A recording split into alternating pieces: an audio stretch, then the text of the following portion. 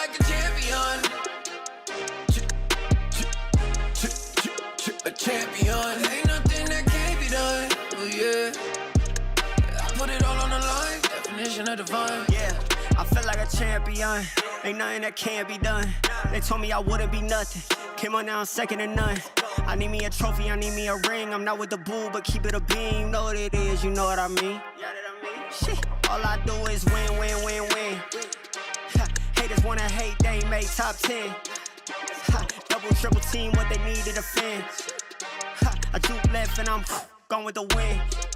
I'm gone with it. I feel like a champion. A champion. Ain't nothing that can't be done. Oh yeah. I put it all on the line. Definition of divine. I feel like a champion. A champion. Ain't nothing that can't be done. Oh yeah. I put it all on the line. Definition of divine. Feel like a champ, MVP status. Yeah, the win been guaranteed. So let's see about it. If you gon' speak about it, then be about it. If you don't bring that energy, no, I can't be around it. Nah, I'ma shoot my shot. I'ma stick it, watch. At the tippy top, I cannot take no loss. 2 seconds on the clock, they gotta give me the rock. I got a game on what? Yeah, I got a game on lock. I feel like a champion. A champion. Ain't nothing that can't be done. Oh yeah. I put it all on the line. Definition of divine. I feel like a champion. A champion. Ain't nothing that can't be done. Oh yeah. I put it all on the line. Definition of divine.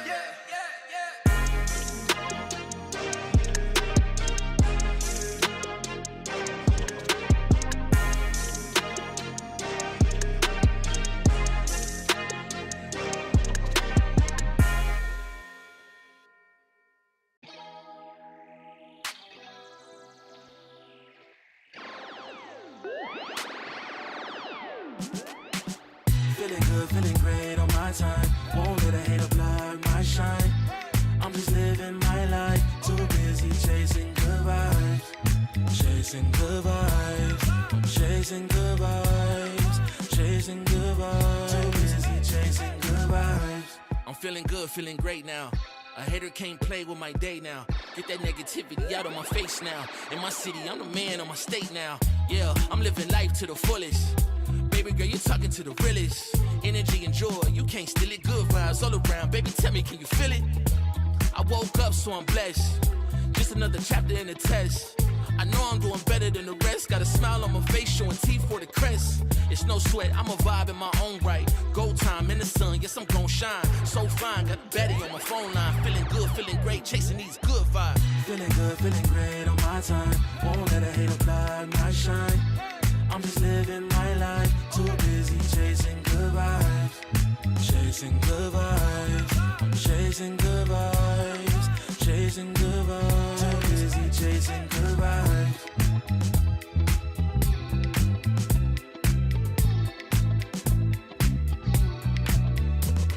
Put my soul on that beat, I'm ready to feast. Margaritas with some divas, I'm pouring the drinks. I'm living life to the fullest, the blessings in me. Don't really care what you say, whatever you think. Nah, unequivocal miracles with the lyrical. With the homies tryna pop like the cereal. Lucky Charms, got a model on my arm. Go watch on my wrist, garlic parm. No alarm, fireworks, I can feel it in the sky. I got love in my eyes, but there's money on my mind. I see passion and pride that despise all the lies. I've been around the world, so I'm down for the ride. Good drinks, good people, and good times. Fast cars, pretty women on FaceTime. More money, more fun in my life. I'm just chasing my shots with good vibes. Feeling good, feeling great on my time. Won't let a hater block my shine. I'm just living my life. Too busy chasing good vibes.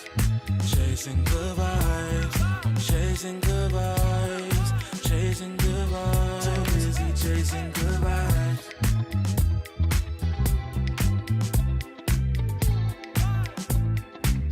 Too busy chasing good vibes.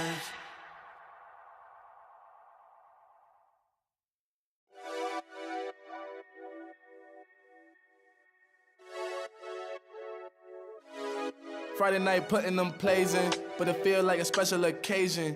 So let's go out, go blazing, hit the dance floor, let go frustrations. I might have a hidden agenda, but my intention's pure. I'll give you all that I got, and I hope that you don't need more. It's okay, just take my hand now. Damn near sweating your hair out. You got me creasing my sneakers. That's usually something I care about. Couldn't see the path, but it's clear now. You was in my dreams, but you here now. And I just want a little dance and a reason to change my plans. All I want is for you to dance with me, with your hands in the air where I can see. I don't know if we'll get another chance, you'll see. So I hope that you'll just come dance with me. We outside, did you hear what? I called a ride cause I'm going up. And there's something mixy going in my cup. Don't say much cause they know what's up, huh? You know it get cold on a late night. We getting all close like it's day night. You looking so fly, you could take flight. Now I got this feeling that I can't fight. Your curves got my urges flaring. You got me by the collar and I'm not caring. You see how the people can't stop staring. I'm trying to make you mine and I'm not sharing. Okay, let's bring it back a bit. She said you could have whatever if you ask for it. Well, I just wanna have a little dance and a reason to change my plans. All I want is for you to dance with me, with your hands in the air where I can see. I don't know if we'll get another chance, you'll see. So I hope that you'll just come dance with me.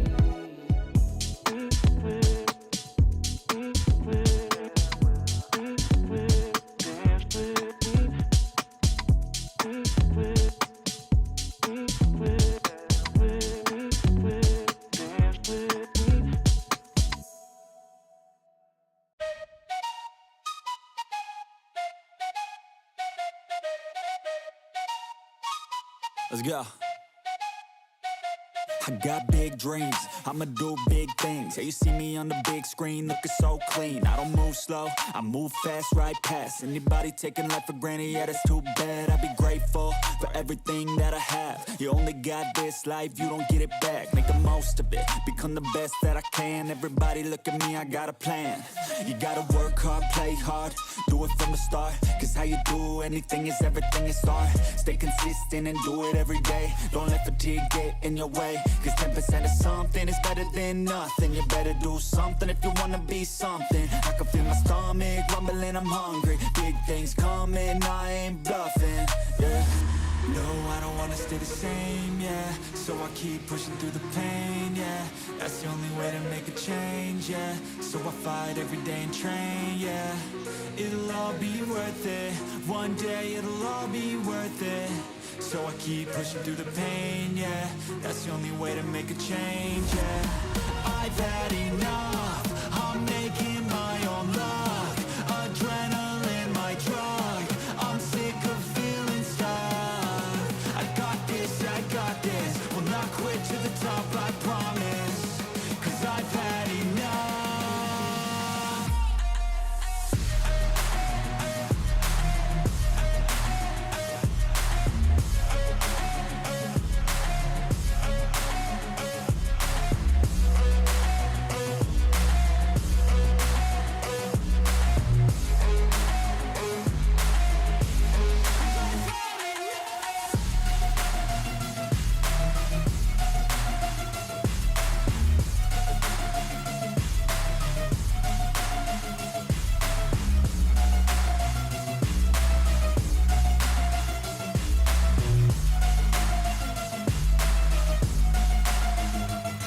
Better watch out, I'm on the climb to the crown. In my prime right now, hear me loud, I've been spitting for a while now. All by myself, independent DIY now. Don't need no help, I've been beating out labels and money and budgets, it's funny. I do all the work, yeah, keep it 100. I fight for my dreams, I would die for these things. I believe in myself, I refuse to be weak, I like to build things.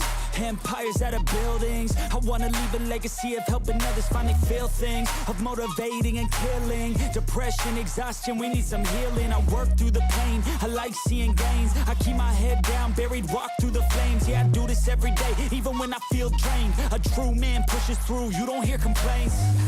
No, I don't wanna stay the same, yeah. So I keep pushing through the pain, yeah. That's the only way to make a change, yeah. So I fight every day and train, yeah. it'll all be worth it. One day it'll all be worth it. So I keep pushing through the pain, yeah. That's the only way to make a change, yeah. I've had enough, I'm making my own luck. Adrenaline, my drug, I'm sick of feeling stuck. I got this, yeah, I got this. Will not quit to the top, I promise. Cause I've had enough.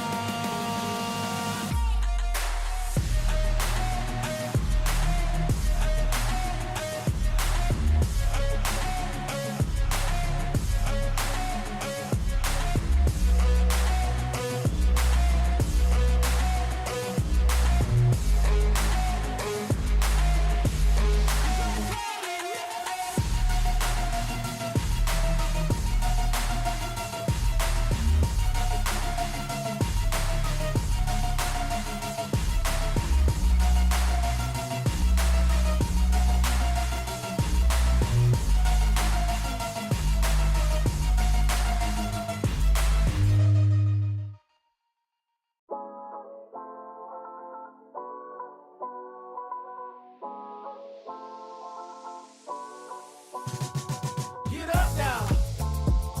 Get up. Get up. Get up. Get up now. Get up. Get up now. Get up. Yeah, get on your feet and move to the beat. Pour up some drinks and then we repeat. Yeah, chasing my purpose, need a release. Yeah, my life's a beach, I'm lost in the breeze. Do this with ease, don't play with my dreams. Yeah, it's so together, it's not what it seems. Heart of a tiger, life of a king. Yeah, chasing my bag, my feet in the cream. Running these laps, not losing my steam. I'm feeling good, this life's what I need. Don't intervene with my energy. Yeah, I'm in her scope like Jimmy Iovine. Yeah, no Superman, but I'm feeling supreme. This not a movie, but I'm making a scene. Yeah, I can tell you how to live your life, but you just gotta get up now. Get up. Get up. Get up. Get up now. Get up. Get up now. Get up. We just gotta live our life, we paying a price. Piece of the pie, I need me a slice. Yeah, rolling the dice, the scariest spice. Sticky like rice, the tricky reprise. Yeah, love will suffice, I suffer in silence. All alone, I'm lost on the island. Let's spread peace and less of the violence. Sebastian Bach on yachts playing violence. Yeah, the flowers violet, give me my rose. This for my city, all for my bros. Did it alone, so far in my zone. So raise your glass, let's all have a toast. I can show you how to get like me, live your life till you die. Yeah, look, I can tell you how to live your life, but you just gotta get up now. Get up. Get up. Get up. Get up now. Get up. Get up now. Get up. Get up.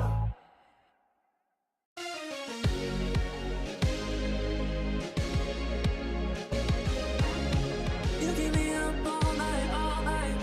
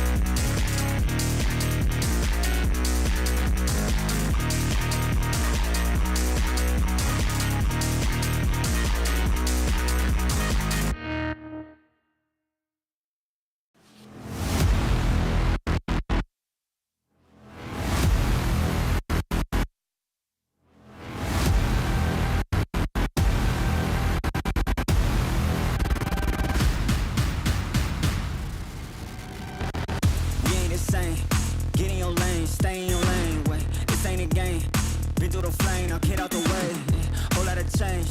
Still been the same, put that on the name. I had to go through it just to get to it, look what I became.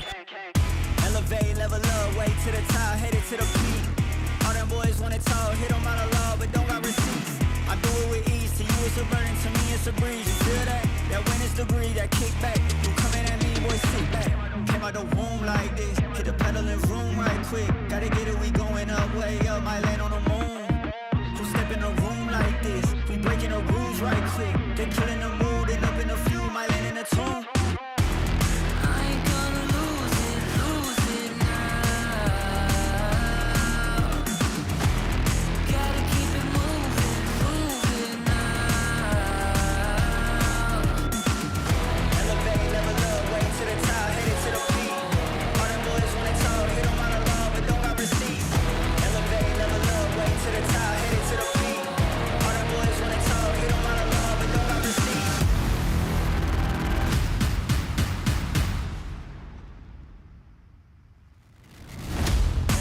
With a vengeance, killing the ops and leaving no remnants. They all in attendance.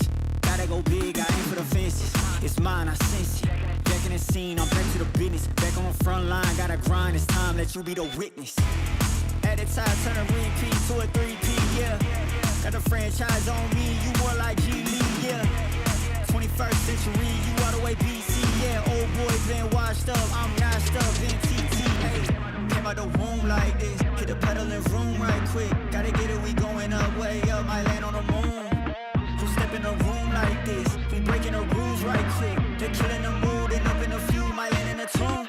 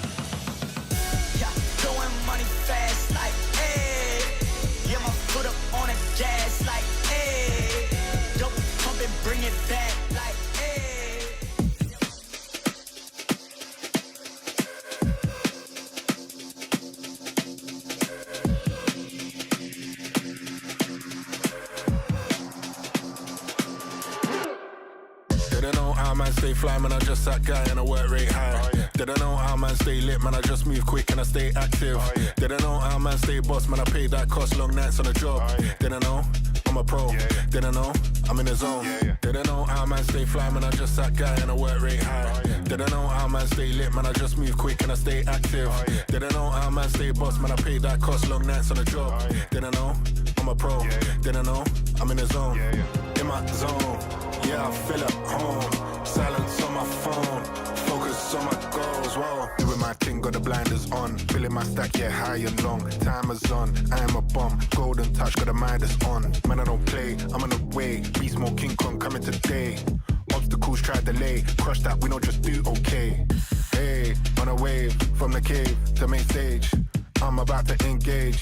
Raise the price of my wage. Didn't know how man stay fly, man, I just that guy and I work rate high. Oh, yeah. Didn't know how man stay lit, man, I just move quick and I stay active. Oh, yeah. Didn't know how man stay boss, man, I paid that cost, long nights on the job. Oh, yeah. Didn't know, I'm a pro. Yeah, yeah. Didn't know, I'm in the zone. Yeah, yeah. Didn't know how man stay fly, man, I just that guy and I work rate high. Oh, yeah. Didn't know how man stay lit, man, I just move quick and I stay active. Oh, yeah. Didn't know how man stay boss, man, I paid that cost, long nights on the job. Oh, yeah. Didn't know, I'm a pro. Yeah, yeah. Didn't know, I'm in the zone. Yeah, yeah. In my zone.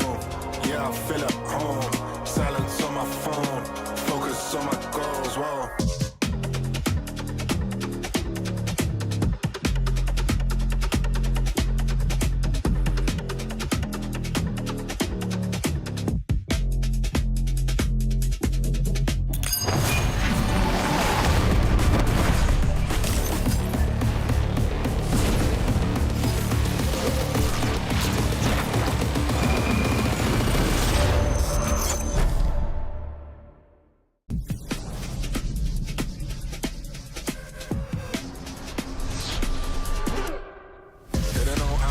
fly, man, I'm just that guy and I work rate high. Did I know how man stay lit, man, I just move quick and I stay active. With my king, got the blinders on. Filling my stack, yeah, high and long. Time is on, I am a bomb. Golden touch, got the Midas on.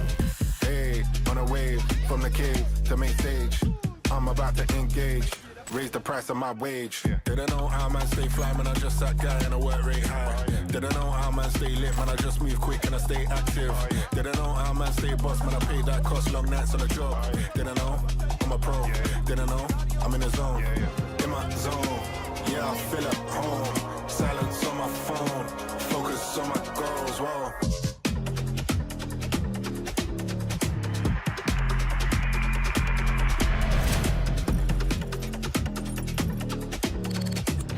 Ascent to VCT EMEA 2025.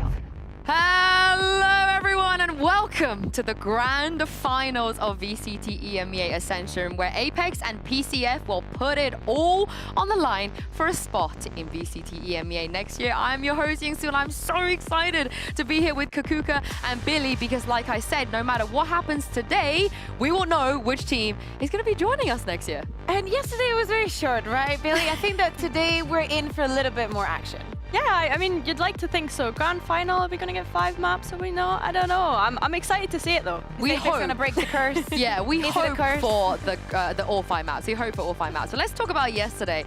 Because CGN, they made us so close. They were so close to that grand final. But Billy, in the end, it wasn't meant to be. It was so unfortunate, especially considering the last time that they played Pacific, they won 6 pistols. And this time round, they won 1 out of 6 pistols. So yeah, I don't know if it was just the stage jitters that maybe got the best of them.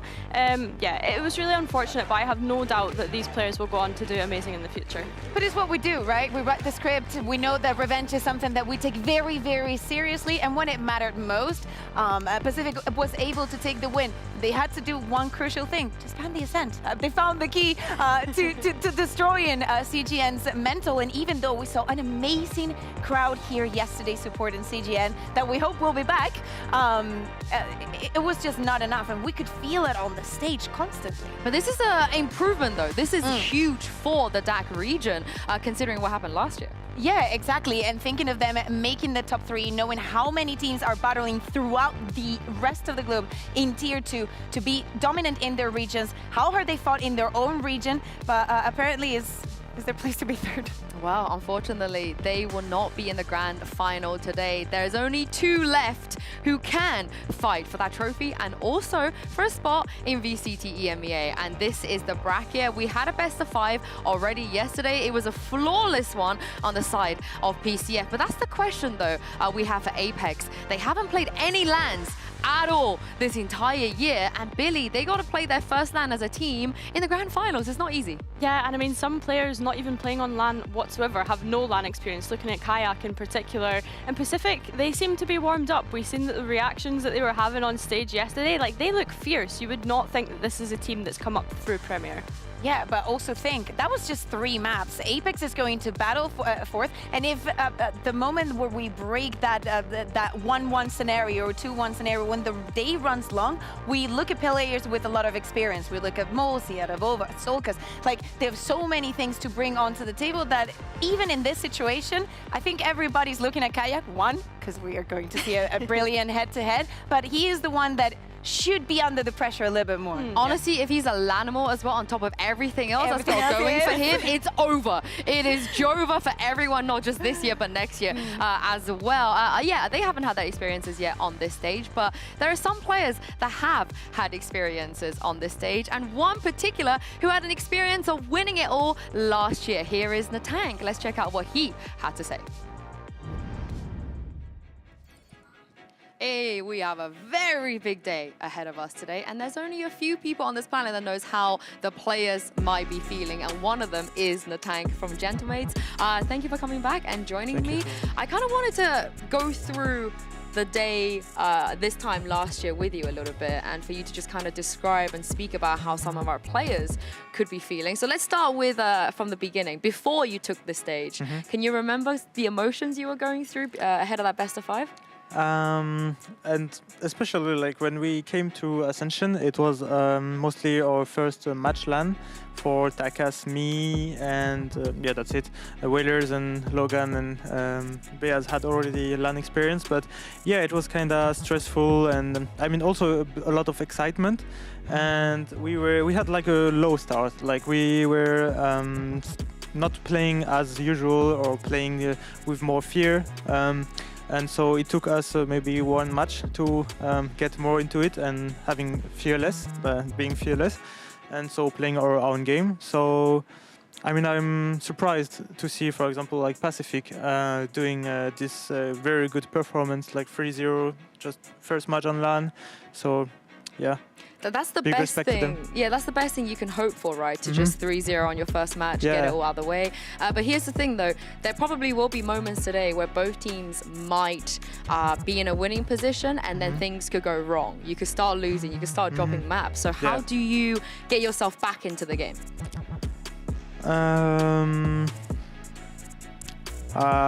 mean, from my perspective, I know that sometimes I can be like this, like not being inside the game, like being a bit unfocused.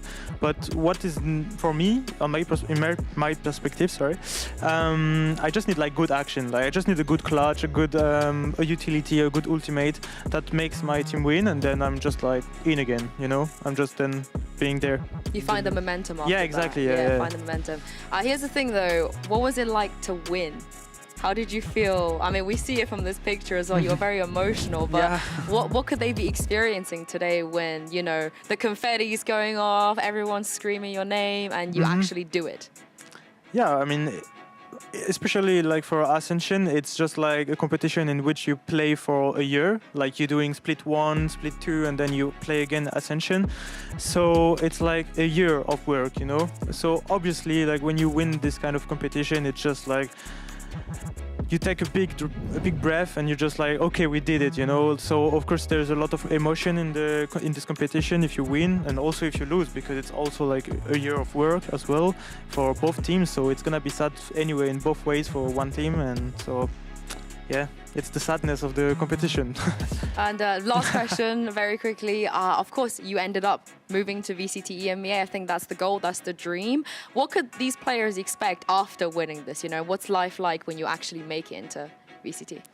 I mean, it's obviously like an improvement. Like you change your like how do I say, like you just improve, like you just go from tier 2 to tier 1, and it's just like a lot of more expectation from you. You need to work more, you need to be more serious, and you need to you're becoming the tier 1, so like the competition is really more high, and you need to you need to show more. You have to double your work time and stuff like this. So yeah. Well, I can't wait to see which team's going to make it. Thank you very much, Natank, and hopefully we'll catch you around the venue as well a bit later. Yeah. I mean, you've heard it from him. Once you make it, things do not get easier. It gets more competitive. But here's the thing, though. Not winning on this stage, it is not the end or be all. We've seen it this year. Teams in Tier 1 are very, very willing to invest in the players are in Tier 2 right now. So I thought we could bring back a segment we did last year where we predict which players that didn't make a grand final, that didn't actually win this tournament, that could actually go all the way to VCT EMEA. In our scouting report, I love this graphic, this is fantastic. But yeah, let's just start. Billy, I'll go with you. Which player do you see making it to Tier 1 next year? What's your pitch? I mean, we have to go with Anguist. Like, his development as a player, this kid used to play on BYOC lands in the UK. I'm thinking like Epic Land, your Insomnias and things like that. And like just his development as an individual, as a player, like he's been incredible, the performance that he's had to be playing on an Ascension stage at this point now. His impact like on Sentinel has been insane. He had 12 first kills yesterday, by the way, one less than Element. So like the fact that he can anchor a site that well and just hold off any pushes that are coming into him, most of the time as well, he's getting multi-frags in those first kill engagements. So like, unstoppable. Get him in a team. Genuinely, I would love to see him in a more competitive environment. Oh, and I love that story you mentioned, because he didn't just come from Tier 2. He went from Tier 3 into 2, and maybe in Tier 1 as well. Who you got? I am gonna go, so I agree. I think that is a great pick. I went for someone that didn't even make it out of groups. I think it is difficult, and it definitely says a lot when at the end of the year, when it comes to Ascension, you have a good performance. And I went with Profek from Go Next, because here is my pitch. I know and I understand that we're going for this youngster duelist, super electric. You want the next Turkish wonder to be joining your team. But Profek has been in Tier 2 for a long time. I think that the role he fulfills is something very necessary in Tier 1, because last year we saw players like Tomazi, like Nared, you know, just swapping around their roles and playing different things. But that is so much more difficult to do with a smoker, and I think that Profek could be a very, very good shout out for any team out there. Yeah, I like it. I actually really like that choice. I think you both have made, we can make a pitch for every player, but I like the choices you win with. But here's the thing, we've got, you know, players that haven't been in Tier 1 before, they haven't tasted success. But it's not about what I want. I want to give what the people want as well. Now, you guys at home cannot tell me that you don't want to see Defo make a return, make a redemption. All of the other Gambit boys are already in Tier 1 anyway, and we're missing just one. I mean, even Purpo made it in. We're missing one name, one huge name, one guy that's even won a global trophy before. Because I think people also forget that Ascension is not just about the rookies. It's not just about players that have never had a chance before. It's about redemption too. And you guys, you cannot tell me that you don't want to see Defo. You just want to talk about Gambit. Yes. It's okay. Yes. I think it's okay. I think you should embrace it. I think we should keep talking about Gambit. But think how exciting it will be if Defo makes it back. I can only think about the cold open that we do when he's just walking into the studio and the rest of the Gambit boys are there. Yeah, I think that would be sick. Goosebumps. That's goosebump stuff. But I also want to hear what you guys have to say at home as well. Make your pitches, who you want to see back in Tier 1. Make it compelling. Don't just say, oh my God, this guy is... No. Yeah. Give us some reasons. Put the names out there. Let the other people see. Yeah, and of course, we have a very high-stake match happening today. And when it comes to high-stake matches, you need good chemistry, and that can make the difference as well. So let's see how well Mosey and Kayak really know each other.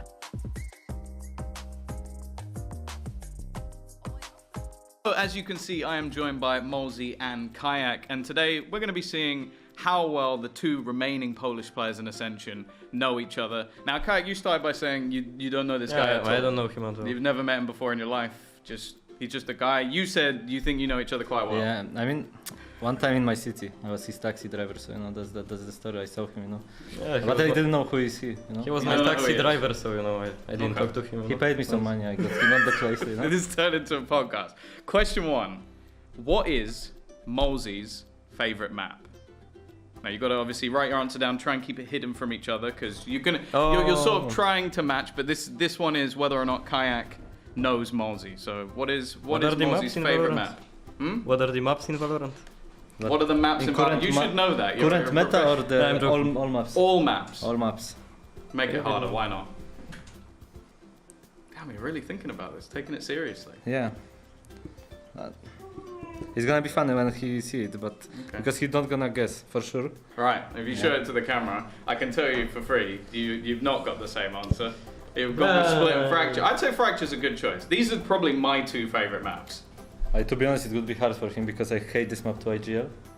So, but the question was, what is my favorite map? Yeah, so I split with Raze. If I don't play Raze, I don't. Okay. We're gonna switch this. We'll switch this one up. This time it's a question. It's a question about Kayak. Yeah. What agent does Kayak have the most fun playing? Okay. Very quick. Okay, I'm ready. Alright. Yeah. Yeah, I'm ready. This is. No. Go on, yeah. You can show your answers. Show your answers. What? You got Reina? How Reina? Because you always spam Reina in ranked last years. Last year? Yeah. But bro, you're like, oh, I don't want to play Neon. No, I can't. And now he play few ranks. Oh my God, this agent is insane. No. This is full lie. He just made it. Okay, so you actually still believe that you're right? I was Neon hater, now I'm Neon enjoyer. Okay. Yeah, just play few team games, you know. I feel like this one might be a little bit easier because it's not opinion based. I'm gonna ask you, can you name 2 teams Mosey played for before Apex? Oh.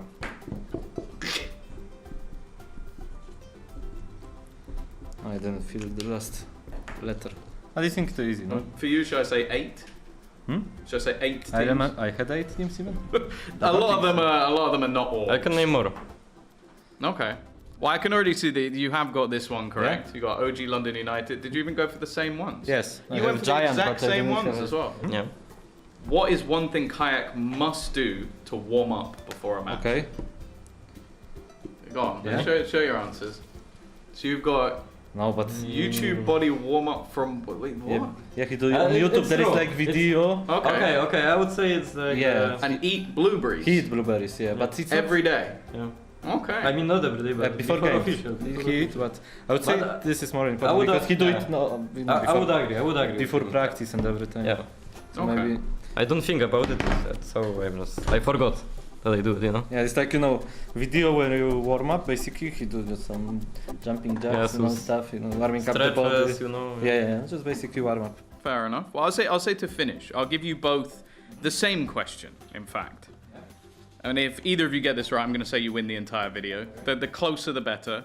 When is the other person's birthday? Oh my god. The panic, the immediate panic. Wait. Can you get the year? Can you get the month? Can you get the day? What year? He said birthday. Kayak, it was this or this? Which one I put? We need the year. Year also. It's 9 or 8. That's the question. You look in his eyes. Can you tell? Say the number and look at Kayak and see what he's. Oh my god. Okay, I do. I'm ready. Ready? Go for it. Go for it. So you've gone.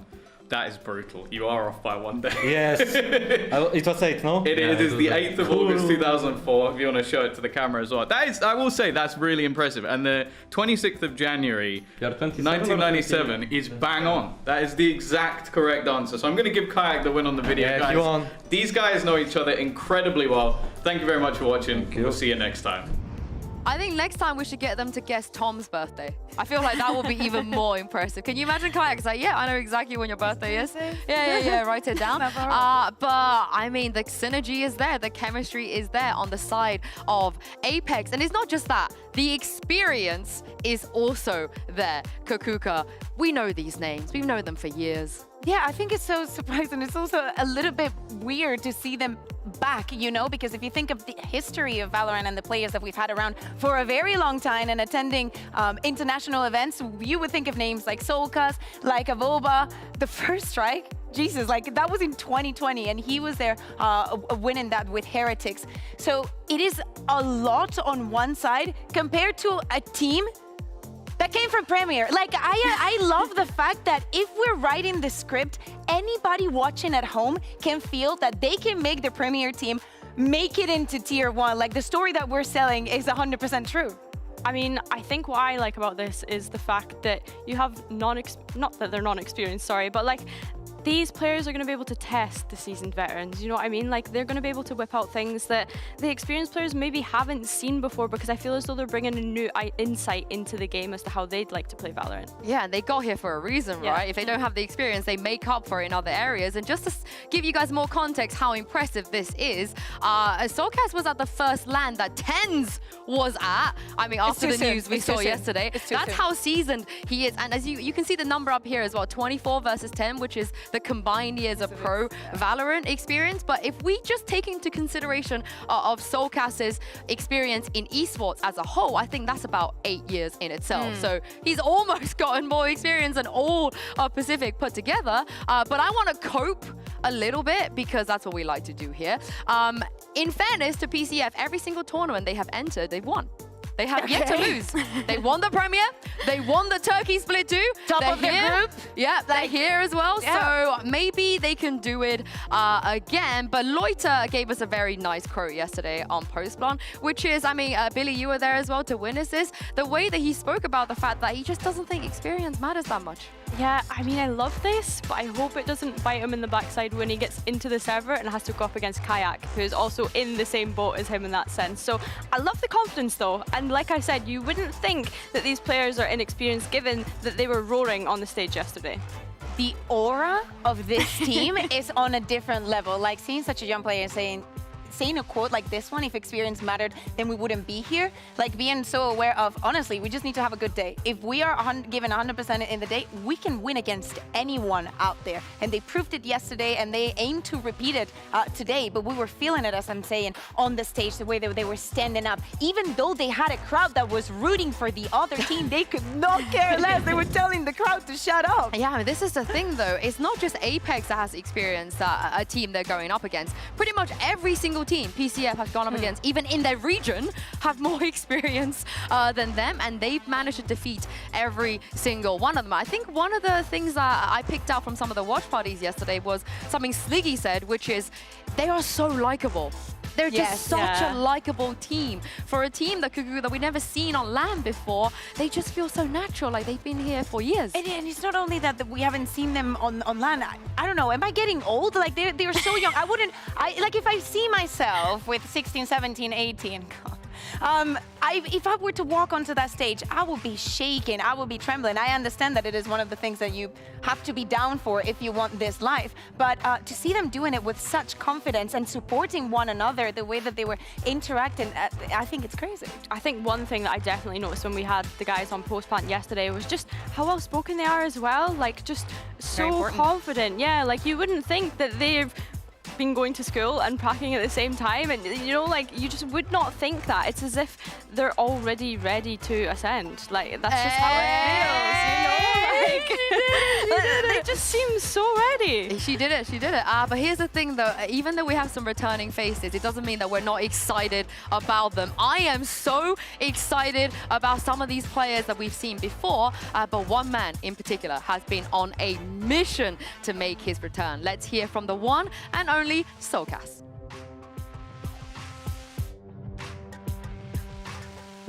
I feel very, very honored right now because I'm in a podcast room with Soulcast. Welcome back. It's like a homecoming. Yeah, I guess it does. Yeah, it feels kind of weird, but it feels nice. Does it feel like a homecoming for you? Yeah, I think I was kind of hoping at least, just kind of get like a 1 year break and go into like tier 2 and then come back into like the hectic world of tier 1 again. So yeah, let's talk about that because you spent your whole career in Team Liquid prior to this. Yeah. I felt like you and Liquid were kind of synonymous. So what was it like having to leave that all behind? It definitely was like really difficult because I know like maybe if you play for in an org for like a year, may not feel as bad, but like for me it was like almost like 4 years or something, like 3.5 years. It definitely felt really weird, and I was like a bit homesick at one point. It's like, man, I miss like the facility, like the boot camp, like all the staff and the chefs, like that was so lovely. So I was like, it did feel like a bit sad, but I guess anyway, like change was kind of good as well for like me as well. So I guess it worked out. Did you get that feeling of, you were definitely gonna make it back because you were good enough? Yeah, and I think I did, and I think also like when I kind of noticed, like especially playing in like tier 2, like my confidence and stuff was like already like at a good level, and I was like really confident in my own ability. And even at times I kind of felt like what happened to me in Liquid, like it wasn't fully fair because there was a lot of things that were kind of like going against me. So I was like, I kind of wanted to prove to them and to myself that like I am capable of being in tier 1. So yeah, I just wanted to like show it. I think you proved that. I think you're going to prove that tenfold if you manage to win this tournament, of course. What keeps you motivated in tier 2? Because we've heard so many times that the younger players are coming up more and they're getting more attention and they're becoming more successful because they're more motivated than the more experienced players. I mean, I guess it's different person to person. I think like you can still have some of the more experienced players just as motivated because they also, especially like me, I want to come back and prove to everyone and myself that I want to be there again. I deserve that kind of spot. So like there's that kind of like huge motivation for me. So I think it's also like, yeah, it's just really important for me to kind of showcase what I got, and I find it so fun, just playing in tournaments on the stages and stuff, and I miss that feeling. And like tier 2, like you don't really get that opportunity as much, so I want to do that again. I have to talk about the elephant in the room, which is this whole Apex choked last year. They should have won. Obviously different roster with you guys. Now 2 questions. First of all, is this whole concept of choking a real thing? Because I'm sure as a pro player you've been accused of doing that like a million times by fans at this point. Is that a real thing that people do? They choke in these moments? And if so, how do you guys choke this one? Yeah, I mean, I think it is. It can happen to anyone. Like this kind of idea of choking. I think it's just more of, in terms of, you know, maybe like something goes wrong, so then like a small like point of doubt like comes in your head, and then it's maybe like then you get distracted or you lose focus. Sometimes it's kind of like these small things can like trickle into your mind, and it's like it can get like really complicated in terms of how one's person can kind of like mind turn into like this kind of choking state. But so it's real. It's a real thing. I think, yeah, like I think choking's like kind of like an aggressive, like, oh, this guy's choked it or whatever. But it's just more like it's maybe like a small thing that seems like really like dramatic on camera, but like inside, you know, it's maybe like a small thing that doesn't work out, like something in the head. But I think for us, it's more we're just trying to keep everything the same throughout, like from the start of the year to the end. Like there's no need to put extra pressure on this in terms of like to make it more uncomfortable for us, because we've been playing well, you know, we're getting our confidence back, and like if we keep doing what we're doing, we don't need to do anything more extra for the finals, just do what we do, then we should be able to get the win. So I think that's like one thing that we're trying to like push for like each other to remember, like that sort of thing. Well, you guys have heard it, it's happening. They're not gonna let this one slip this time around. Maybe we're gonna make history happen again, do it twice. Oh no, don't say that, don't say that. But thank you very much for joining me, and good luck in the finals. It was a pleasure, thank you. Oh, you gotta shout out Soulcast for giving such like a candid insight into what's going on. But here's the thing though, for the people at home, Billy, that aren't aware of what happened last year, give us an explanation as to why we might be a little bit concerned. Yeah, I mean, everyone had Apex to be their favorites. They dominated throughout Polaris all of last year. They get to the grand finals of Ascension last year, and then Gentlemates just come and sweep it under the carpet from them. So yeah, I mean, they're gonna have pressure on their back. Even though it's a different roster, like you still have that name of Apex being in this situation last year. Even the same win-loss streak from finishing their regular season, I think I mentioned it yesterday, they won 24 matches, they lost 2. It's like history is just repeating itself. Hopefully they're hoping that's not going to go against them. And of course, you think about the org, they're making such a strong bet in one in this spot and put in these phases that have already given results in the past to achieve that one goal. And as we're seeing, even though this roster, it took them until June to lose their first map, after they made it out of grooves, it was a little bit shaky. That is something that I liked about this year, that they had to suffer and sweat a little bit, go through some losses, because the shape and the form that they are right now coming into playoffs is their peak. It should be the end of your year when you want to achieve the biggest achievement, and that is exactly what we're getting in playoffs. They could win this entire thing without dropping a map in playoffs, and that would be the cherry on top to the year they should have had. I mean, they have a reason to be confident, and Avova is very confident. We heard him say yesterday that they're not worried about the experience department. You know, I think the exact quote was, we're just going up against some kids and a bunch of German players, whatever it is. I won't put words in his mouth. We're going to see the quote in just a moment. But here's the thing, though. He has said that they're just a bunch of kids. But there are a bunch of kids that's doing this. I am so sorry, because to me, I mean, in EMEA this year, most of it was kids. Like the amount of people that we had being extremely young, not being able to play, they have proven that one, they're so extremely passionate and hungry to go on the stage, to go against the big names, to get the wins, to enjoy every single round by what it is, that he should be even more scared. He is not one of those kids. That's my pitch. Okay. I mean, it's not just kids, it's Turkish kids, right? They have the aim, they have the firepower. We've seen so much young Turkish talent come up through and into VCT. I'm hoping that's just a tongue-in-cheek comment. Oh, it definitely is. It's a Avova. But this is the thing, though. He with experience also comes, you know, the personality. Yeah. He knows how to work a crowd. I feel like the energy level on both sides is really going to match each other, because he's not going to let Rose be like, sit down. He's just going to get up and tell Rose to sit down, I feel like. Yeah, exactly. And we need to see that to a certain extent. Yesterday we were not seeing it. CGN were barely celebrating, right? At least not that extreme. It was very hot and cold when you saw a version of Pacific that was giving everything on stage, and CGN just being a little bit more quiet. We want Apex to match that energy. I want to see Avova. I want to see Molsey giving it. Yeah, you want to see Molsey give it? I want to see Kaya giving it. If Kaya gives it, you know. Yeah, okay. But here's the thing, though. One player that's definitely going to give it is LaRock. He was given it yesterday. He's been given it every single LAN matches he's had. And Kakuga, he has a reason to.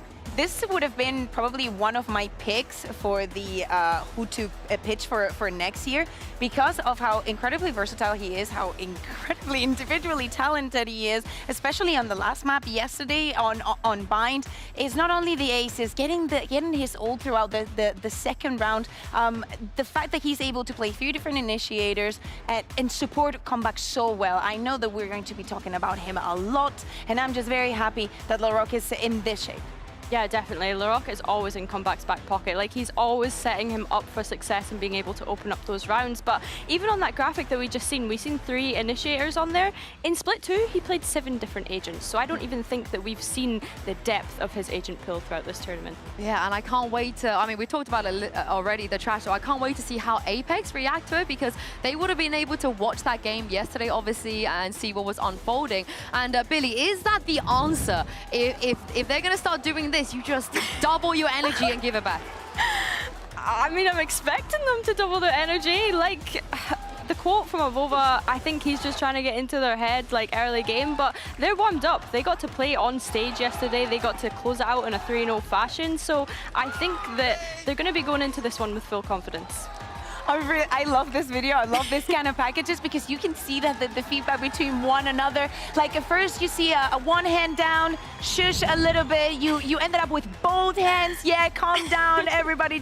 I just think it's crazy, but it's very good to see. And I want to see if there's going to be a response. And even because obviously the momentum was on their side, as Billy was saying, they were winning the pistols. They have very strong sides of the map. Everything was working for them. So we know that when things are working, people are going to be happy.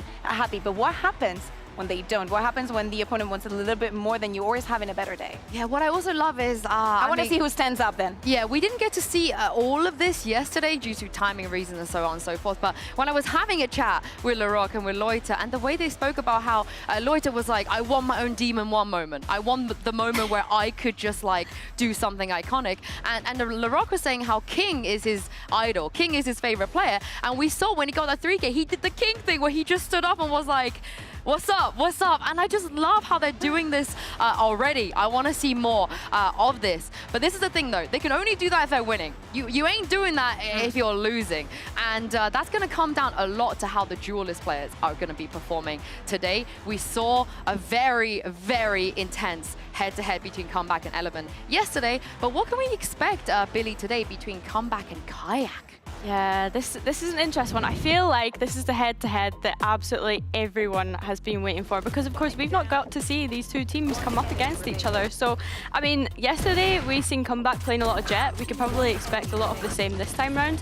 But Kayak, his agent pool is a lot more flexible when it comes to the Duelist, perhaps not playing those operators, and he's going to be more up in your face is what I can expect from Kayak. Yeah, and I want to see the Euro. I think it's poetic, right? Both of the teams that ended up at top of their group make it to the final, and this is the one encounter that everybody has their eyes on. Yes, the Electric super young players, and Kayak, just because he hasn't played as much, probably people are, I'm not going to say slipping on him, because I think no, they 100% are. Yeah, I'm going to go on a limb and say that people just don't understand how good he is, because he doesn't play that many maps. Exactly, exactly. That's the thing when you're winning, especially not seeing him yesterday, right? Because when we, again, going back to that experience, he's going to be very freshly thrown into this best of 5. And speaking about that, Comeback yesterday had a very, very slow start. We saw him barely getting, like, I'm going to say barely getting, like, what, 5-7 kills by the first 8 rounds. So, of course, he needed a little bit of time to warm up. I wonder if we're going to get the same from Kayak, or if we're going to see a very evened up field if that doesn't happen. Yeah, and I also wonder how their game plan is going to change, because we heard it from Postman yesterday, Billy. Rose and Loiter, they're expecting their BIS to be banned. They don't think they're going to be able to play their best map today. And how difficult is that going to be for them if the BIS is taken away? I mean, you heard the brother in the audience yesterday, Abyss is our best map, like, and everyone was written for them. So it's hard to say, because it's a best of 5, right? Like, you can't just zone in on just one map and play a whole best of 5, banking on the fact that you're going to get to play that map because you know you're good on it. You need to have a lot more flexibility to be able to jump onto any other one. If I'm Pacific, I feel like a little bit of the pressure is off because of the connotation of making it to next year, like winning Ascension. You've already a team that made it through Premier. You do not have bans for today. You're playing back-to-back LAN specifiers. Well, it's time for the moment we've all been waiting for as we decide the next team to join the Titans of VCT EMEA. Make yourselves comfortable and enjoy the grand finals of Ascension 2024. Raise the price of my wage. Didn't know how man stay fly, man, I just that guy and I work rate high. Didn't know how man stay lit, man, I just move quick and I stay active. Didn't know how man stay boss, man, I pay that cost, long nights on the job. Didn't know, I'm a pro. Didn't know, I'm in the zone. Hey, on a wave, from the cave to main stage. I'm about to engage, raise the price of my wage.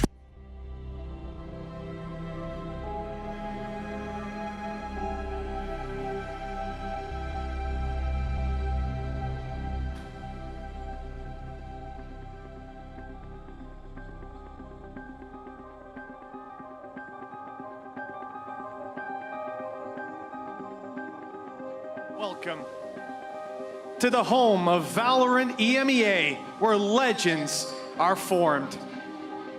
9 regions sent us their best, and all but 2 have fallen through weeks of brutal competition.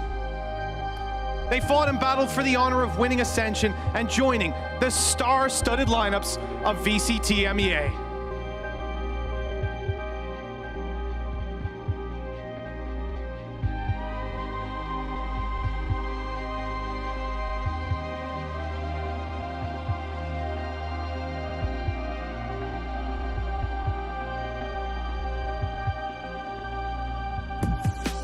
Just as Gelamates did the year before, earning that honor and ascending to VCT. Now they come back to the stage to present the Ascension Trophy. Didn't know how man stay fly, man, I just that guy and I work rate high. Didn't know how man stay lit, man, I just move quick and I stay active. Didn't know how man stay boss, man, I pay that cost, long nights on the job. Didn't know, I'm a pro. Didn't know, I'm in the zone. A grand final a year in the making, and a chance at redemption for a banner we expected to see flown here in the Riot Games arena long ago. With Valorant legends and an emerging star, this squad stood strong in the upper bracket, taking playoffs with ease. Now, please join me in welcoming the first member of Apex to step on the Ascension stage. Make some noise for the man who lurks in Defenders' nightmares. It's Hyde!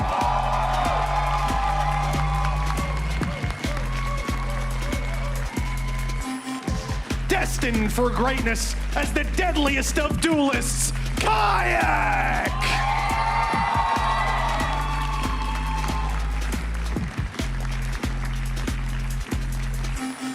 Making his return to the EMEA stage, welcome home, Malsey!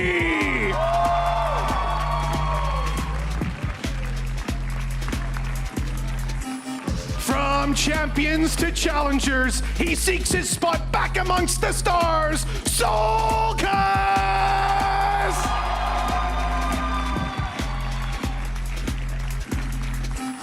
EMEA's first champion was cast out of VCT, but now he's back within striking distance of his glorious return of Ova!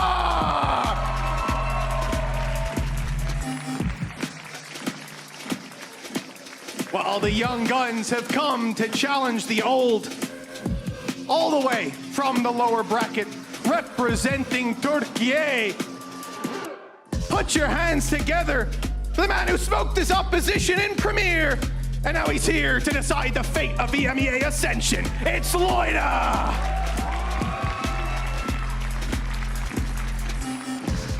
Who needs experience when you've got this, kid? It's Comeback!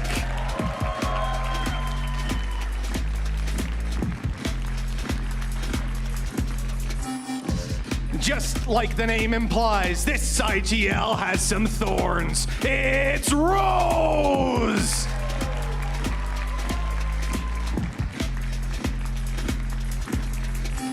He's been slicing up the competition, and now he looks to cut Apex down to size. Laura!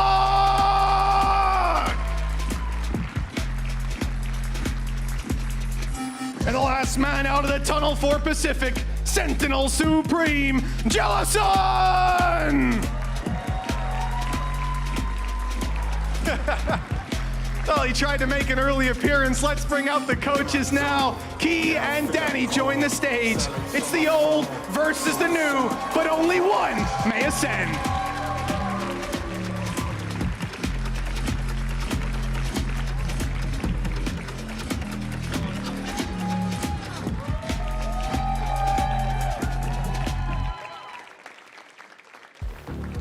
Only the best of the best get to play on this stage. And for one of these teams, it will just be their beginning, because a win here means they will be back in Tier 1, running with the big boys next year in VCT EMEA. Here's the thing though, it's a best of 5. It's the first time we've seen Apex play on LAN this entire year, and they have the ultimate advantage, the double ban coming into this. Billy, do they take away the Abyss? Is that their best shot for today?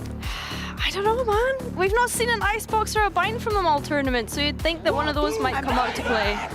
I mean, we can't say bind if they keep permabanning it, right? Like, I think that is the ultimate truth. The same that we were saying for CGN yesterday could even be applied for today on the realms of bind. But it is a big advantage. You have been observing your opponent. You've had a little bit more time to process and prepare for this grand final.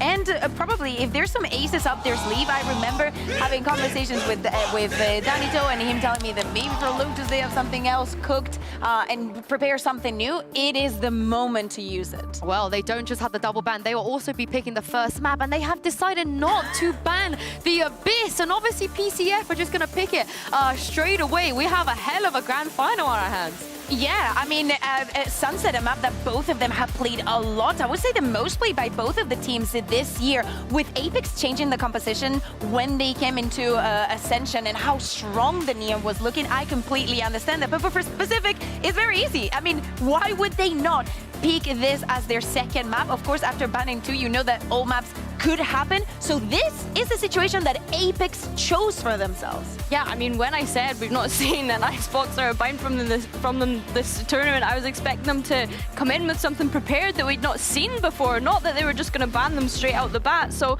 they clearly have their own ideas as to how they want to play out this best of 5. But yeah, I agree, like leaving Abyss in there after the dominant performances that Pacific have had so far, it's a question mark.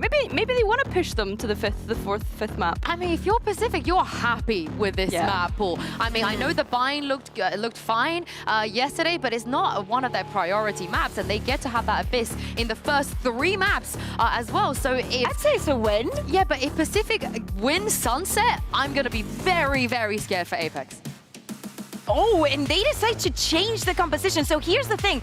For Pacific, coming into Ascension, they had this different composition, obviously, to this one. They played it once against CGN in the upper semifinals, and they lost it. So they decide to just mimic a little bit of what they do on, I would say, on Lotus. Yeah, they've gone for that Neon pick. They wouldn't usually go for this Neon pick. Usually they throw a Raze in there. So, I don't know. Comeback, I was expecting them... the Neon, I don't know. I don't know how to feel about it just yet. I mean, especially going up against a Kayak who said Neon was his favorite agent. So this is going to be a fantastic match. This is it. Time to get this grand final started. And I leave you guys in the very safe, very capable, and very fantastic hands of Mitchman and Tombiz. Take it away, boys. From 9 leagues, 96 rosters, and 244 days of play, we are left with 2 teams and 2 dreams. For Apex, that dream started with another, but after last year's journey turned to ash, this team rose from the embers to take their place. Now, they must succeed where their predecessors failed. For Pacific, that dream is to pull off what many deemed impossible, going from Premier to the VCT in 1 year. This young squad has taken our breath away, but now must beat their toughest opponent to be the one who ascends. One dream ends tonight, and for the other, this is just the beginning. The barriers go up here on Sunset, and this BO5 will get off to a start. for Apex on the attack side. They're the ones with the pressure to make a move, but Pacific, well, they want to take some space of their own. A little gentle walk down on B, but no pressure applied just yet. And the Apex side waiting to see that contact from the defenders. And void of it, they've got to make a choice on where they take this. This map, at least, I'm going to be really focused on Pacific. This is one I feel like, based on how things have gone, Apex are definitely favored. Like, this is the map that favors them the most. All the others I can put in a middle ground or put even maybe in favor of the Turkish squad. But the fact is, Pacific have tried to switch up their composition. They've taken a risk. And if this squad gets going, they're really difficult to stop. They have been a momentum-based team all the way through the group stage, the playoffs, you name it. For now, though, they are patient, not playing too aggressively, sitting back and waiting for Apex to come to them.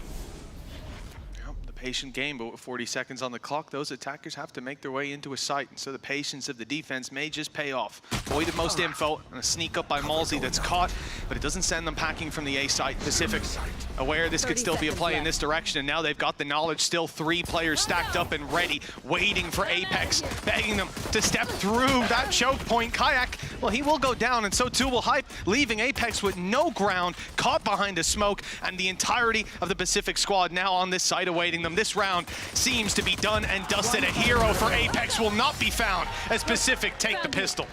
Yeah, solid start from them, and a different look to, again, what we've seen a lot of the tournament. They've been very aggressive, very proactive, but this time they sat back, and you could see Apex, they were being tentative. They were taking their time, trying to clear out the map, and that time sort of ended up biting them towards the end as some of those opening battles didn't go their way. It's also going to be fun having both of them on that Neon. Like, both of these players have been focal points. 2 of the best players throughout the entirety of the tournament. I think Kayak, as we've said, has been one deemed for the VCT, no matter what the result is today. But the fact is, Comeback, just 17 years of age, he's got a long, long time to make a name for himself. Already. He's put himself on the map. 3rd kill already in this map. And he's looking for a little more. Oh, he's getting a little bit aggressive with this one. Up against the pistols, walking out, Marshall in hand. This man is brave, I'll say that. And he has the cover of Rose from top mid, now pushing straight down, taking the fights. This isn't normally how you see a team deal with a low buy, but, well, Comeback closes it out before there's too much more lost. And altogether, with the investments they've made, they had a lot of margin for error, and I think that's why you see them go that little bit more aggressive for those early fights. He's 1 away from his ultimate. Actually going to be picking up an extra rifle as well. But this is where you sort of expect Apex to get themselves onto the board. Yeah. Obviously kicking things off on that attack side, I think is where we kind of have the expectation that both teams should get the majority of their rounds. So, as said, when looking at this Turkish squad being that sort of momentum-based team, they take this one and things really do get interesting. A 5-0 start for Comeback, certainly a momentum builder, and for Apex on that attack side, shutting him down is going to become part of the conversation as time goes on. 1:30 on the clock, barriers just went up, and Apex already looking for control over B main, but a large part of this game is going to be dealing with Jelasun's setup. The Sentinel gonna have to be rooted out of position in the early round. The first task is to figure out where he's putting his traps, and then you'll see those shock darts deleting them, already the first to be dealt with. Yeah, the defense taking that early rotation. I'm looking at the lurk of Hype. The fact that he's so deep up and he's taken down Loiter. That was an aggressive position, but one that he expected. And it almost pulls the second player back. You can see the defense, though, again, trying to be proactive, using the drone, trying to get as much information as they possibly can. But it has reduced the amount of players that are currently waiting on this B site. Yeah, I think Pacific are doing the right thing here. They're not over-rotating to that A site, panicking and allowing Apex to take advantage of the chaos. Instead, they're sitting tight, waiting for a play. And a little bit of mid-information from Rose comes at a heavy cost with him down. Pacific still have those rifles from the early round. It's on Comeback, and it's on LaRock. Breach rotated in as well. You see that stun go through. There's going to be some supportive utility, but still 2 flashes. And 30 seconds on the clock. Apex really need to up their gear. A lot to clear out with 3 players on the back of this site. Everybody's here. Oh! Pacific invited to the site, and Apex, well, they've got a player late to the party. It's Hype, 55 HP with no chance. And Pacific answering back with a 3rd round already, shutting Apex out of the early half. Yeah, I feel like we saw some of this yesterday, and we kind of put it down to CGN jitters. Like, yes. They get these big advantages, and you go, you know, maybe the German roster's kind of throwing that one away a little bit. It's just happened to Apex. Like, you have to bear in mind, we talk about this team, experience, they've been around a long time. That's the whole story we're selling you. This is their first match on stage all year. Like, we haven't seen them over even in their own region be able to play in these sort of matches, so that pressure can come in early on. And when you have youngsters who've been on the stage yesterday, thrived, and have kicked off 7-0 already for comeback, it's getting dangerous, and we're only just a few rounds in. Oh, it is. It absolutely is. Loida goes out for a bit of aggression, and comeback follows. Both meet the same fate, and a late lurk from Avova catches Rose completely off guard from having a chokehold on the game, even with those disadvantages, to now a 5v2 in the blink of an eye. This round has fallen into Apex hands, but they did it with 3 players last time, and none of the rifles have been recovered by Apex. There is still a chance, but it's a slim one. Yeah, they're going to need another clutch play. Ouch. That's already a good start. Kayak gone. He was one of the lower HP players. The steps, depending on how forward Larocque gets, I think he's heard them. He has. He might be in the perfect place at the perfect time. Goes for the swing, only gets one though. A good trade from Soulcast. And again, the pressure goes back onto Jellison, trying to make his way back across the map, over onto this A site.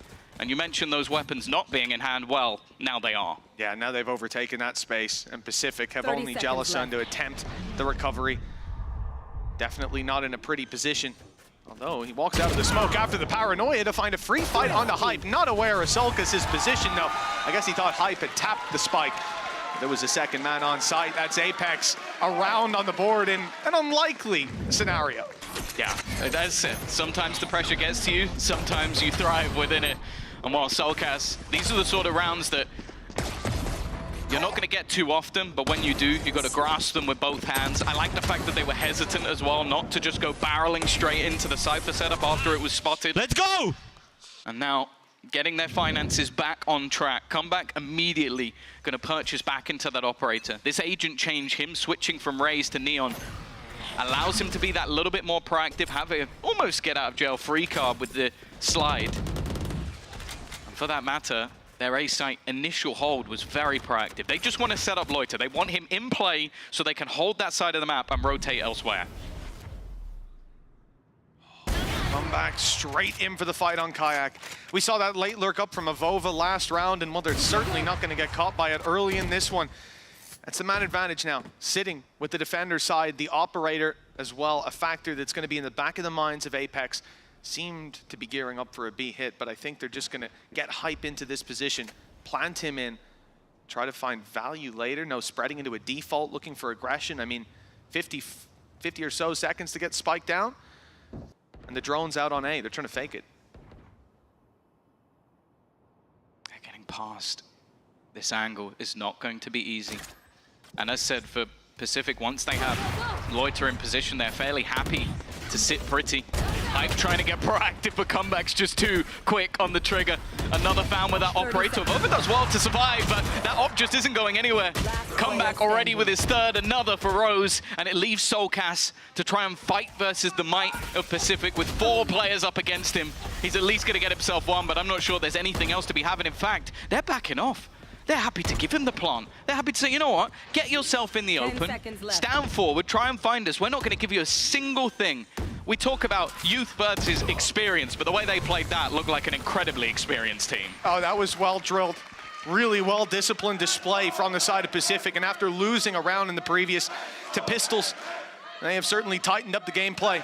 3-round lead for the defensive side, and economy invested for Apex. They've got a little bit stacked up on Sulcas. They've got ults, but the real problem is comeback. He's able to waltz around this map, finding space. The attempted fake from Apex towards the A site. They put out a drone, but the call was made. I don't know what gave Loida the confidence to say nobody is coming here, but he heard the drone, nothing else after, and the call was to stick on B. With 3 players there when the push came in, it already seemed to be a foregone conclusion. And that's the thing, having this Neon allows for the faster rotations, but if you can guarantee the comeback's going to be in the right place at the right time, it's a pretty good sign for the round. This guy has been unbelievably consistent. The fact is said, like, you go back through their map history when it comes to Sunset, they have not run the Neon. They've been putting the Raze out. I think even at times they switched up their comp almost entirely, but I don't think there was a time where they actually ran the Neon. So this is just something they've thrown in as like, okay, we're probably not going to beat you on this map, so let's try and switch our comp up. It's not like it's anything crazy in terms of what the actual composition is that they're running, But this is the map that, as said, coming into things, Apex, they are expected to win. This is 2 bans and their first choice. They have the advantage in this veto. So I like the fact that we've seen Danito pull out an early pause. I think it's a good idea. Yeah, especially with the fact that, like I said, they've tried to push and pull the map a little bit. Pacific have just been ahead of them. Ahead of them in the sense that they ain't moving. If they're stacked up on B, they'll play retake on A if they need to. They'll give up the space and fight for it together. This is a team that's on the same page. And the rewards clear so far.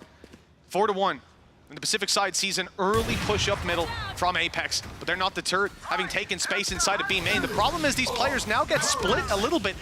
Kayak continued on that push. Jellison down and Kayak all the way behind, but he is dropped in just one. Backside control still for Pacific. The op under pressure with players close and now left all alone, but they'll still find one. Somehow this man always thrives under pressure. A missed shot, and the only man still left defending, but he is doing well. Finally, Mosey will be able to put him in the dirt. And this time with the mid split and the patience towards B main, that was the main thing. Mosey being able to deny them holding that angle made sure that they were surrounded. There was nowhere to go. A good adaptation from Apex, and then that's the thing we've spoken about so much throughout their run. Danito's pauses have been insane. Like, it's always, I feel like most of the time he's coming in and spotting something exact. It's not like just going, guys, I don't feel like you're talking. And I think it's genuinely like, if we go here and here, we win the round. And that's what they do. He comes in with solutions. They've certainly landed with Apex back on their feet. 4-2 though, the lead for the defenders. They're not looking to sit back and let Apex make a move. Instead, getting very aggressive, double push down middle. One sat further back is Rose, hasn't got the weaponry, but that's the supportive utility that'll come in later. A recon perhaps to make its way, but we'll see if there's anyone left to capitalize. Lloyd has been caught. Do they suspect a second player who've embedded himself in mid? Well, they're about to find out the hard way that's happened. Luckily, comeback, sliding in for the battle with Kayak. It's hyped to trade eventually, but the number's thin for the defense. It's just pointing at each other as they go past. That's a good trade, though, for Apex. So you might consider like the amount of damage that was able to be done, hype being low, but it's more the weaponry. You've lost a couple of guns down mid, and with the pistols on 2 others from the side of Pacific, this leans the advantage firmly into Apex hands. Larocque is the only man standing in their way, but well, it's between him and Comeback for who's been the best player for this Turkish roster. Timing, though, has not gone his way. He's gone walking back around the angle. I think even maybe looking to try and check if they've gone through mid. That's one of the spots that was left open, and instead, he's now hung out to dry. Little attempt to span down. Look, you've got hype pretty low. Sulcus tagged up as well. Why not? It doesn't work out. Pacific, one rifle, pistols alongside it. Lots of initiation utility to get them in, and a reveal from Rose. It, well, finds a bit of information. There's 2 spotted on the site. TP used by Avova, he's getting out of there. Not a bad ult to just throw away in a round like this after position revealed. Malsey's got a safe gap, that's a problem. They're not ready for it. The blind is perfect from Avova's new position. Larocque's got it all to do. And that rifle that started this out, well, a hell of a clutch if he can make it happen, but hype again on that side angle, able to convert and put Apex 1 round behind. Yeah, they weren't expecting, well, rightly so, a double up in that back corner. If it had come from anywhere else, it wouldn't have been the best angle to hold, but knowing where Larocque was made things that little bit easier. You can still see how crispy his aim is when he's put into the right spot, but the same can be said for Kayak. And in this round, well, a lot of it was just having that weaponry advantage, finding it early, getting rid of the aggression that they expect to see. They've been expecting it from round 1. They've been so methodical in their takes of mid. But back onto the operator. This has been the gun that I think will put fear into the hearts of any Apex fan with how Comeback's already been playing throughout this map so far. And again, it's a similar start. That early aggression over towards A, although I say Loiter's gone quite a bit further than I was expecting him to. It still allows those gambles, though.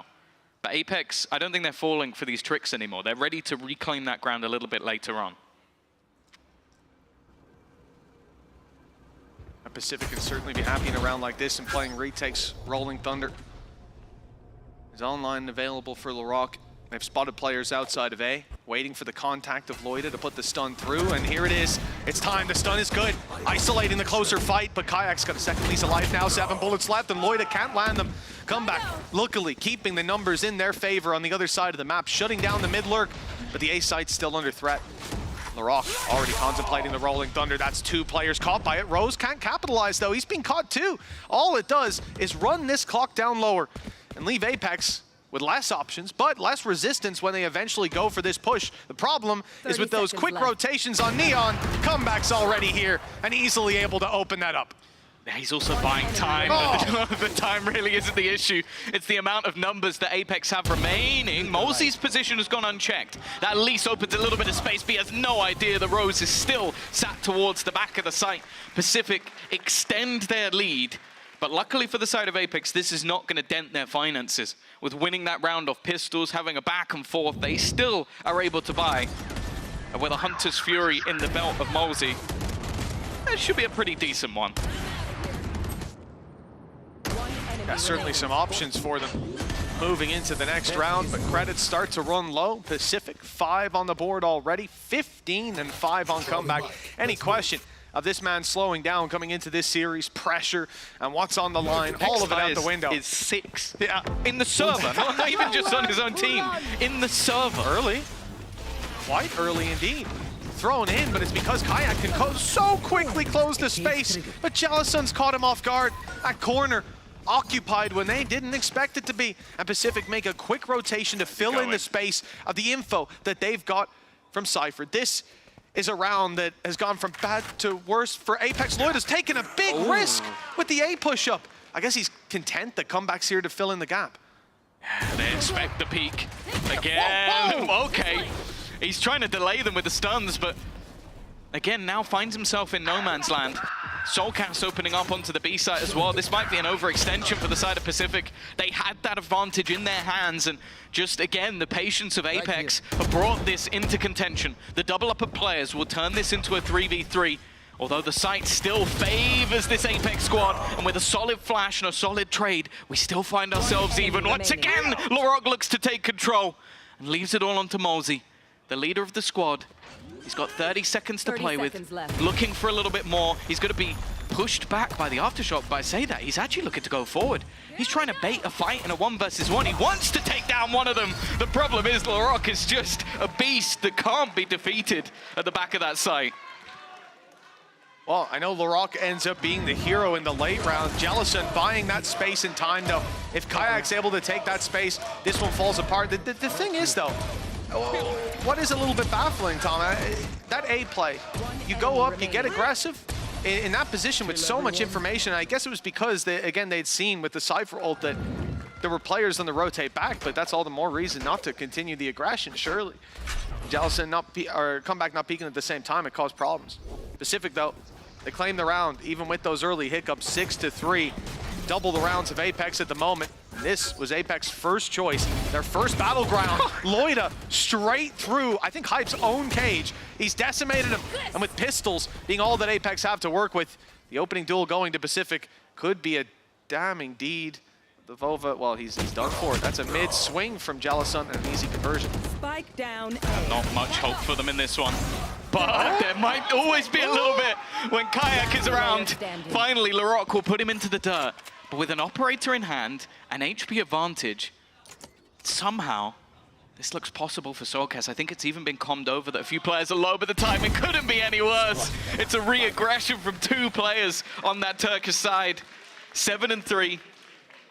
It definitely got a little bit dicey in the mix of things, but they continue that lead. And as said, this is a map where Apex have looked phenomenal on that attack side and their best choice in terms of record this year.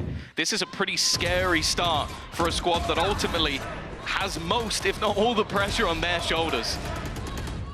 Yeah, I think it's just showing that, and obviously in this round there are a lot of weaknesses and they still make it scrappy towards the end, but in those early rounds, it's the fact that whenever you see Apex go for the control of the map, you think back to round 3 of Vova, Shift walking up mid, same thing for Hype, but since then it hasn't worked. And I feel like in late rounds, Pacific always have the man in the right place, looking the right way. And this time there's 2 of them. Comeback and Loida have cleaned up immediately, putting to bed the hopes of Apex. You would think 3 versus 5, a push up from Rose with an op locking down B main, full Cypher setup change to the A site, and Apex scratching their heads as to where the advantage could possibly lie for them. That's the thing. This was a round where they were patiently waiting for aggression. That aggression comes to meet them and they still lose the battle. Loiter even used a paranoia just to get them out of that aggressive spot. Now the response is being hunted for and it has just not been shown. Molzy, he's at least going to get himself past the trip, but I don't even think you can call that a silver lining at this point. He's got all 5 players to find. Larocque, okay, sure is on 1 HP, but he's absolutely nowhere near the spike. It's down on the other side of the map and about to be found by Comeback, so they can just swarm onto that position whenever they desire. Loiter will be the one to bite the bullet. But other than that, okay. That's a second one at least. The problem is he doesn't actually have time to go and plant, and well, Rose still waiting with that op in the end. 8 rounds for that defensive side. Pacific have come here to play, and Apex, well, they're stalling out at the start. I mean, you're right, Tom. You said at the start, and some of the rounds that we saw, some of the plays coming in that, well, we thought maybe Pacific CGN had a tough day yesterday. They just didn't come in. They're making mistakes. Well, it's starting to look like maybe, just maybe, Pacific have got that secret sauce. 8-3. 1 round left to play for in the half, and the defense is facing off against 3 ultimates. That's at least a silver lining for the attack. The problem is the aggression for this defense has gone nowhere. Luckily, Apex far enough back that they won't be caught by it. They are in spawn. Like, that's how worried they have to be right now of this young Turkish squad, that they are hiding in their spawn for the first 20 seconds of the round, because of how fierce they have been at taking this map control. And you might be thinking, oh, have they given it up this time? No, they're still looking for more. Comeback has been shut out. A good start. The patience again rewarded for Apex, but there's always a second layer. And he waited for him to go and try and find the reveal on that body, and has got the kill through the cage, even again.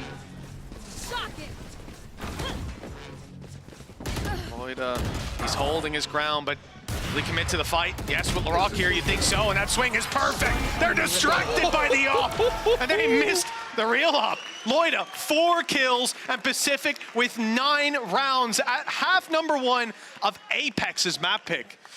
This is not a good-looking sign for the side of Apex. They're going to have to try and turn this one. Luckily, there will be a second half after the break.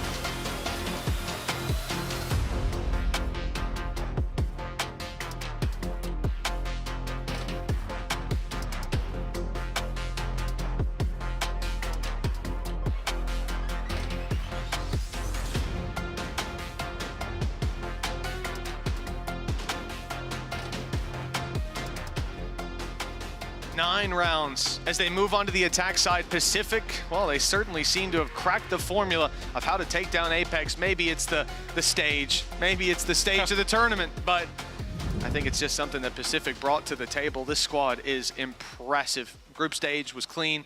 Imagine Playoffs. if you lost to this team in Premier. Oh, man. Imagine if this was the team you lost to in Premier. Like, yeah, I thought we were pretty good, but like, maybe we're not as good as we thought. And then you see them doing the same thing to Apex in a grand final on a stage in Berlin. Maybe there's a team that finished second in their Premier who's thinking, oh, maybe I'm VCT worthy at this point. Who knows? There needs to be a response. This is a team with a lot of expectations, and Pacific, well, at the beginning of the year, if you thought they'd be here, you're crazy. I don't even think they did. It's a good start in the pistol round, though, and Kayak just isn't stopping. Finally, we've seen a response in the second half. Can this be the start of something for Apex? Yeah, it has been a while since they got around on the board, and Oh, let's hope they can convert it. What have we seen here in Ascension? I feel like it's being close to a 40-50% of those second rounds just swinging the other way in the games we've been casting, Tom. So I'm not feeling too confident until I see all those pistols from Pacific on the ground. Decent buy for Apex, lots of firepower, but also a margin for error. They've got a pistol, they've got an SMG, so if they lose a player or two, it's not going to be the end of the world. Early aggression from the defense, flash over top, kayak round the corner, and a kill, and then some. Yeah, these sort of rounds have got to be a confidence builder. The way that they've been shut down in a lot of these fights. And as said, like, you look at the way the last round of the last half happened, they were hiding in spawn. Like, they had to sit back so far because of fear of what this Pacific team were going to bring them. But now, though, as you mentioned, expectations are minimal. I'm curious with the light shields. That's been purchased by Comeback. I guess the hope is that maybe someone drops a gun that he can utilize. Maybe makes a mistake. That might have been it, but Soulcast quicker on the trigger. Weaponry also slightly better. So, can they do any further damage? Can a Sheriff find an extra kill? Can they drop something here and force Apex to rebuy? That's it. The question of damage seems to have a definitive answer. They know where Jellison is, and he'll find himself the one. But that is where the story ends. Apex, that's 2 rounds in a row. That's the door open, their foot in it. Just a few more steps to equalize. 4 rounds, though. 4 chances for Pacific to keep that lead. Step ever closer to a 1-0 start to this BO5, devastating Apex by stealing their choice away. Sunset is going to see the defenders the same sort of buy coming up against this rifle round, and now the question of damage, it flips over. How much damage can the defensive side do? This shouldn't be a round they win with all those Bulldogs. Oh, we said that in the last. Oh, we did. Pacific managed to do it. If Apex can do the same, we start the conversation of whether they're back in this map. Of course, we've seen them have slow starts. And that's the thing, Apex throughout this tournament have been really interesting. At the start, they were having explosive starts and then crumbling. Then they switched to having terrible starts and bringing them back. Over the last few games, it's actually been fairly clean. They had some solid matches to make their way into that grand final first. Pressure onto Avova, though. Again, it's the same sort of space taken, the same sort of control that they're looking for, and already he's pulled support. Soulcast will be there, Kayak as well. And for Pacific, they've just ground to a halt. There's not going to be a drone for a moment. That was the plan, to clear the site itself. 1 player spotted outside of A. We can see it's the one with the spike. And the rotation goes in. Kayak's gone to B. A much more open as the drone comes through, clears out this space. Soulcast, players in front and behind. The flash, it buys him a little bit of space to take that fight, and luckily Kayak is cleaning it up. Soulcast does the same a little later, keeps the numbers even. Not a bad start for Apex. Failing to catch the spike crossing is a little hiccup, but he has to get out of there. Yeah, that would have been a big kill. Finding them on the cross would have meant they have an advantage. Instead now, fighting with slightly weaker weaponry, a man down, and well, they know that Jellison's going to be around this corner somewhere. Clearing him not going to be easy, and the double up makes it almost impossible. Solid swings from the side of Pacific, and they do what is expected of them, the conversion up against that bonus round. But of course, Apex are going to be coming in with another buy. And I was going to ask the question of whether or not maybe we see the operator for Kayak. He had some extra cash in the bank, but it looks like that investment's going into the rifle, and especially when he has that ult online, the expectation is he's going to want to get up in their face. Good teammate of Larock has dropped a rifle to come back, and I think a lot of the ideas for Apex are on those aggressive early stances. We've seen it with the flash over A and the peek out from Kayak. I sort of expected to see it here. You know, he hasn't gone for the operator. You know that you're up against maybe a more direct hit from Pacific, and I wouldn't mind that early info with a flash over top of Paranoia perhaps and the swing in, but Apex stay quite far back on A. It means that Comeback's able to get close, straight up mid, fighting into their spawn, and Hype now surrounded and being pushed on. Comeback's got both, cleared this site all by himself, and he's looking for more in the spawn. Finally put to bed, but the advantage is there for Pacific. Yeah, he was patient initially, hoping to give space to his teammates. Now they've got to be careful not to overextend. Loiter for a moment, like we'd seen that in the previous half. At times giving a bit too much space. Instead, he's up in their faces, looking for a battle, looking for a brawl. With a man advantage they don't need to face, and instead ends up evening up that scoreline once again. Post plant being fought for, the stun to hold them in place while the Hunter's Fury goes through, and Larok has landed every shot that was called upon him. That tap, maybe expecting of Over to stick it, but he won't. It doesn't matter. It's all Larok in this round. 11-5, 2 now from taking map number 1. And as we've spoken about already, this veto leans heavy, for the start at least, in the favor of Apex because they get those 2 bans and first map choice. If Pacific take it this dominantly, well, maybe the calls already start for a 3-0. That's it, Tom. It really is, and not a lot of people out there. We were running around the studio yesterday asking for predictions, and I didn't hear a lot of Pacific 3-0s. Even from the Turkish casters. Even from them, they gave a map to Apex. And if you ask them, maybe that map would be Sunset. Certainly if they look at this veto. But here we are, Kayak desperately looking to pull back an advantage, and he will find it. There it is. Weaker weapons for Apex, but 1 player down for Pacific. Yeah, this ultimate is about all they have in this round. It's Sheriffs. A few shields here and there. But of course, that ultimate doesn't last forever. It's now a question of, does Kayak over-aggress? Oh, there you go. Already gone. I would imagine as well that the weapon may have even been thrown away. Rose even solo, just holding onto that control, making sure it can't be retrieved while his teammates go walkabouts in B main. It is a risk leaving this rifle alone if he gets isolated. And he is being isolated. Kayak on the wraparound. He knows now it's time to get out of here. And luckily the Classic doesn't quite have the damage. Rose makes it back to his teammates just in time. Hype. Well, he's been tagged up through the cages, through the smokes, and won't be able to deny them the space. It's a crazy play from Jellison. He thought the cage had another second on it. Luckily, he won't be punished. And the Pistols failing to find their mark except for Avova, and he doesn't last much longer. In comes the Outlaw. I know exactly where he is. Unfortunately, it's not going to be all too easy of a fight awaiting him. Sure, a tap to the body for I think everybody will take them down, and he's gone straight onto the head of Rose. A good start, but much more needed. I was about to say, the neural theft almost helps him out a little bit. He wants players to face him. He wants people to know where he is.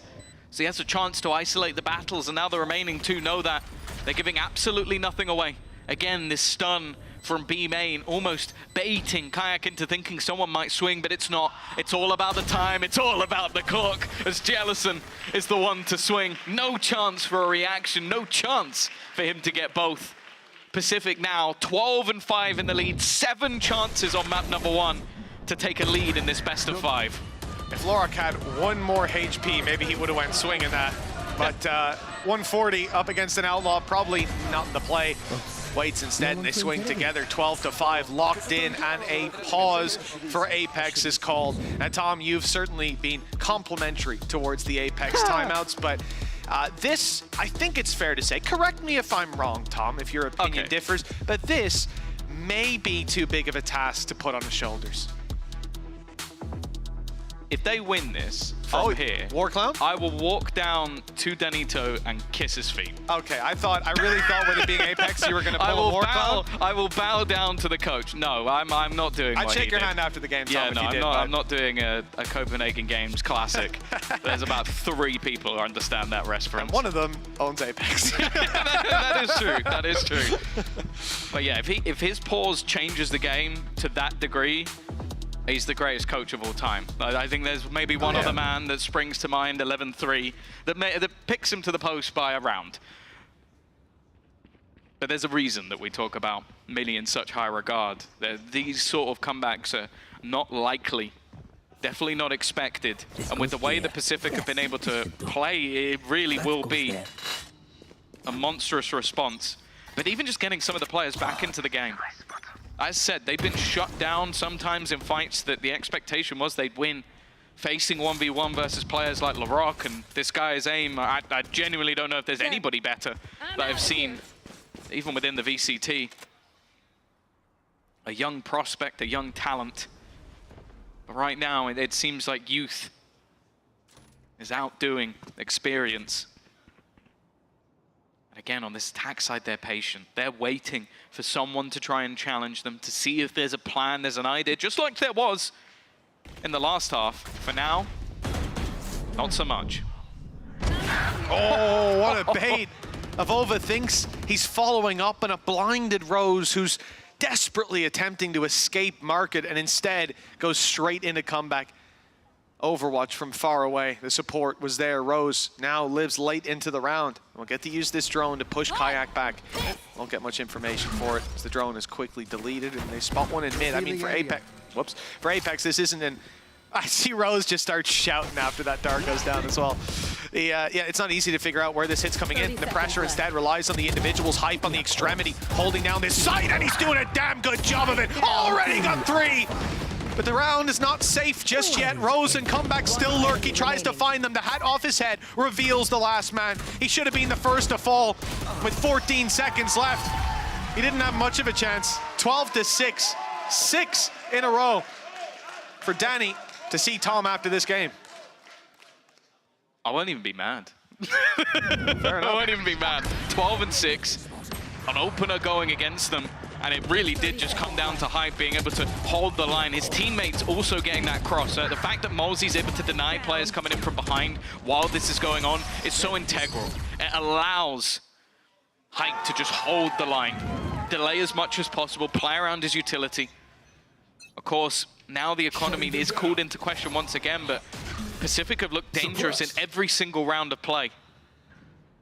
A Sheriff for Comeback doesn't even seem like that much of a detriment. I cannot use that. Even the Stinger makes me nervous.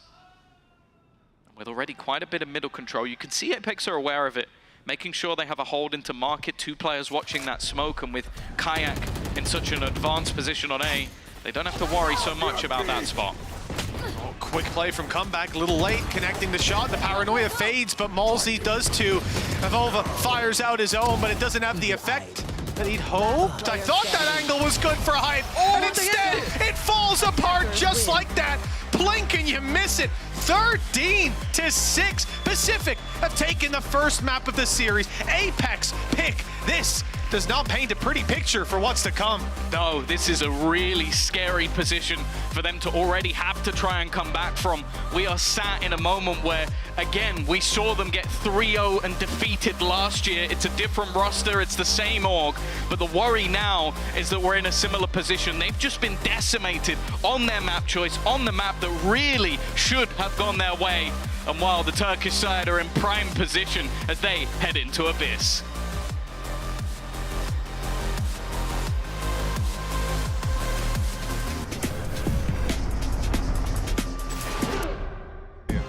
Zone, yeah, I feel at home. Silence on my phone, focus on my goals. Whoa.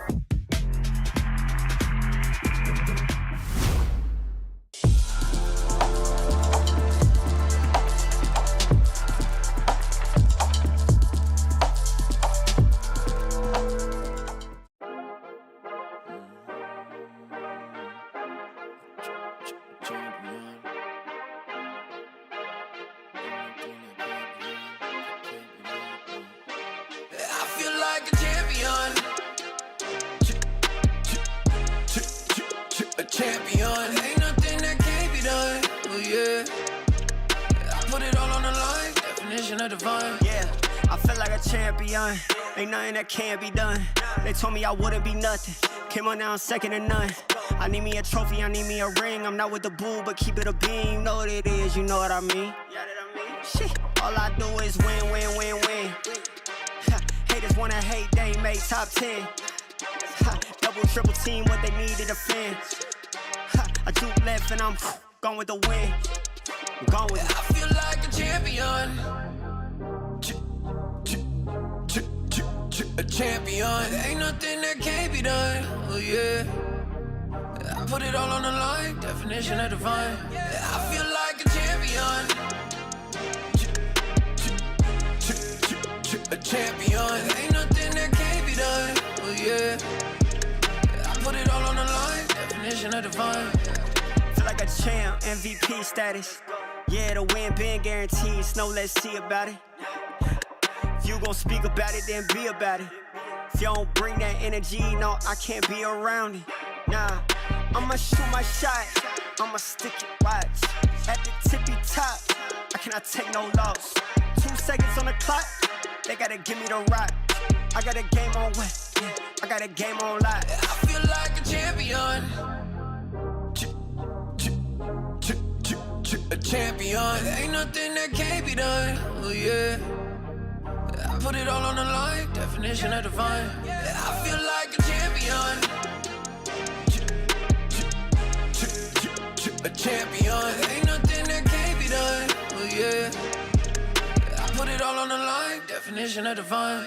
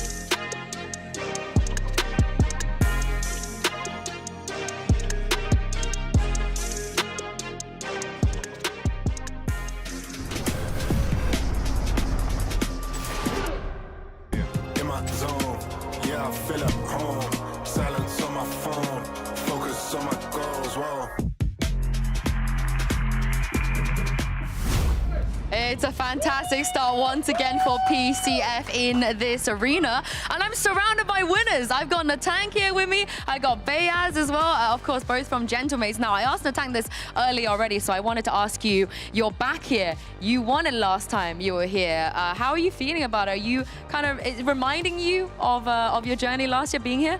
I remember all this. That was a dream for me, you know. And now, when I saw them, it's really beautiful. Yeah? And I just want to play here again now. Oh, you'll get your chance to. But what was it like to win, you know? Could you describe the emotions? Because one of these teams, they're going to feel that later on today. They're going to be able to relate to you. I think when they will win, they will be so, so happy. And I can't describe it, you know? I really can't describe it because you need to live it. Best feeling in the world. Best feeling Best in feeling the in the world. world. Best feeling in the world. Because you work a lot. 7 months, 8 months, 1 year. And after, when you win this, best feeling in the Magical, world. magical. Now, you were here yesterday as well, Natank, for the CGN game. Who were you rooting for today? Who are you backing? Like I said earlier, the next past day, I said Pacific for the story. You know, coming from amateur level and coming to VCL and then now Ascension. If they go to VCT, it's like making history, you know. So it's such insane performance from them if they do it.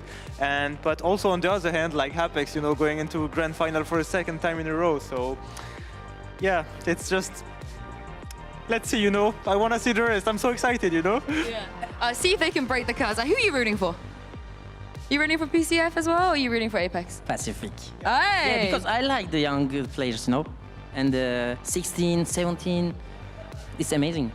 And I feel like it's very poetic that you're both rooting for PCF, you know. Against Apex, you played against them last year, and it feels like you're writing the script because I believe last time Map 1, when you played against Apex, was like a similar scoreline, right? We're running it back. Yeah, exactly similar score, yeah. 13-6.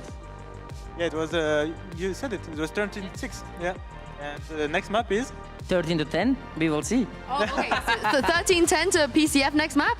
It should be if we follow the same performance that we did last year, yeah. So it means 3-0 for Pacific. Oh! Okay, you guys always ask about who the script writers are. I can tell you it's Beyaz and Natank, by the way. But let's talk about the next map because it will be Abyss. I think maybe we thought about how Apex could ban this map. They have the double ban, same as last year. You guys came through, you had to face the double ban as well. Would you have liked to see them ban Abyss? Do you think maybe it was too big of a risk?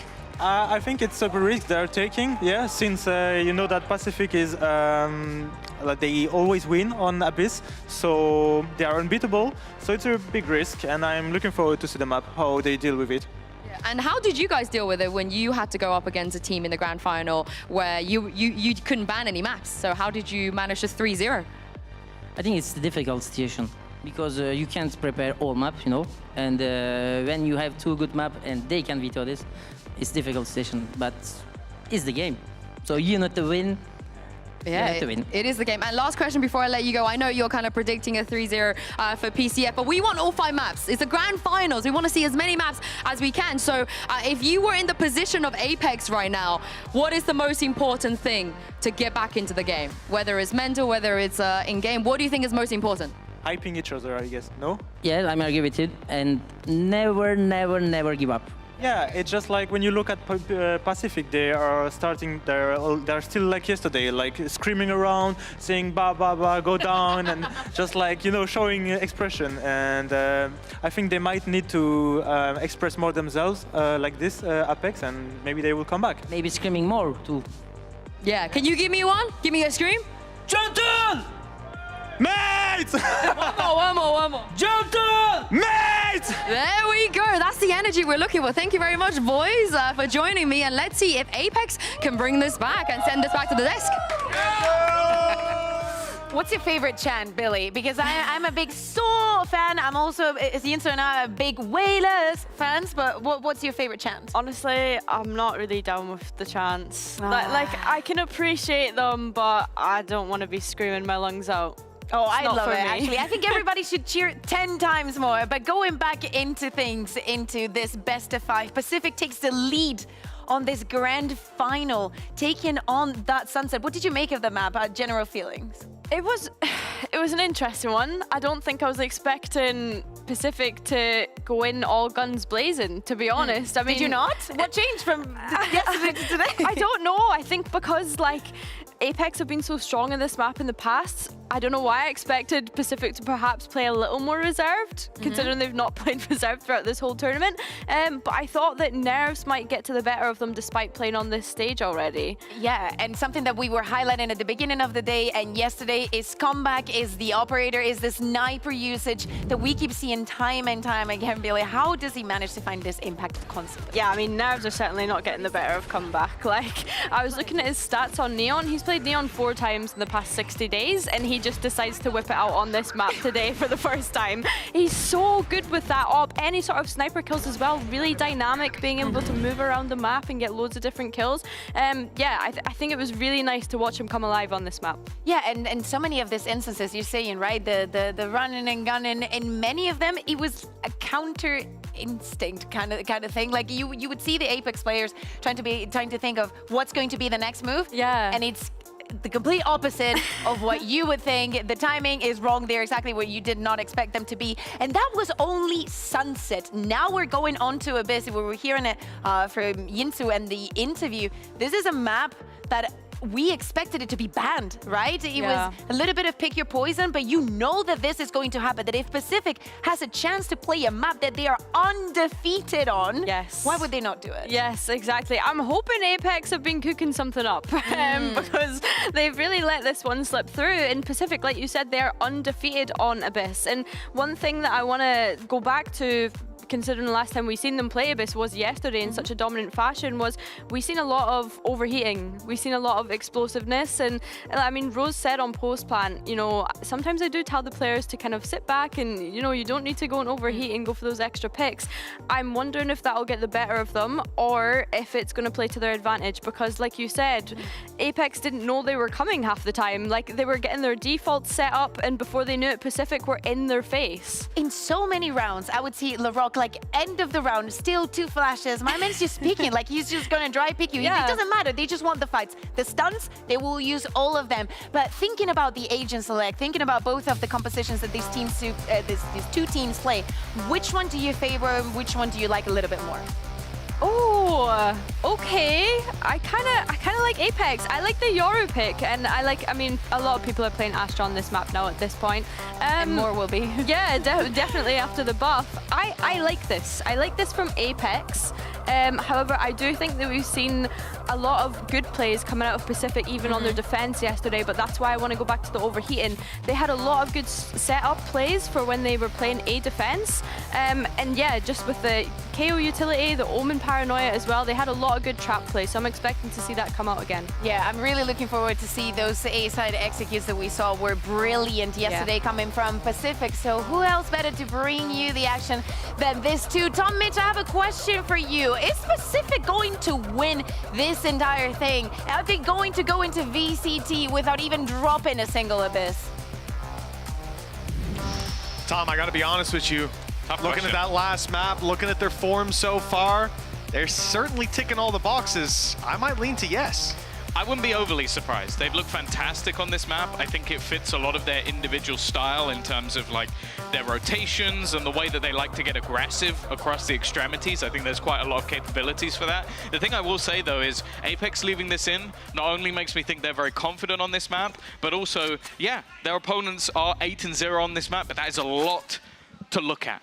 And maybe not a lot that you would think from the side of Pacific you need to fix. If you're not losing games, you don't learn from them. So maybe this is an opportunity for Apex to school them. We'll have to wait and see. An aggressive early fight has not gone to plan. One of them can escape, Mitch. Unfortunately, Soulcast can't. Yeah, well, he's going to be down. And Kayak, even though he gets out of there, he is certainly tagged up for his trouble. Very successful early skirmish for the attacking side. Pacific have taken the spike and started the rotation with Rose towards the B side. It certainly appears like that's where they're going to let the hit go down. But for now, while they work on the extremities and clear it with Jellison, they're just tucked in mid, waiting. And Jellison even now regrouping with the squad to take this control. But the thing is, Kayak is in an unusual position, one that Comeback has seen before. He was very ready for that. I wondered if the distraction of Molzy might have been enough to catch them off guard, but it wasn't. Molzy's at least done well, but the rest of the team are hightailing it towards that B site. Rose looking for the setup, claiming the extra orb, and there's not really a whole lot to delay them. A single trip on the left side of site. Obviously the star can't be activated because Soulcast is already down, so it's going to have to be the retake. And Hype, he looks to try and get ahead of it. An opportunity, and you know what? That's a big kill. It is, with Jellison and Larocque already being quite low. That is a monumental pickup for this side, keeping them in with a chance. And Hype swinging around the side, catches just one. He's picked up the trip, but he hasn't put it back down. I thought that would go inside the smoke to cover. They're just diffusing this straight under their nose. It's already most of the way across the line, and they've got it. Apex, they have just snuck that round out from under Pacific's nose. I think well needed. After the last map, after how they got destroyed when it came to their choice. The fact that they've been able to take the pistol, as you said, in a way that I don't think Pacific will have been expecting. I think Hype as well, being able to swing back in and find that pick was integral.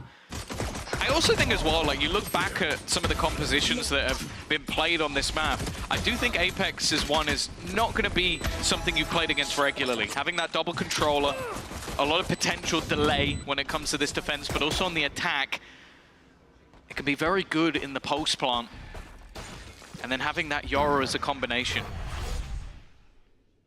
You can already see that all being broken from afar. Now bear in mind, the attack have invested into this. They don't like the fact that Apex have got an opportunity to get on that early start. So they've gone in with SMGs, even buying a rifle for Loiter, although it will be the light shields because of it. And that makes Kayak all the more deadly. But Loida is the one sent up through heaven. This is a spot that Pacific leverage a lot, usually with comeback, and he might be making his way there still with an updraft to work with. Backside cleared already. And Loida, because they don't see that pressure from up in heaven, he doesn't need to give up the spot he has in mid, to give up the information. They've lost comeback up above the smoke. Ova's picked him off, and Apex regrouping to take this one as a unit. Loida could be the key man if he can catch him by surprise, but right now no one's going his way. Yeah, there were hopes that maybe there'd be a rotation, but instead just looking to try and group up from the spawn. Larocque will start things off well. The fights in the smokes you'd expect to go the way of the SMGs, but it's gone well for them initially. That doesn't last long. Traded back down to just one. That last man, the lurker in the back lines, looking for the fight versus Kayak. He has to land the shot and does. It comes close. Will come that little bit closer as they're going to switch over who's defusing, but plenty of time to get that done. as it will be a second round on the board. The question, Mitch, is do they keep up the force by train? I don't think so, no.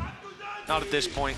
At this round, okay, I didn't see it was Vova jumping to see him and then catching the angle. That's very nice. But I think, yeah, the fact that they have Loida up top, they're still playing quite aggressive angles on the site.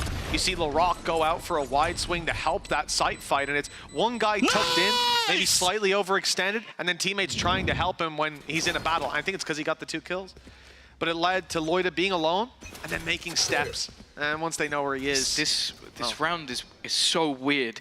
The attack side have forced and the defense have not. The defense who won the round have gone for a light buy. They're gambling on purchasing into the next round and maybe hoping that their opponents won't have forced. And because of that, Pacific now have a chance, if anything, with a favorable buy. This is a very weird scenario.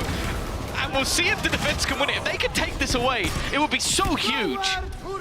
Oh, Hunter's Fury's committed. They really are throwing everything at this round. Spike down A. With the rock down, quick shot from Kayak has decimated him.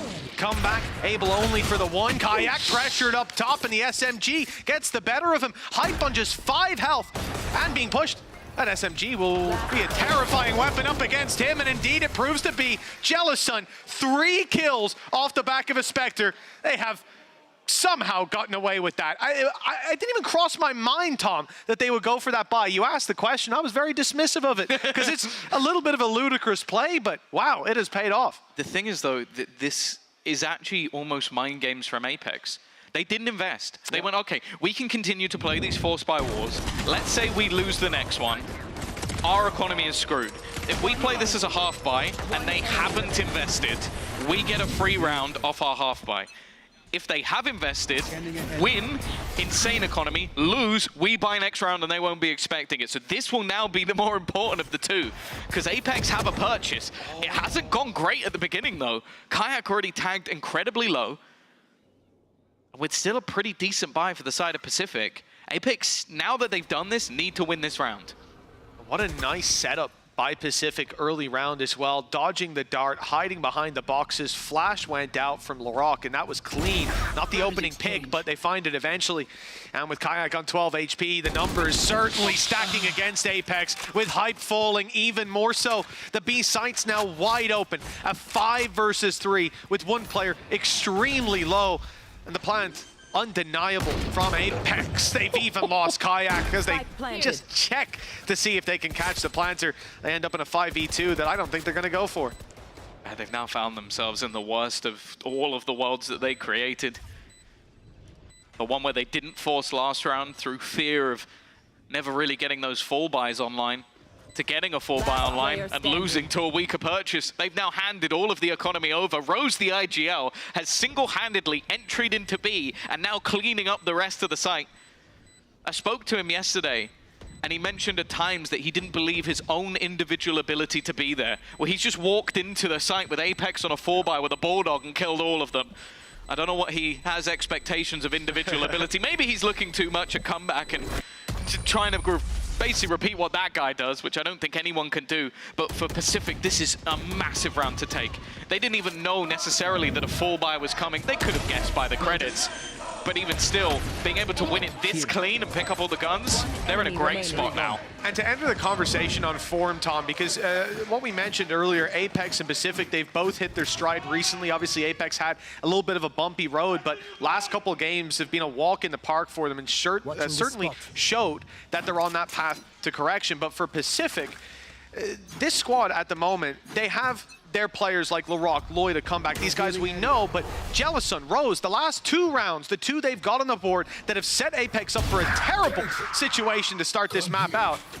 It was the 2 players you don't expect to see turning up. And if you've got Pacific on a form like that across the board, you have to ask, who's going to step up to match that on Apex? It might have to be all of them at this point. Yeah. And for now, well, look, it's a light buy round, so we won't pass judgment, but it certainly hasn't gone too well. 3 grouped up on mid for a slow push, and the spike on its way to B.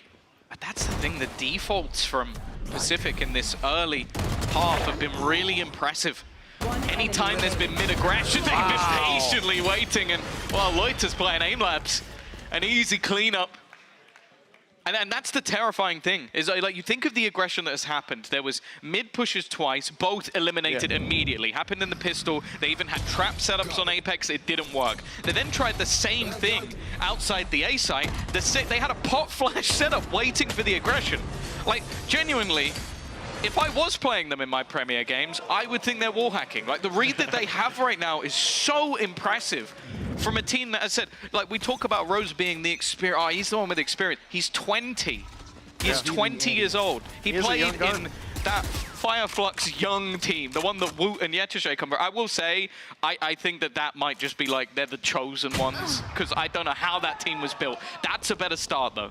Comeback removed early. I have the spike. The operate into Kayak's hands, especially on that Yoru, is always fierce. We'll see if he can be the difference maker here. I think he certainly will need to be. It's been 3 rounds in a row for Pacific that they've won. Where they find it off of 3Ks. Jellison, Rose, I think it was Lloyd the last. See who's up for it next. Drone gone through, spotted one down below, and Navova's in trouble. He's being hunted by the Hunter's Fury, but Rose not able to land the shot. Still buys the space for the plant to come in. Spike planted. I think for the attack, a pick would have been nice, but yeah, as you said, getting into this post plant, especially on B, can be pretty difficult to break apart. Now, the drone is going to do a lot of the heavy lifting in terms of clearing some of the off angles, some of the close positions that should be a little bit more awkward to try and clear. This late lurk, though, is almost everything. It's the in-game leader of Rose again, just coming up behind them, sneaking through that darkness while the rest of the team try and do the hard work, buy the extra time. There is a man on the diffuser, though. They've got to try and deal with Avova. The dart has kind of done that, but he's back on it. The shot dart might close it. It doesn't even matter. Soulcast has done so much, and it just won't be enough. The leader strikes again for the side of Pacific, and sure, he'll fall with the rest of them, but he won the round. Make that 4 rounds off of 3Ks. Rose has doubled up. We're going to start a leaderboard of its own pretty soon just for this. Pacific, they have come to play. We said it from the start, but after the opening pick by Kayak, and the fact they've got numbers on the site that's being pushed just outside it, pushed back by a Hunter's Fury, sure. But the post plant, it should have been where they're able to challenge and take it across the line, stalled on the way. Rose is flanked, beautiful. He is now 10-2. We hailed the start that Comeback had on the previous map, and Rose is putting it to shame. 4-2, round number 7, and Apex don't have rifles to work with. 4 pistols, and we could be looking at a 5th round for the attacking side. And that's got to be infuriating as well. Like, we've seen so many teams utilize those mid-lurks. And the fact that they fall prey to the same thing. Again, back-to-back rounds, Kayak has found them the opener.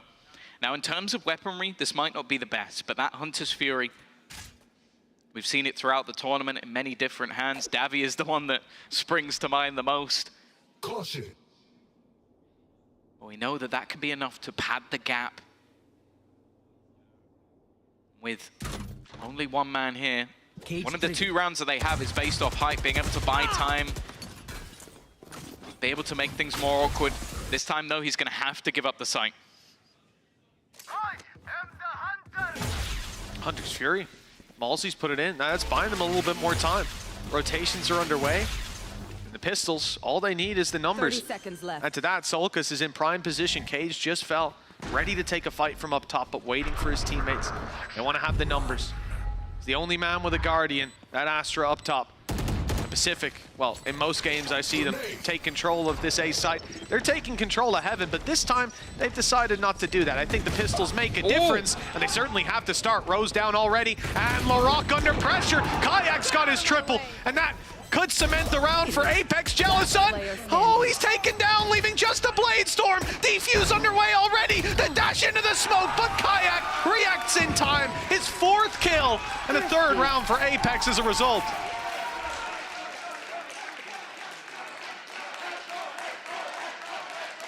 Oh, you asked who was going to be the man to step up on that Apex side. And I'm going to be honest, Rang has been on a wall for a while now. Since this season began, it was clear that Kayak was a name that we'd been talking about for years to come. This is a round that it was so integral in, though. The fact that there was only pistols in their hands, the fact that they'd lost 4 rounds in a row and things were starting to look bleak for the side of Apex. That's a big round to do it in. Puts the operator back into his hands as well.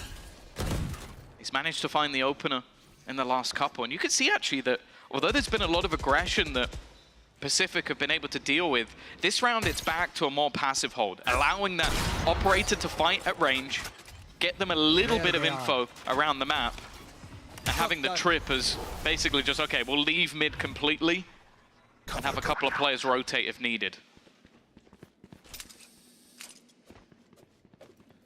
Well, last round we answered the question of what can stop Pacific from putting rounds on the board, 3K after 3K. It turned out it was a 4K from Kayak to put an end to it. One round in between them. Apex, they haven't made any aggressive moves. Kayak on the other side of the map, no TP to get over there. So that all won't be a factor in the early fight. Pacific gear up to push in, they're facing a lot. There's a cam for contact, 2 stars. Smoke, perhaps even a stun there. Go on the back of that Cypher trap. In fact, it's going to be the smoke. He looks to play off the trap wire. They've stepped right past it, but never mind, destroying it in the process. Comeback, only good for the one. A solid util from Hype, but he's been isolated as well. Trades back and forth, one of the better scenarios, and more importantly, the time is ticking. 15 seconds for this attack to try and get that spike down. And the second it is tapped, flash through, decoy as well. They're faking things out. Shot still landed though. And Rose left with a chance. It looked like an impossible scenario. And wow, Mosey's there to put 4 on the board. It really does seem like a numbers game at this stage because another quadra. 4-4.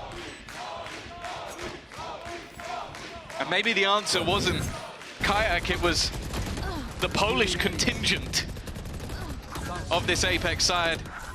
But this setup was just wonderful. Okay, I think Soulcast clearly was red.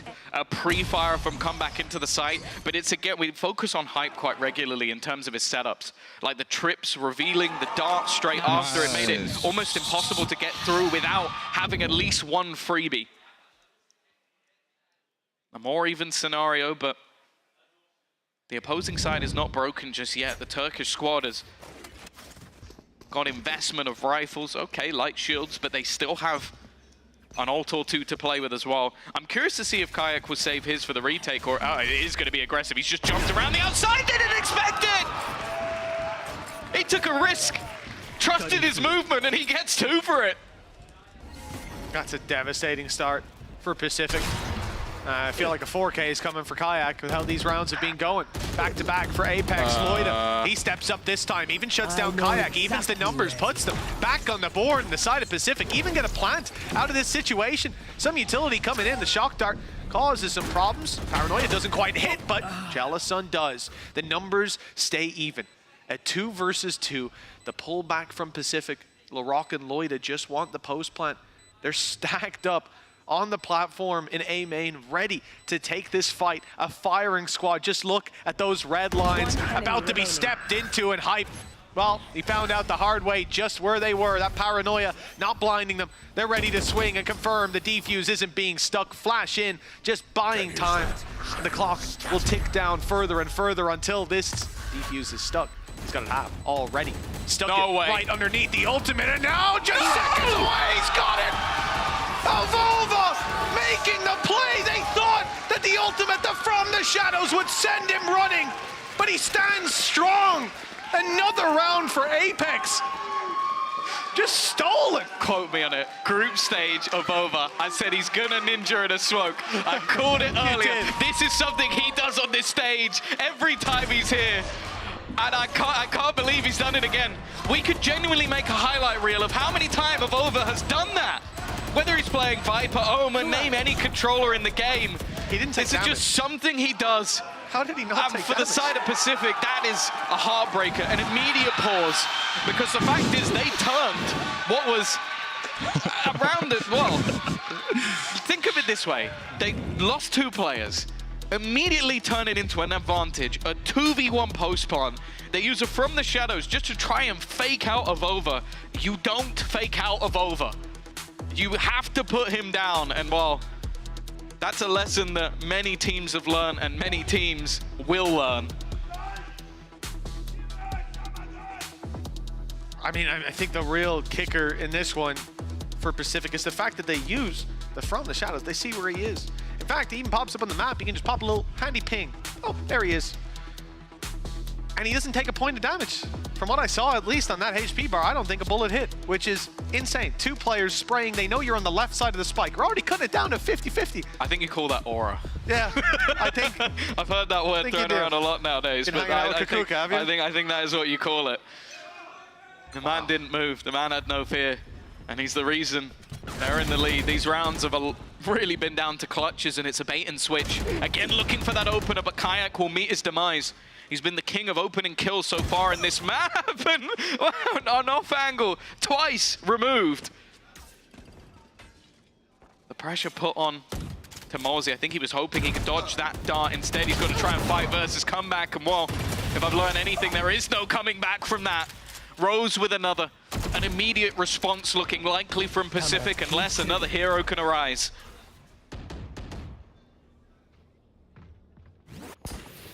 I mean, Avova's nowhere nearby either. That operator, I think worth a bit more being held onto at this point, but it all depends. If Hype can pick up a few... Last player standing. Yeah, that's not ideal. He's still stuck around. He might regret that now, deciding to hightail it, but they know what weapon he's got. They do not want him to save it. Know exactly where it is too. Boxed in and hunted down. The Sheriff shots don't land. It's a disaster. And Pacific, 5 players alive to close that out. That is a clean round for this squad, equalizing the scoreline. Yeah, it's a perfect response. I think if you let a round like that go out of control, maybe the jitters start to come in a little bit, something that when we speak to this team, we ask them regularly, be it on post-plum, be it in interviews, is there anything to do with nerves? And it's never seemed to be, but you lose a round to a ninja defuse in a smoke, and maybe they start to creep in. You respond with a flawless victory. Yeah, there you go. Already shushing them over straight away. 5-5.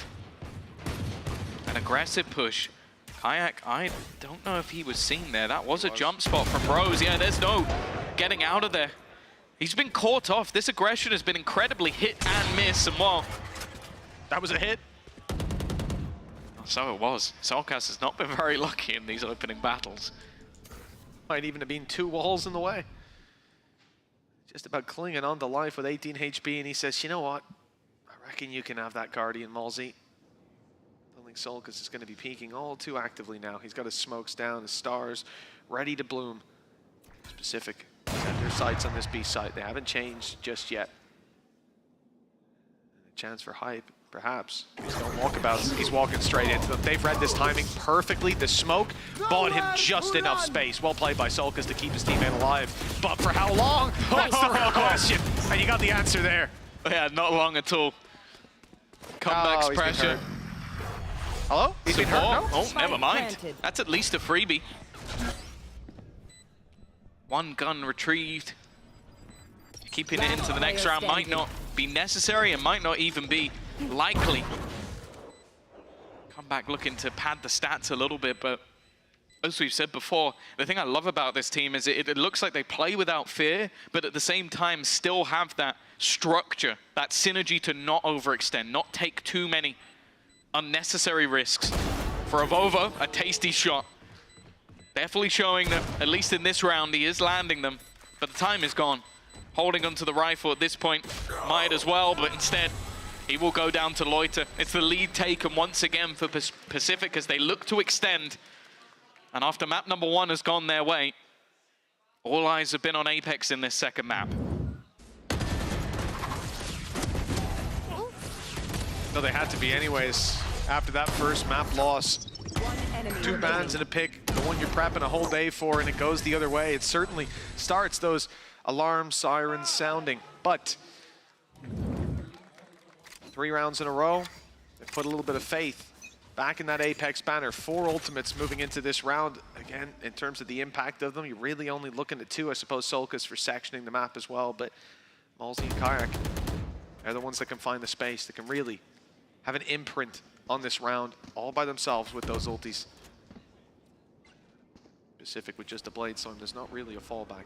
They have gone for 2 operators thanks to a little bit of extra cash that's floating around. They could have even gone for a 3rd if they wanted to. Get out of my way! Already, the ultimate's built up. Apex have a good chance to keep things level with the pistol, with a few clutches going their way. I don't think they'll mind that too much. A good start as well. Hype's holds have been something to admire, and they will continue to be. Even with a pot flash, he's been able to take down the opponent. Now even gets the information for the remainder of the team. With 45 seconds left, a full rotation back with how aggressive of Over has been at times just isn't worth the gamble, isn't worth the risk. Instead, they look to face straight into Hype. And even while seemingly blind, he'll land another shot. Another 4K, can it turn ace? Just one man stands between him and LaRock will deny.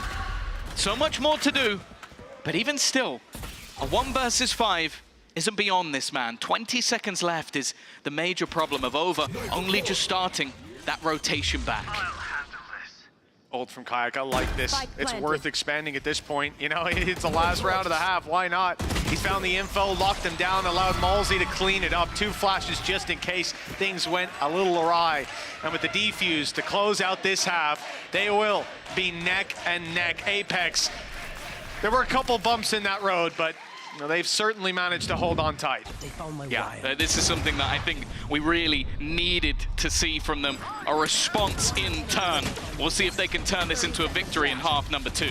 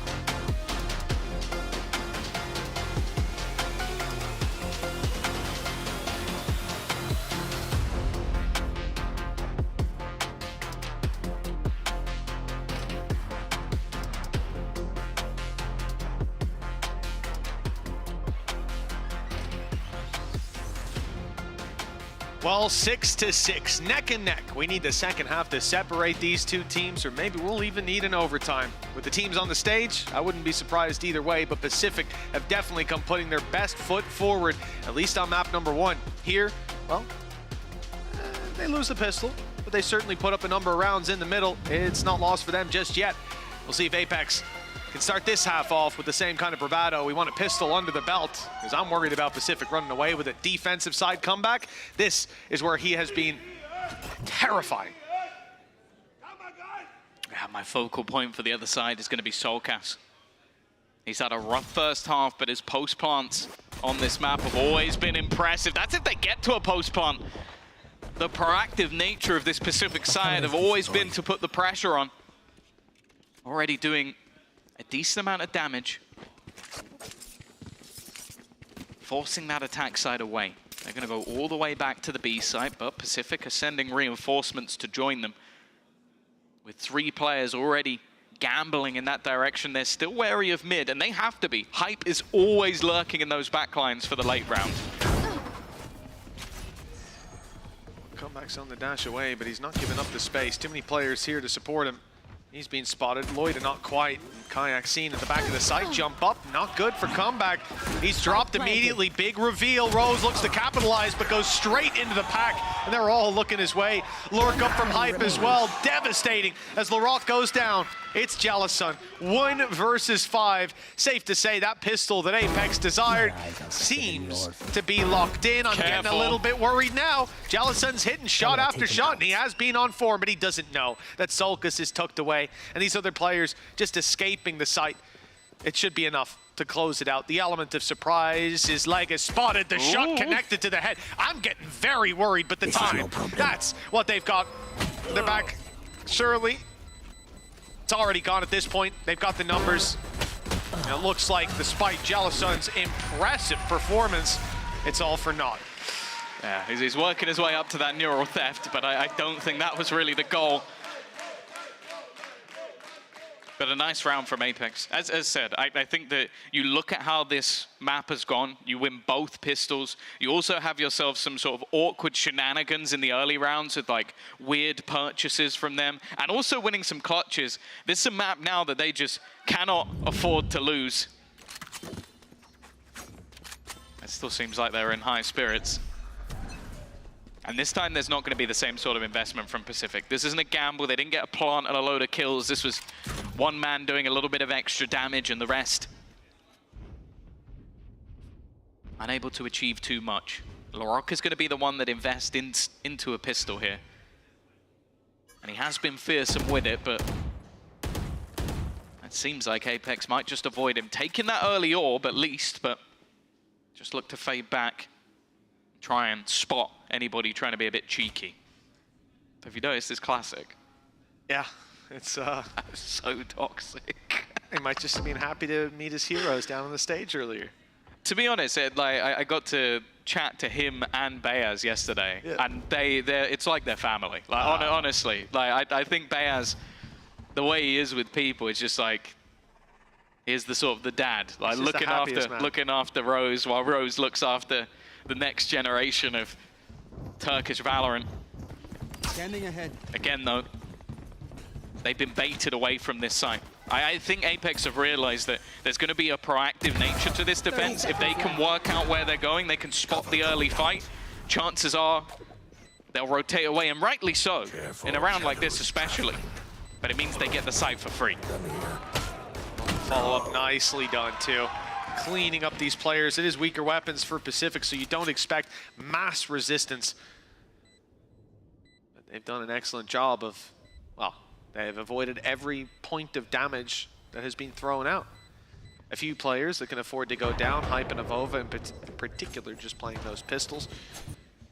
Again, then you start to think about ult orbs, and is it worth giving Comeback a couple of orbs in exchange for Hype and Avovas? Not really. And they've got full shields. So carrying those through to the next round. The priority for Apex as they make it to 8. The gap now 2 between them and Pacific. And the rifles that they bring through to the next round, Tom, give them a pretty good chance on the attack side of scrapping still. Well, that's the thing, yeah. They lost next to nothing. They can now invest back into the rifles. Yeah. Give them from their own medicine. They've definitely got themselves the crowd on side here in Berlin. The Apex squad has turned up, and well, the team is now starting to turn up alongside them. The Pacific have fought against the crowd yesterday. It didn't faze them one bit. Obviously, the pressure for both sides has increased immensely.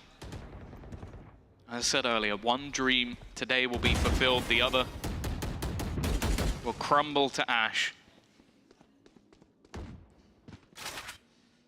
And if Apex is the one that crumbles, well, it will be a legacy that not a single team ever desired, to finish second place in Ascension twice. It's the stuff of nightmares. It's literally the stuff of nightmares this squad are currently fighting against. This round has been, again, a patient one. Pacific not looking to fight too early, not overextend, and because of that, Apex are having to gamble a little bit. They haven't been given much info at all. Time to... Well, whether the gamble's good or bad, we'll see. It does bring them straight into Comeback. Flash stops him from fighting at the start, but that cage is soon to drop. Jellison under pressure around the back. Comeback's already fallen. They need to hold strong, and it's Jellison surrounded and dropped by Kayak. Apex with the site control and double the manpower of Pacific. Looks like they've got themselves a round on the board, and the investment they made coming into this, very much worthwhile. The rifles left on Pacific. Well, they could even have a discussion about saving at this point. The pick for Loida, though, will spur them forward. Kayak tagged down to 47, but a nice side angle from Malzy. Seems to put the final nail in this coffin. We've seen clutches from Larocque before. Doesn't know where the second player is. Got the info with that shot, actually. Starting to put the pieces together, and a big mistake from Malzy. He fell for the fake flash, thought the play was coming in there. Larocque has an angle as well. The smoke not fully blocking, getting it near half, but Avova steps in to put an end to this madness before it gets too far out of hand. 9-6 for Apex, close to double digits. Yeah, Vova, a safe pair of hands, but the fact is, it does feel like at no point in these post plants have Apex been particularly safe. Like, they're doing well to burn down the clock so that at least the time will probably finish things off in the end, but it's just the fact that you see a lot of these fights, a lot of these overpeaks at times. It definitely puts you on edge. The fact is, though, that was a bonus round. That was one where they could afford to take a hit and they'll be able to bounce back in the next. Instead, they're the ones that now looks to move further into that lead. Up against pistols once again, ultimate's not going to really be an issue, as anything of damage dealing capabilities are far from being online. The only thing that could potentially start them is a crazy shot or two, or more so, if Pacific can work out where they're going and gamble stack. I do adore that from Rose, that, you know, we saw him spotting mid, see a player up top, and they go, oh, there's someone there. Pulls out his Sheriff and wide swings it. It's a confident game he's playing. Luckily, they weren't there to take the fight. 55 seconds, thereabouts. Spike outside A, but the push up from Pacific is what's concerning me. It definitely looks like with that TP from Kayak, this is the site they want to hit. They're coming back to A. They're faking B right now, hoping to drag rotations. They've done that, but it's Loida walking away. At this point, the player up close is gone. He's ran away. Why would you expect LaRock to be tucked in the corner? Luckily, Hype, well, he's got his wits about him. Yeah, and now he can get all the information as well, if there's a stack. I will say at this stage, I don't know if that's going to play the biggest part. They wouldn't be able to rotate anyway, but the most important thing is they can reveal that there's no one close. They know that there isn't as much pressure. Now, a decent dart has at least left Kayak low, but it doesn't matter. He still lands every shot in front of him. Another double. And looking like double digits now for Apex. This is a map that throughout the year Pacific have looked flawless on. An 8-0 record. And well, a 2-1 for the side of Apex. It hasn't really been so much within their wheelhouse, but they are proving, as I'm sure Pacific will throughout this series, both these teams can go toe-to-toe, can fight for their life on any map within the pool. Well, for Jealousy, the only hope is to try and do a little bit of damage on the way out. Takes a risk, takes a gamble, but when you only have a Sheriff, it's not much of a risk at all. Well, the last man standing won't be there for too long. Spike to take out comeback, and double digits locked in now for Apex. 10-6, 4 rounds between them. This was a neck-and-neck first half, but they have ran away with the start to this second. We haven't seen Pacific find their footing. I can already see that there's been a big purchase of an operator for comeback, and that could be the difference maker. An impressive performance in the previous map. But right here, even, what was it, Rose started like 10-2 or something?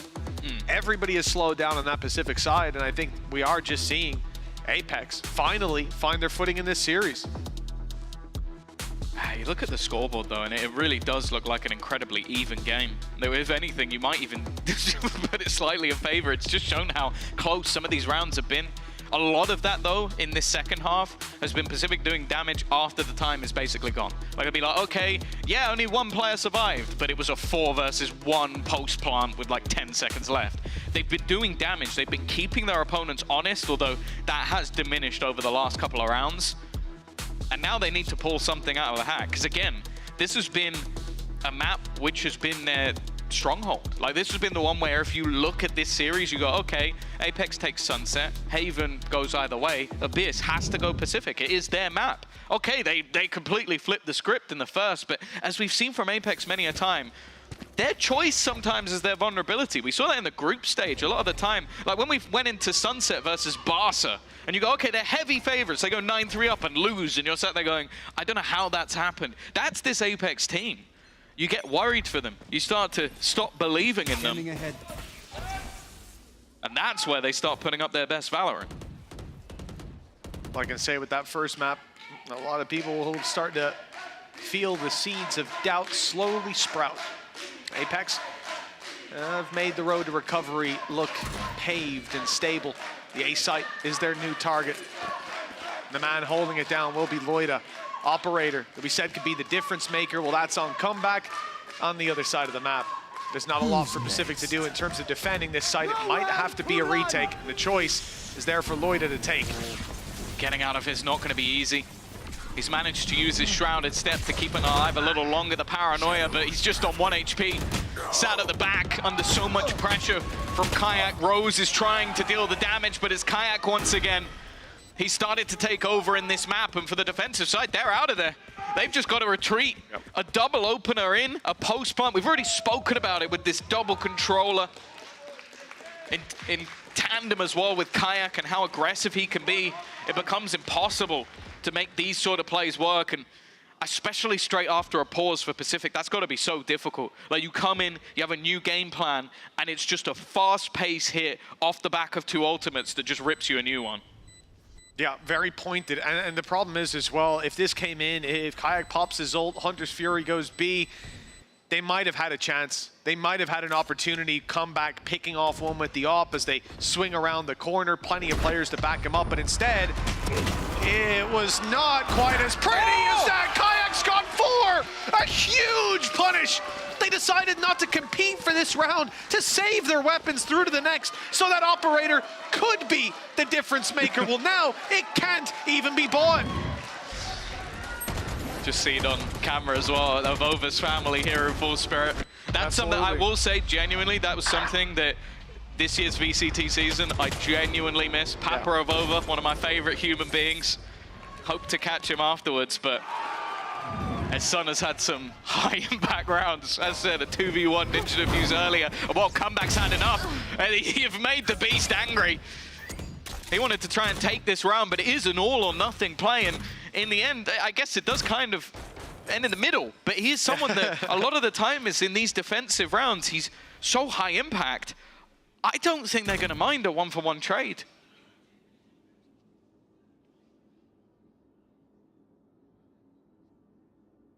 On the side of Apex, there's not been too much movement after that initial fight. You can see they're definitely expecting Pacific to go walkabouts. Push up on B is being covered right now in a position I don't think I've seen held at all on this map by Sulcas.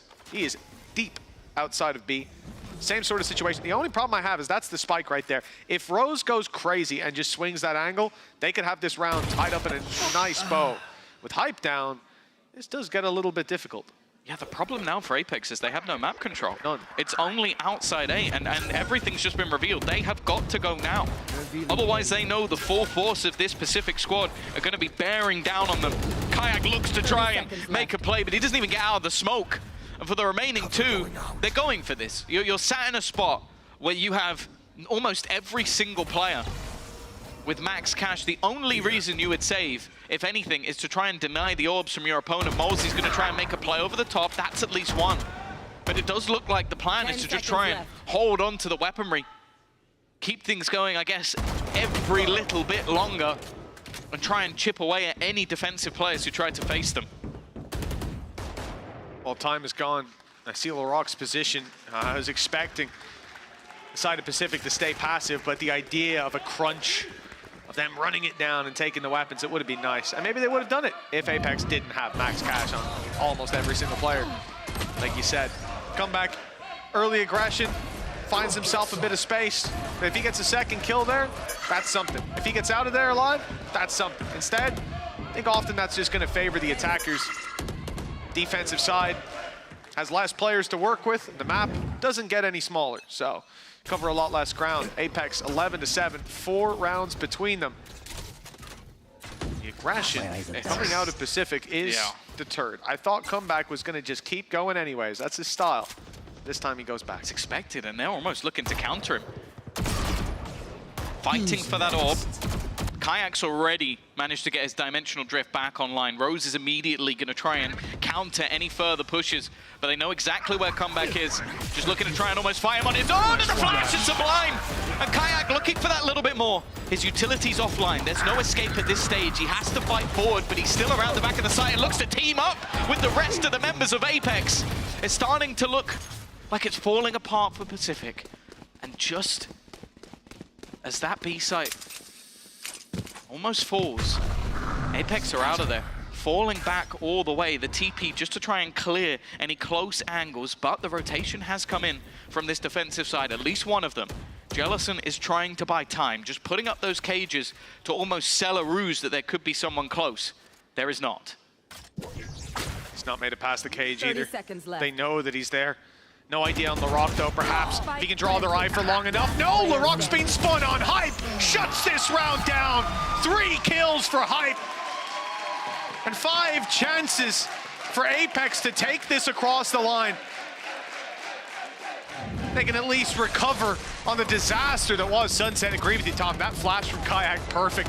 Hey, you turn to avoid it, and it goes right past you, pops in your face. That is as full a blind as you're ever going to see. But again, the quick thinking of Molzy just to disengage. You don't know if both players are now within the site, but you can have an educated guess. And with 5 chances and the economy of Pacific in the bin, they're going to have to play with 2 weaker weapons. The Marvel that has been comeback has been silenced for a lot of this map, and now Loiter again. We talk about his aggressive plays, this defensive side controller, while he's left with 34 HP just seconds into the round. Not the finest of starts. At least it's on a man without the weaponry, I suppose. Does certainly put pressure on someone like Rose if the hit comes in, but Apex have got numbers across the map, and it doesn't look like they're in the mood to commit just yet. Still looking for mid and B aggression, but you know, Pacific at the start of the round sometimes comeback goes walkabouts, and other than that, I feel like they're very tame in terms of their aggro. It's just the Cam spotting on B, waiting for Hype to go around. He's broken it. He'll make a little bit of noise, and they'll hope. I thought they'd hope that makes A a little bit more open. Instead, they take the orb there and make presence, and now start the rotation back to B.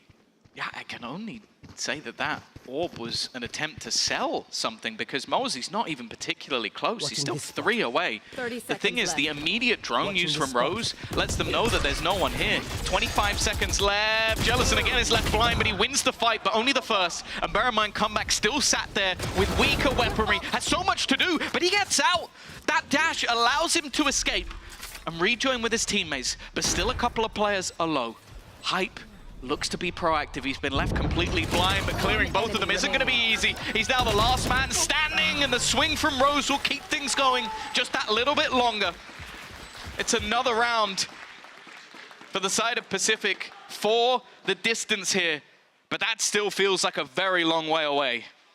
It absolutely does. You think about Apex having a big round like Kayak with his 4Ks in the last half, or any of these players on the squad being able to step it up, bring it across the line, a big old dump round. There's so many things that can happen in 4 rounds, and for Pacific, there have been hiccups, there have been bumps in the road, but making this round work, it does inspire a little bit of confidence. Economy's not great for them, but the Blade Storm comes online just in time to bolster their economy that little bit further. Hunter's Fury for Pacific as well. Where's he going? This is the only man I want to be watching. Immediately steps up close. The full force of his opponents looking to rain down on him. They've been taking this orb for free in almost every single round, and he's looking to try and deny that. Knew that's where they'd be, but definitely takes the brunt of the damage. Only a single knife left. He's left onto just a shorty. Trying to hold the line at the back of side. Kayak again will open things up, but the spam isn't enough. Looking for a trade back instead is Rose. That Hunter's Fury has done unbelievable amounts of damage. The fragment, you'd think would buy time, but it hasn't. That spike has been retrieved. And now it's being planted, but Rose thinning out those attackers' numbers as the round goes on. The Shock Dart catches Avova. The Shrouded Step not quite quick enough. And Hype, the last man standing. A 1v2, spike planted in the alleyway, and gets a trap down as well in case they're closer. Even manages to dodge the paranoia, knows there's no defuse underway, and just holding the one laneway that really represents the danger. They're walking it up, they're looking for the fight. Hype gives them it to start and to finish the map. 13-8, and another 3K from Hype. Apex, they didn't get off to the start they wanted in this series, but a recovery on map number 2. We are 1-1. That's the thing with this squad. We've spoken about it before. Sometimes their own map choice has been their undoing. They then head into a map that, as said, this year has been flawless. 8-0 for Pacific, and they find their footing. Kayak was a man whose name we talked about throughout the entirety of the group stage, but now Hype is starting to come up alongside him. This Sentinel had an impressive map to form. It is 1-1, no 3-0s today. We'll be back after the break with our third map.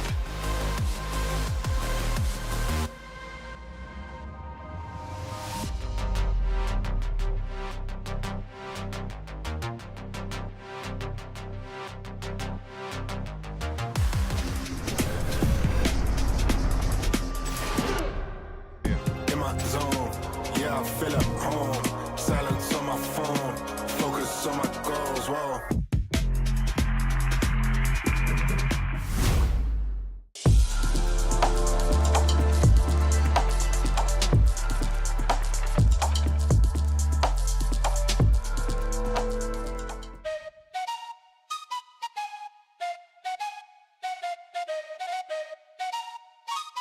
Let's go.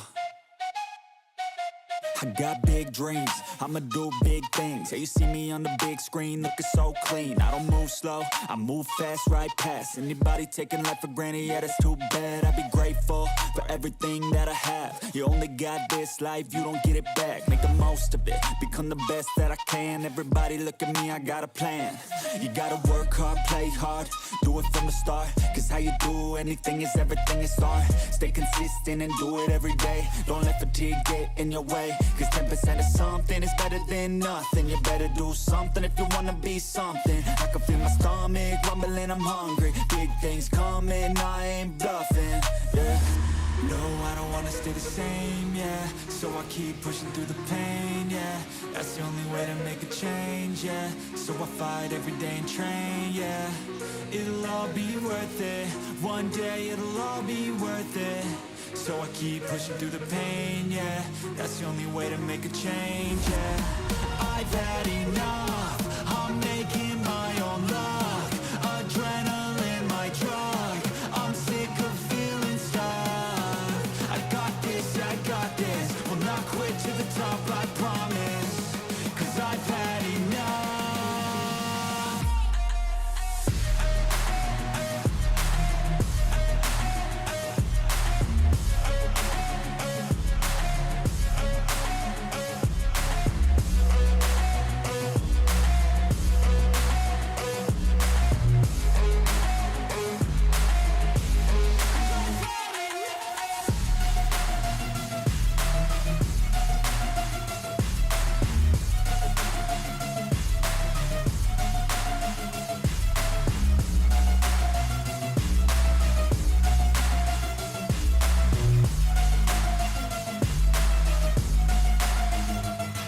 Better watch out, I'm on the climb to the crown. In my prime right now, hear me loud, I've been spitting for a while now. All by myself, independent DIY now. Don't need no help, I've been beating out labels and money and budgets, it's funny. I do all the work, yeah, keep it 100. I fight for my dreams, I would die for these things. I believe in myself, I refuse to be weak, I like to build things.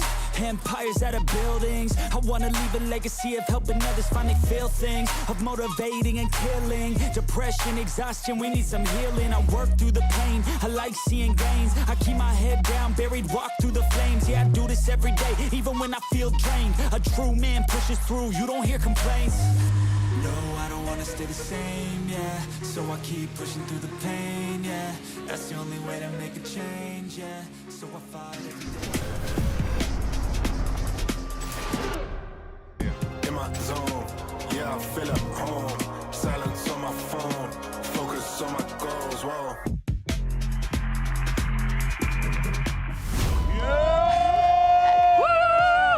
Apex there on the board. We have a hell of a grand final on our hands. And I'm joined by one of the VCT EMEA mainstays, royalty even here. It's Avova's dad. Thank you so much for being here with me. How are you doing? I'm okay. I'm very happy. I'm very proud of coming here all the time, all the way from Copenhagen to Berlin.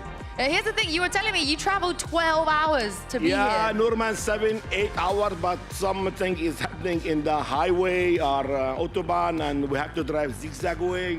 But it's worth it, right? It's worth it. Yeah, and we are just coming yesterday, actually, with my family. Yeah, oh yeah, the whole family, the whole clan is here. We have the whole clan. Always, always. But this is the thing, this is not your first time. We've seen you support him all over the world, you know, many, many times. Yeah. Does it ever get easier on your emotions? I think today the guy will be win. Yeah? And I feel it. You're confident? Yes, I'm relaxed. I need some coffee and sleep well. The thing is, though, Avova, he's playing really well today. I know you watch a lot of the games. We have some clips to show you guys as well. Always. This thing he does when he smokes, you know, he defuses, and he's always very, very calm in these moments. Is this a calm person in real life? Not me, him, yes. Him, yes? Yeah? Yeah, not me. Yeah? Like wife. Like my wife, mother. He gets it from his mom. Yeah, me no. But so are you not calm in those moments? And when you're watching him in these high pressure situations? Yeah, I feel inside the game. Yeah. When I start to play, I feel inside the game. And what do you think about the game? You enjoy watching it? Yes, I love it. That's why I come all the way. And I love the game. I love the team. Doesn't matter which team he will play. I love them guys. And I always support the team. You support him. Support Apex. Of course, guys. Yes, of course. Good morning. Free. Last question before I let you go. If there's anything you can say to him right now, I think he might be able to hear you backstage. I say, hey, Bova, I love you and I love all the team. From me. PEX. You're so real for that. You're all of us right now. Thank you so much. And thanks to everybody here. Thank you so much. I love this energy. We keep it up, all right? We bring it home. Thank you. And say hello to your boyfriend. All right. I think he's watch partying right now. I know. I have picture with him, actually. I'll send this back to the desk. But yeah, hi, Versta. What's up? Yeah. Thanks everybody here. Hi, Roster, how are you? Oh my God, if you were to tell me we were close to not having them here on the stage, if you were to tell me that this year, 2024 is not about the families and the fans showing so much support. I'm very happy to see that they made it to the stage, that they're enjoying it, and of course that we have guaranteed at least a map and number 4. I'm Kakuka, I'm back here with Billy. So what did you make of that Abyss? Because obviously this was the first time that Pacific lost the map in the entirety of the year, and also it's the first time that Apex wins a map in the grand final. So what are we celebrating? I mean, yeah, I don't know. It was difficult. I felt as though Pacific kind of got off to an okay start. You know, they had some really good reads on Apex. There was a couple of rounds where Rose was managing to get up mid on the attack and just all players were able to sort of funnel into sight. But then when you look at the other side, Kayak is coming up on clutch rounds on those ecos. Like, he had some pop-off moments as well. So shout out to him.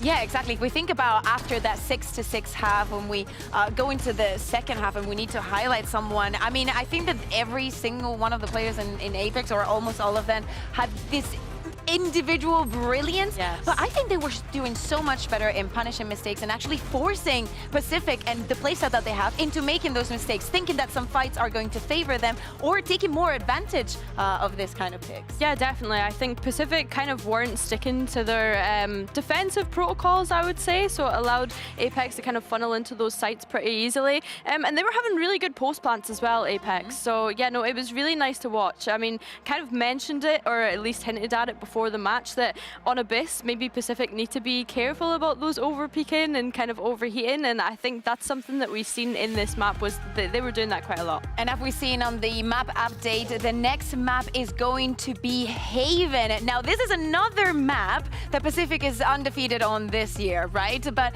apparently Kajak, Kajak among others has their number for this match, or at least they showed that on Abyss. The preparation was definitely there, and it was a map that they knew was going to happen 100% once they banned the Icebox. So what are your expectations for Haven? Also knowing that Comeback is like one of the shining stars of Pacific, and he did not have the best second map. I think Haven is a difficult one as well, right? Because you can't really expect your duelists to go in on their own and be able to pick up frags in the same way that we've seen them do it on other maps. Haven, you need to have that team cohesion. You need to have people coming in and being able to trade off of you. So going into this one, I'm going to be really interested to see which duelist is more disciplined throughout the matchup as well. So yeah, I think that's going to play a factor in the overall team's performance, is seeing who's going to be more disciplined. do you expect any kind of changes? Because the compositions that we expect are very, let's say, vanilla, especially with the with what we've been seeing lately. But thinking about that first map and the change that we saw in Sunset for Comeback and the rest of the team, the swapping the duelist and maybe trying something else, knowing how aggressive, especially on the defense, Pacific wants to be, would you anticipate any of these other changes? I mean, I don't think so. Like, I think that the Pacific probably went into Sunset and thought, okay guys, like I don't know how much of a chance we're gonna have with this one. Let's just throw something random in the mix. Haven, I feel like it's one of those maps that you need to have your fundamentals down. So if you start making changes at this point when you're in a grand finals on LAN, you're kind of shooting yourself in the foot, in my opinion. I mean, but if you're already aggressive, the fundamentals do not really change. Like it just like the agents are going to change, and maybe how you play a little bit, you know, with the distance and the initiators that you're putting in. But no, I agree with you. I was, you know, trying to maybe make it happen. They didn't expect the Abyss to happen. That's why they didn't change anything. But for all the other maps, everything's going to be different for the grand final. But as we're taking a look at the agent select, we're seeing that there are no changes. Mirror matchup completely here. Billy, who do you think is going to be the shining star of this map? Whenever I see a mirror matchup, I have to go based on aim, right? Like you kind of have to take that into factor. You can make the argument that, for example, Hype was doing a very good job in shutting down Comeback. Yeah, I mean, this is true. This is true. It's interesting. Interesting, yes. Okay, we're going to put it into interesting. Apex is going to be starting on the attack, and if they can continue what they were doing back then in Abyss, this is going to be very interesting because, of course, now we're in the best-of-3 scenario. Whomever gets a couple of wins will make it through, but of course, everything has to start here on Haven with our wonderful casters, Tom and Mitch. Thank you to our wonderful analyst desk. Yes, Haven is where we're about to see the battle go down. And between these two teams, hey, recent results have been relatively similar. This should be an interesting battle. And, well, whoever takes this, they're going to have 2 chances to close out the series. This carries a lot of weight, this map of Haven. And, well, I'm getting to see the defensive side from Pacific. I'm excited because Comeback on that defense, I expect aggression from that man. This is, as well, the combo breaker. That was it, what we just witnessed. Apex were in grand finals of Ascension, were 0-4 up until they won that last map. Any curses that may have been there have been extinguished. Now it becomes a level playing field once again. Comeback alongside Loiter. Going to be making that presence known into middle, but there might be an expectation there, an immediate brawl, an immediate battle as we kick off our 3rd map. And for now, it's going blow for blow. Timmy, the turret's even going to rise to the occasion and put one in the body pile. It will keep things with an advantage in the favor of Apex for now, as they look to make their way back towards this A side, which is currently completely open. Bot coming back. It doesn't look like, well, now it looks like Rose is going to get there in time. Spidey senses started to tingle. Knife came out in a quick rotation. Rose is on site and ready for this hold with Avova just now making it to the site. He spotted Malsey. The flash for the double peek, that puts him to bed. Jalasun does well with 170 HP in a 1v2, locked out with the nano. The plant secured. A tough battle for him indeed. The drop out of heaven could be the last thing he does here. He attempted this in the last pistol. It was a 1v4 that he brought much closer than we ever expected. The turret is giving him away, and as you said, jumping down from here makes it impossible. Even the spam up from Avova, he knew that there would be an attempted play through his smoke, and there was no hope from that point onwards. Another pistol into the hands of Apex. Another solid start in map number 3. Yeah, foot's in the door to start out Haven. This is what we want to see from the likes of Apex. And this map, although we had many heroes to step up in the previous with all that open space to be taken and lanes to be pushed, I really do think this is going to be somewhere that we get to see the best of Comeback and the best of Kayak, both players challenged early on. Like you said, there's been some step-ups from Apex as well. Looking at that last map, Hype was there. We've started this one out with himself and Avova fragging out 1-0 for the attack, and now they get a decent buy coming into round number 2. 4 rifles and a pistol. A little bit of a margin for error. It does mean for Pacific, if they can manage to drop a couple of these attackers, well, it's going to be a round that they can look back positively on. you can understand as well why Apex are putting a little bit more into these rounds. Like, a lot of the time it's the 3-2 or maybe even less at times, but with Pacific so willing to challenge and also just having that raw firepower that can just take them big advantages. It's also why we're seeing Apex be so patient. All right, there's a lot of avenues for aggression. That's why this map has really worked out well for the side of Pacific, both on the defense, but also when they attack, because they're able to just almost death ball, like steamroll into one site and put the pressure on. Soulcast is going to go looking for information. Found a little bit with the drone and the stun to follow it up. Even jump peek here would be risky. There are 3 players here for the defense. It's the best they could hope to get. Jalison's even just made it, but at this moment, they go back in the other direction. The call was made from Hype. He had space for free. 30 seconds left. That space has been taken back. Now they go walking with limited time. So in fact, running, scrambling into this A site. 4 players waiting. They're only pistols. The element of surprise. Already lights of Ova down to 5. Damage done with Kayak. Drop time ticking, but Malzy, he seems to have bought them a safe haven. A spot to plant this spike to lick their wounds with Solkis and Avova so desperately low. There's still a chance for Loida. Yeah, that's the thing. The chance of winning, okay, it's slim. But we already spoke about damage in a round like this, how valuable it can be for the next. The thing is, though, the utility from Apex is making it so much harder. He's trying to find a gap, and Avova is going to execute him immediately. 3 guns at least kept forward. Of course, the 4th will be lost. But considering how badly that could have gone in the late round, making a play into that site, it could have been a whole lot worse.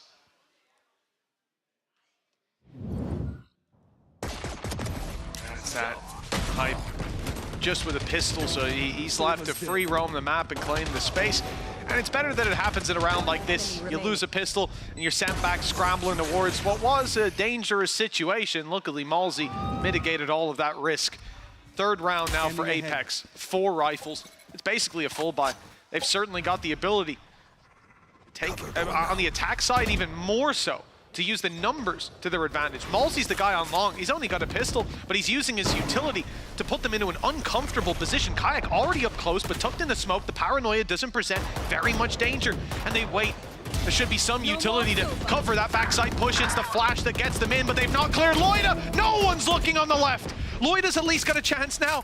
He's holding on with so many people peeking him, and the rest of the squad doesn't get here on time. LaRock desperately low. You have to look to Rose to recover this round. Now is on his shoulders. He's caught with an arrow in hand, and sure, a lot of those Apex players both 30 and 31 HP, but however narrow the margin, that's a 3-0 start to Haven for Apex. This is again where that experience can come in vital. They lost that first map, and that could have boomed anyone out, especially with the advantages they had in the veto, but the last map came back swinging. And even after taking some casualties in the last round, it's, again, just the pace they hit at. And don't get me wrong, there are opportunities. You mentioned Loiter. My expectation was that he could have potentially got a whole lot more. Come back, but his attempt to be cheeky is met with a nano swarm. This is the thing. I think even in the last map, you can comment on how good Apex were at staggering out the aggression of Pacific. Think about what Comeback had to do to genuinely get an early fight. It would just dash up mid and try and just face someone on his own. It was risks after risk, and not that same sort of set-up aggression that we've seen from them, but committing that utility early just didn't have the value. With these slow moves once again, this site is open for business. 1 defender, and he's dealt with ease. Great flashes as well. That support from Malzy's perfect. Solkis cleaning up the kill from earlier. Hype's Nano did so much damage. Now they have site control, 2-man advantage. The pistols looking to swing in and catch some players off guard, but they find nothing. Kayak's on the run. He couldn't get there in time. Solkis cut them off, and the Flawless is locked in anyways. That's 4-0 for Apex, and honestly, there wasn't much of a fight in that round. We didn't expect there to be, but that can't be the case for too much longer. Pacific trailing by 4 It's time to get on the board. I think the terrifying prospect as well for these youngsters is if they lose this map, that'll be 2 maps that they've been flawless on, losing for the first time ever. Like, you are gonna go in after winning that first map and go, next we've got Abyss, 8-0. Then after that we've got Haven, 7-0. This series is done. Then you have the first hiccup, you're like, okay, that happens. We're up against a solid team. We know we're facing experience. We knew this wasn't gonna be an easy ride. Then you go 4-0 down on the next map, which you're also very confident on, and things start to get worrying. Now, I will say, both teams have shown time and time again that they're experts at the attack. We've seen the last couple of times versus the Ultimate, a 9-3 attack half for the side of Pacific. 9-3 versus HAL when they played it regionally. We know that they can run it down on the attack. There's no problems there. The problem, however, comes on the other side, because even last time out, in a close victory, it was an 11-1 defensive half from Apex. I think we remember that. That was the one where Soulcast didn't die for the entirety of a half. Yeah, we were counted down. You don't want to go down too far. And I like the early pause. Give it time for keywords to be said. Whether or not those can have impact in this round. That operator's in play. Come back. Map 1, unbelievable. Map 2, a bit quieter. Map 3, so far, non-existent, but this is where we expect a change. We absolutely do. Come back, like you said, quiet. And now has the AWP posted up and looking for a victim. It's Hype. Just behind that smoke, hiding around the corner, but that's the reward he gets. Rose, walkabouts, and quickly cleaned up, flank secure. Apex have to plant in on B. The rifles now not able to get much done through these smokes. Rolling Thunder as well, putting them on the back foot. That's the op. Caught on sight. Comeback's chance might just be taken out away from him here. The flank's already underway with Avova wrapping on the side. Solka's holding strong. Comeback's best chance is to get out of here with the op. Carry this through to the next round, but we've seen Apex foil that plan in just the previous map. Spread out now, the danger pings are in the right spot, and they're willing to put their guns on the floor to die if it means taking this rifle out of Comeback's hands. But the shot won't land for Solkas, and the others simply too far away. Yeah, he will be just about able to live to fight another day. In fact, Moz is even going to go down to the spike. It's a little bit of extra damage, but ultimately not the biggest deal. And this is what has been the case so far, this patience from Apex. I love the adaptation as well. Like, they've been slow, very slow in a lot of these rounds and hitting sites with 30 seconds left. So this time, they dive into the B site, take full control, get in a close spot, and they send Kayak in as almost just a lamb to slaughter. But then they leave a lurker. They leave players behind so that they can't be surrounded. And those are the moments that are catching Pacific off guard. They didn't even get an opportunity to even start the retake, because they already lost their initiator, or one of them, before anything could even begin. Take flight. Well, this is a much more direct round from Apex by the looks of things. Straight into the C site. Drone already clears out Garage. They've got the space and the walk in from Kayaks, cleared the C site. It's all open for the taking. Will there be a play from Jellison, a drop out of the window? It doesn't look like it. Everybody just grouped up on that. Hold on, is Kayak going? Surely he doesn't continue this. I see a breach close by, a flash that goes into the back, and in fact, no, it's just Kayak dry peeking in for 2. Almost gets a 3rd for his trouble, and it's Molesy to keep numbers even, but he goes down. Hype on the side, swung wide by Rose in the 1v1. Rose left on 5 HP, but his opponent, oh, the shock dart! It came very close. The plant still needs to be secured, and with the drone, that's the perfect time. You know he's not pushing you. You know you can get that locked in. The reveal might give him something to work with. Rose needs the head to line up right away. With 5 HP, there was no margin for error, and it's Solkas to come out on top. 6-0, there's no need for that. Apex off to a flying start on Haven. You can also see how much work has been put in behind the scenes. Like, there's something that you talk about with this Pacific squad and how they like to move as a unit, how they like to sort of get in together, have someone as that pinnacle, put util to support. They're explosive in their manner. Their floods are fantastic. How do you stop that? You don't allow them to set up. You get in their face. You said, like, is he really going to go through this? They are, because if he gets a kill there, it just disrupts everything that was planned. And that's been the case all the way through. Catching Rose on lurks, like stopping this defense, ever really setting up into retakes. Apex right now seem to be the rock to the scissors of Pacific. once again, the finances are not in the best of spots. Comeback saving for an operator, but luckily has himself a Blade Storm.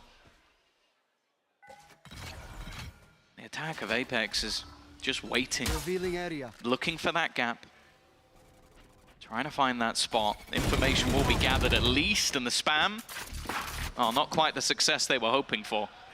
They're trying to condition them off last round. It's the same sort of play, not quite as direct, not quite as quick, but the pressure being applied in the same part of the map. It might get the A players to think that they can go walkabouts, they can get aggressive, they can push up, and that's exactly what happens. Comeback out there with the Blade Storm, and he's being forced back, but it's all a ruse just to try to bait them into the A-long angle. Unfortunately for them, and it is Pacific, the play is coming back into C. It is the same as the previous round with the split coming in. They've caught Jellicent. The flash is perfect. Loida recovers nicely and even drops the spike. He's holding inside his smoke, but Avova beats him to it. Solkis on a slight off angle.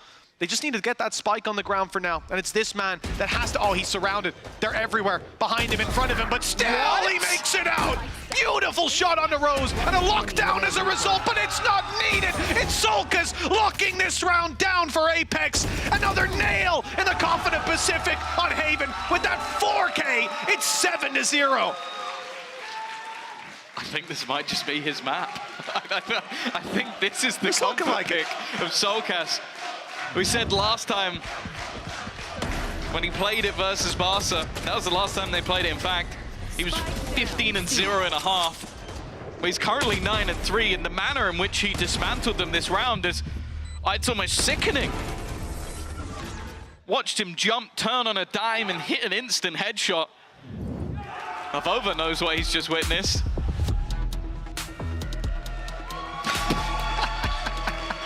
As Bula Peak. Gotta go for it. I was about to say, your son is beautiful.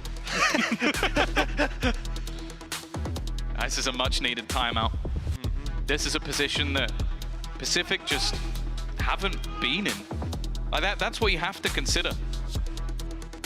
They won 3-0 CGN, even in losses. Okay, maybe the first time they played CGN was a map where they got battered. Other than that, in every victory they've had, the most they've lost is, say, 13-10.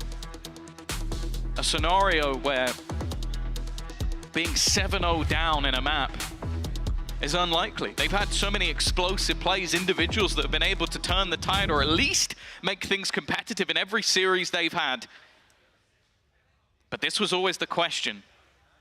How far can Pacific go? From Premier to the Turkish League to Ascension, all the way to the finals. The final hurdle stands in their way, and that final hurdle has the misery of losing the last. It doesn't look like Apex want to do that again. Another opener goes their way for Jellicent. There's at least something, but they know he's in this corner. This is a little bit messy, though, from Apex. Oh, there were a couple of flaws, but they brought it back even. TP used into spawn, but Spike is down. Spike's right down in the C choke point. It's a cancellation from Avova just to cause a headache for these Pacific players, having to cover every angle. They've seen him now, though, and Comeback doesn't miss those shots all too often. The Spike, almost irretrievable, and Hype on 36 HP for Pacific. Might finally be around on the board. 7-1 is not an awe-inspiring scoreline, at least not in the way they'd hope for. But it is at least a foundation laid, something to build upon for Hype. Yeah, just one bullet to close him out. Keep in mind, Tom, I looked back. Something was ringing a bell for Pacific up against the Ultimates here on Haven. They got 4 rounds on the defense. They were, I believe it was 11-4, in fact, and they won 13-11. Pacific have got a good attack side. They just need to build up enough rounds here that they'll get a shot to really get it into full swing.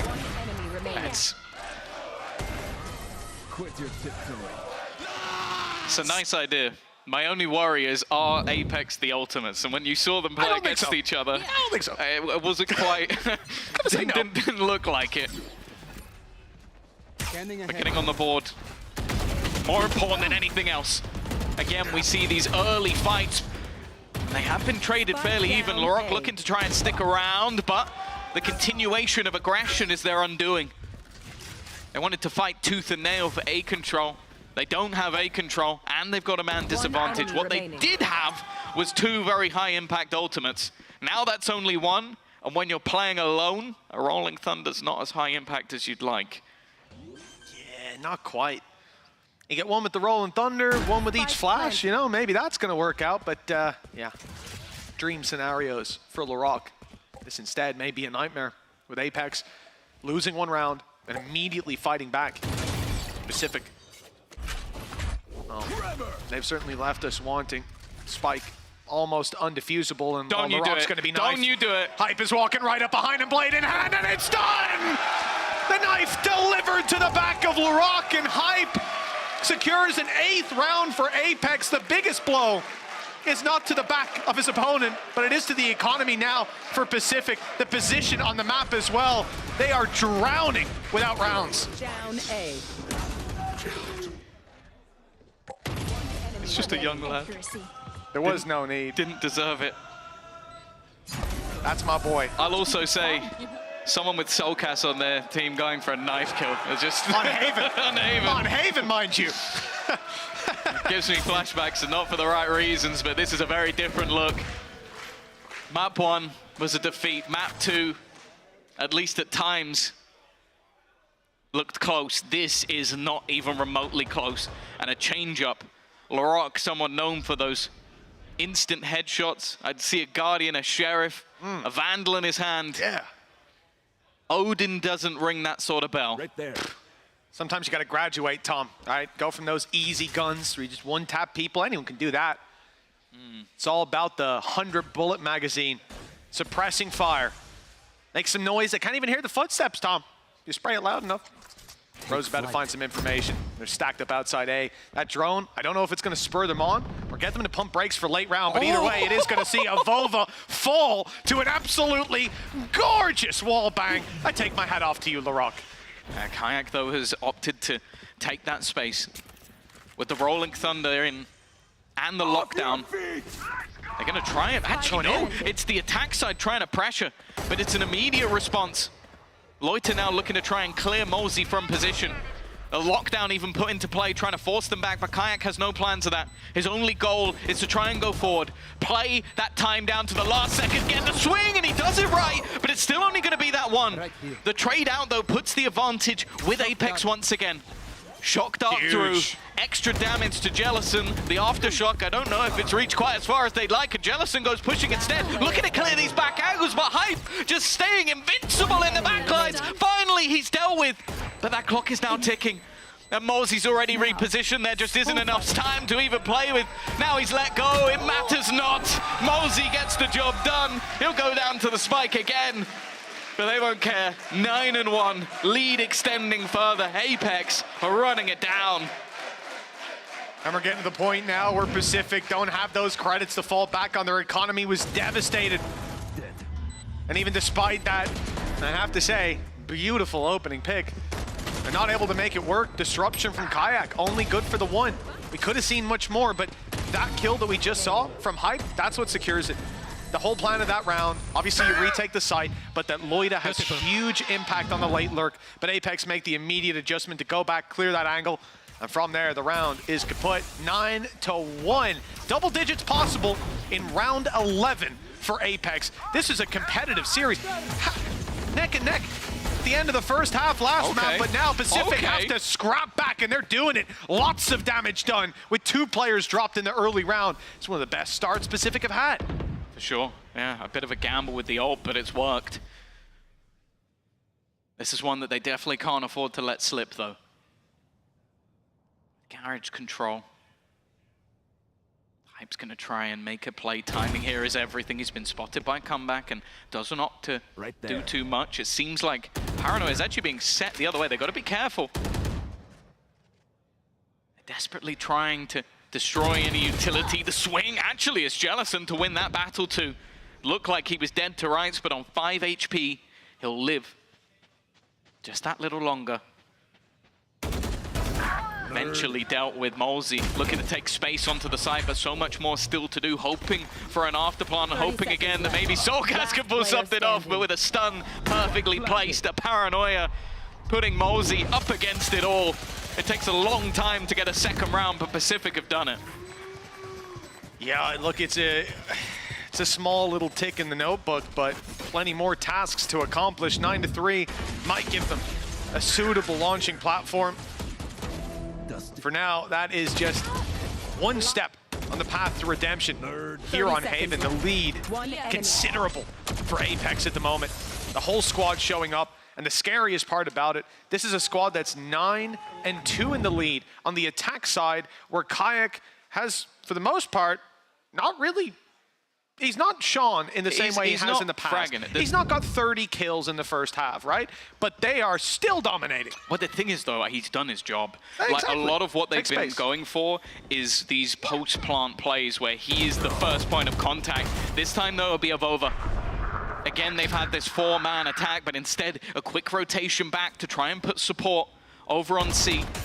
This is where the space is. That support's not going to last long at all. In fact, Kayak deals with it. But Jellison, again, bit of a sneaky position. He's realized there's nobody coming from the other angle, so he'll hold on to the C site. And in fact, it seems like the rest of Apex may just opt to try and join up with Hype on B. Yeah, for now at least, the Spike is playing the buddy system. Solkus waiting. He heard steps just outside of Garage, and you know they might want to re-clear that eventually with the Killjoy util not there deep into the round. Player spotted on B. That's Solkus' opportunity. He crosses in the window. Makes it a little closer. We can see LaRock is watching it, but his attention has to be divided. No one is here to cover that walk on the site until Rose gets here. Tucked in on the close angle, watching the walk up, stun, even primed, and that's beautiful! Pacific with a set play to retake that space. They combo perfectly. And Solkus, although he has thread the needle, he's not going to be able to draw that much blood with 4 players still floating around. Well, also the full C-site push from Jellison. It leaves a lot to be desired. 2 found, and there is time for this. He's got to be wary of a player coming in from middle, though. Jellison's just opting to try and play with the time, and while Rose will put his doppelganger down. It's a 3rd round at least for Pacific. They will opt to try and fight versus the Curse, but it is a long way back in half number 2. It is. It is going to be a big journey for this squad to get back on the board. 9-3. The foundations are laid, but Apex, they certainly have the wind in their sails. We know Pacific, no slouches when it comes to that attack side, but that doesn't make this any easier. Up against Apex, an even bigger task for the squad from Turkey. It's time to toss this one over to a break, and when we come back, we'll find out how half 2 is going to go.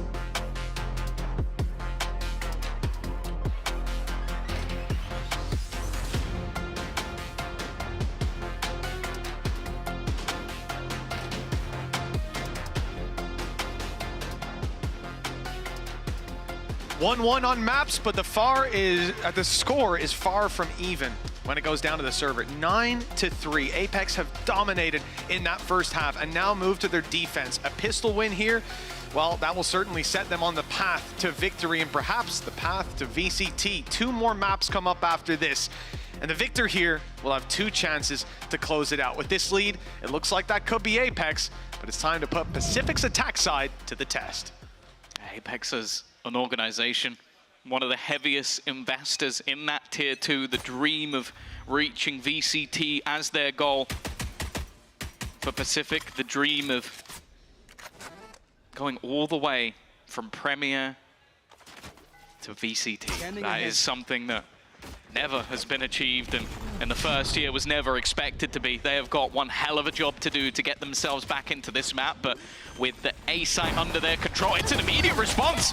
Comeback manages 1, but they are not looking to just sit back on that defensive side. Maybe they should have been. Hype now left to fight 1v3. The pistols have gone their way in the last few attempts, but not this time. That is the lifeline Pacific were looking for.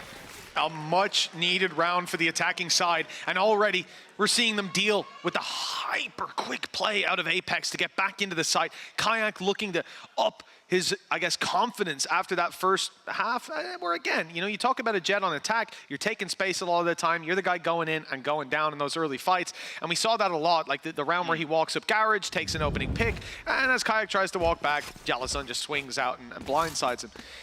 This half should be where he finds a little bit more of that room to play his own game. To start, Pacific have done well to shut him down. Round 14 sees rifles for Pacific, and in fact, very comprehensive buy. Fair to say that Apex have not come in with the same competitive spirit. They're just playing this for classics and looking to get on to the next. Damage, though, with this kind of investment from the attackers, every little helps.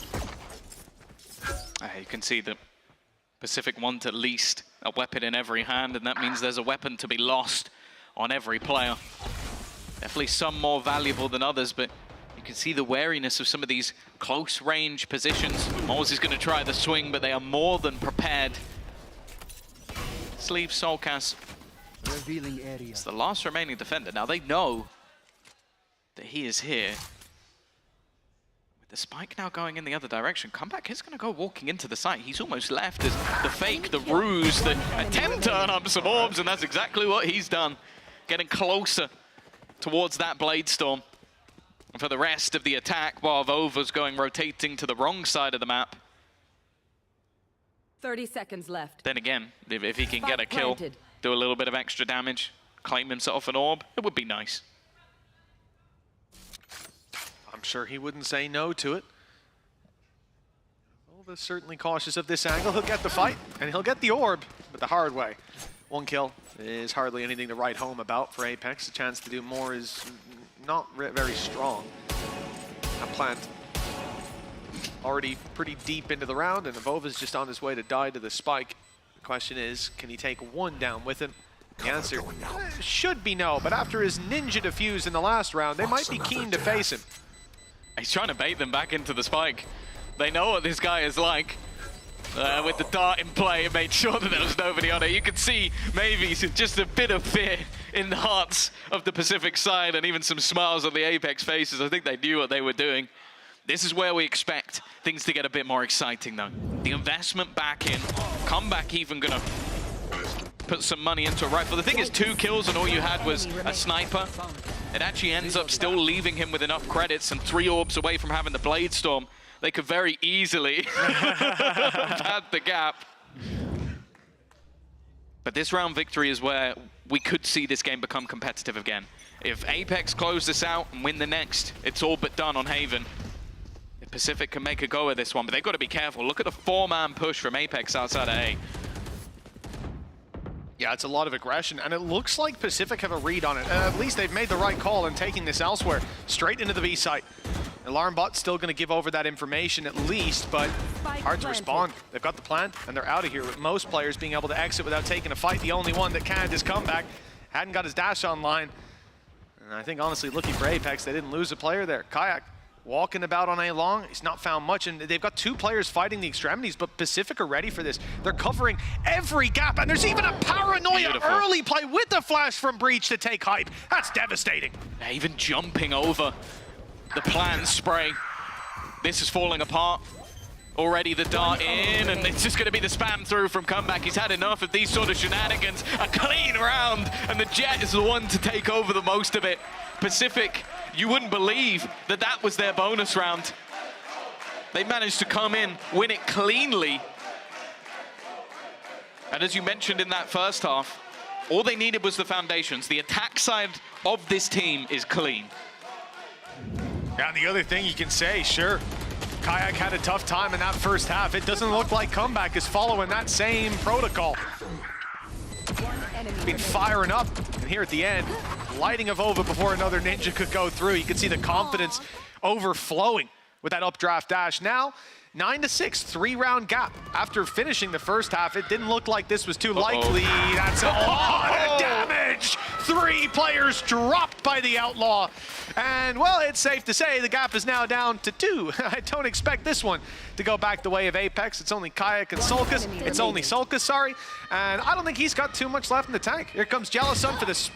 There goes Jellicent, and now Sulcus has a rifle. 1v4. Yeah. That was the easiest kills I think you're ever going to get from Comeback. A gamble taken. Walking into the angle. Timmy the turret. Even took a leg shot for that one. The thing is, though, economy-wise, it doesn't even matter so much for the side of Pacific. They have got off to a crazy start, being able to win out the bonus round, even playing still with an SMG. A lot of that coming off the entry power of Comeback, and we mentioned it. Last map, not going to pretend like he had an awful performance, but it wasn't the guy we've seen styling on teams throughout the entirety of Ascension. Soulcast, well, he's already got his ultimate online. There's not really much more he can gain. Is he going to break the economy of his opponents? No. So he's got his ult, he's got a rifle, and he may just try and take the rest of the team down. Not quite going to happen this time out. He can still buy into the next comfortably, but he's at least reduced how much money they'll have going forward. Even still, 4 in a row, or 6 in a row, and the deficit now down to just 2. And the recovery has been remarkable for the side of Pacific so far. 2 rounds in it. I know we spoke about their attack side. We spoke about them being able to put the pieces together here, but this is something else entirely. And this buy round will determine it all. What I also like looking down at that stage, Tom, we're in map number 3, and there's a lot of energy between those players. They're telling each other to sit down, to be quiet, to be scared of the ninja diffuses. And I like that little bit of attitude that we're seeing on display.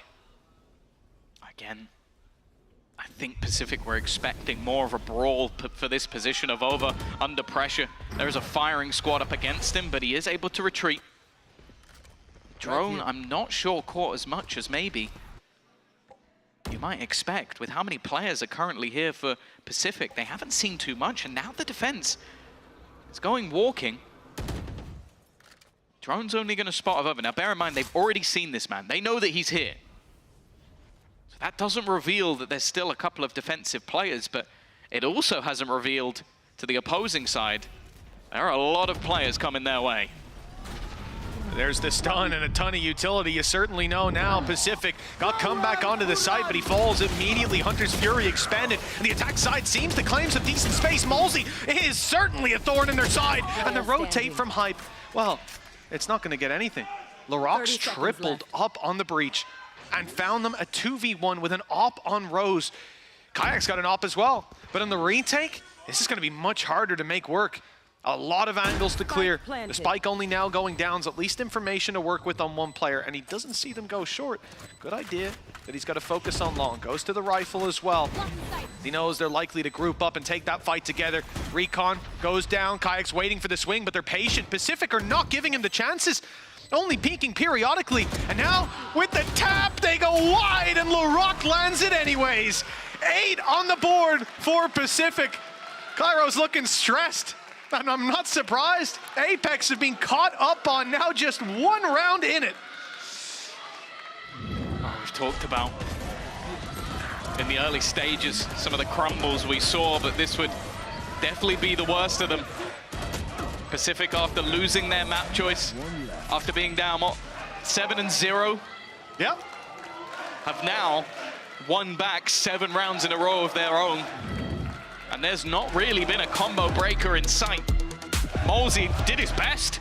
He was being swarmed on the site. 3 kills? Ults flying past him. I think it was a Hunter's Fury from Rose. He comes out with 3. But there just wasn't anything else on the table. No surprise. Apex are going to call themselves a pause. A chance to try and just slow the momentum. But if we've seen anything from this Pacific roster, it's that once they get going, they're very difficult to stop. And with someone like Comeback at the helm, the man who's been leading the charge, and Laroc now quickly coming up behind him. I've never heard the phrase fragging breach before, but I feel like he fits the bill. Yeah, no, he certainly does. On the other side, though, we look at Apex. Kayak, I don't think, has got to kill this half. It's been slow. He's been shut down. And seeing a squad like Pacific put him in his place, well, this is actually what I was talking about earlier, the fact they were 9-3 up without Kayak fragging. Often you'll look to him and say, well, if he has a quiet game, who is going to step up? And the answer last half was everyone else. So Yeah. it was all good. It didn't matter. But now that answer ain't the same. Solkis, well, this is his home turf from what we've seen. He's having a good game, but they're one round behind, and we need to see that level reached again. We need to see Kayak online. He has a classic in this round, so it probably isn't the one, but a chance for Rose, or for Hype even. I'm so excited. But no, he's not able to land it, and they're sent packing the other direction. Doing chip damage though. And a round like this with pieces missing. But you're definitely right.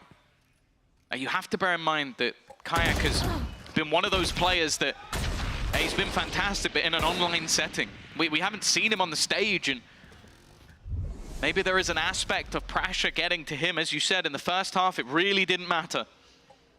He'd gone a miss, but that was absolutely fine. I'm still looking at the health here. A combo breaker would be massive for Apex, being able to turn things back, but Hype has now met his maker at the hands of Comeback. And with the A site completely open, it's definitely not going to be an easy round to win. No, they do seem to be locked out of it. Nice shot. Comeback is low, and Comeback is not worried. He is landing shots after shots. So Vova down to 20 through the smoke, and he'll do just that. He'll go through the smoke. It's one shot off, and that is all put to bed quickly. Pacific, 5 players alive.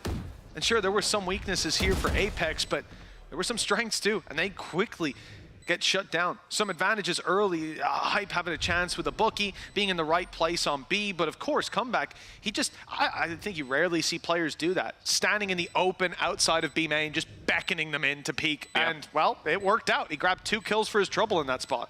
Yeah, I don't think I've seen a player more confident in his aim ever.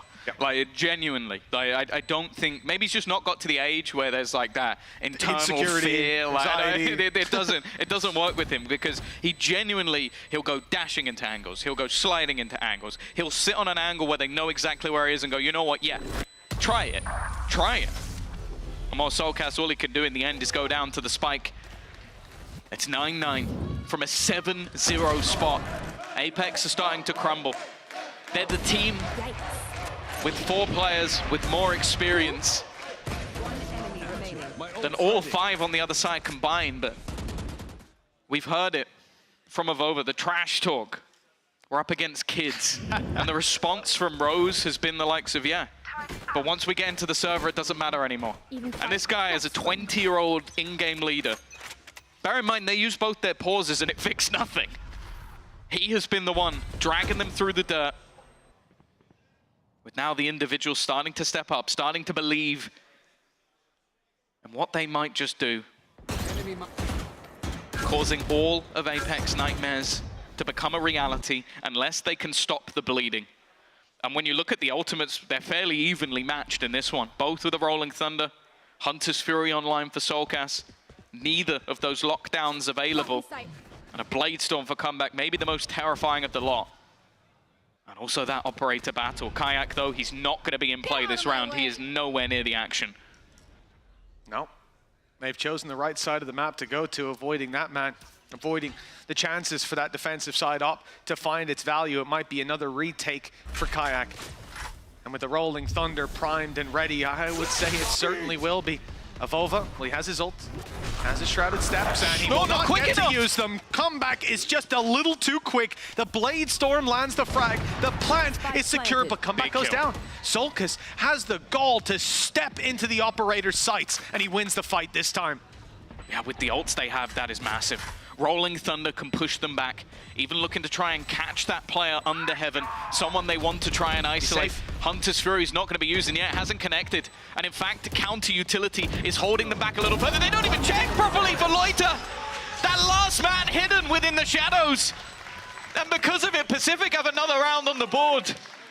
The crumble continues, and Pacific, they have looked unstoppable in this second half, yet to lose a round, and in many cases, yet to even come close. That's what hurts, man. You look at Malzy in that position, he decides to commit the ult a little deeper, but it gives that tiny gap.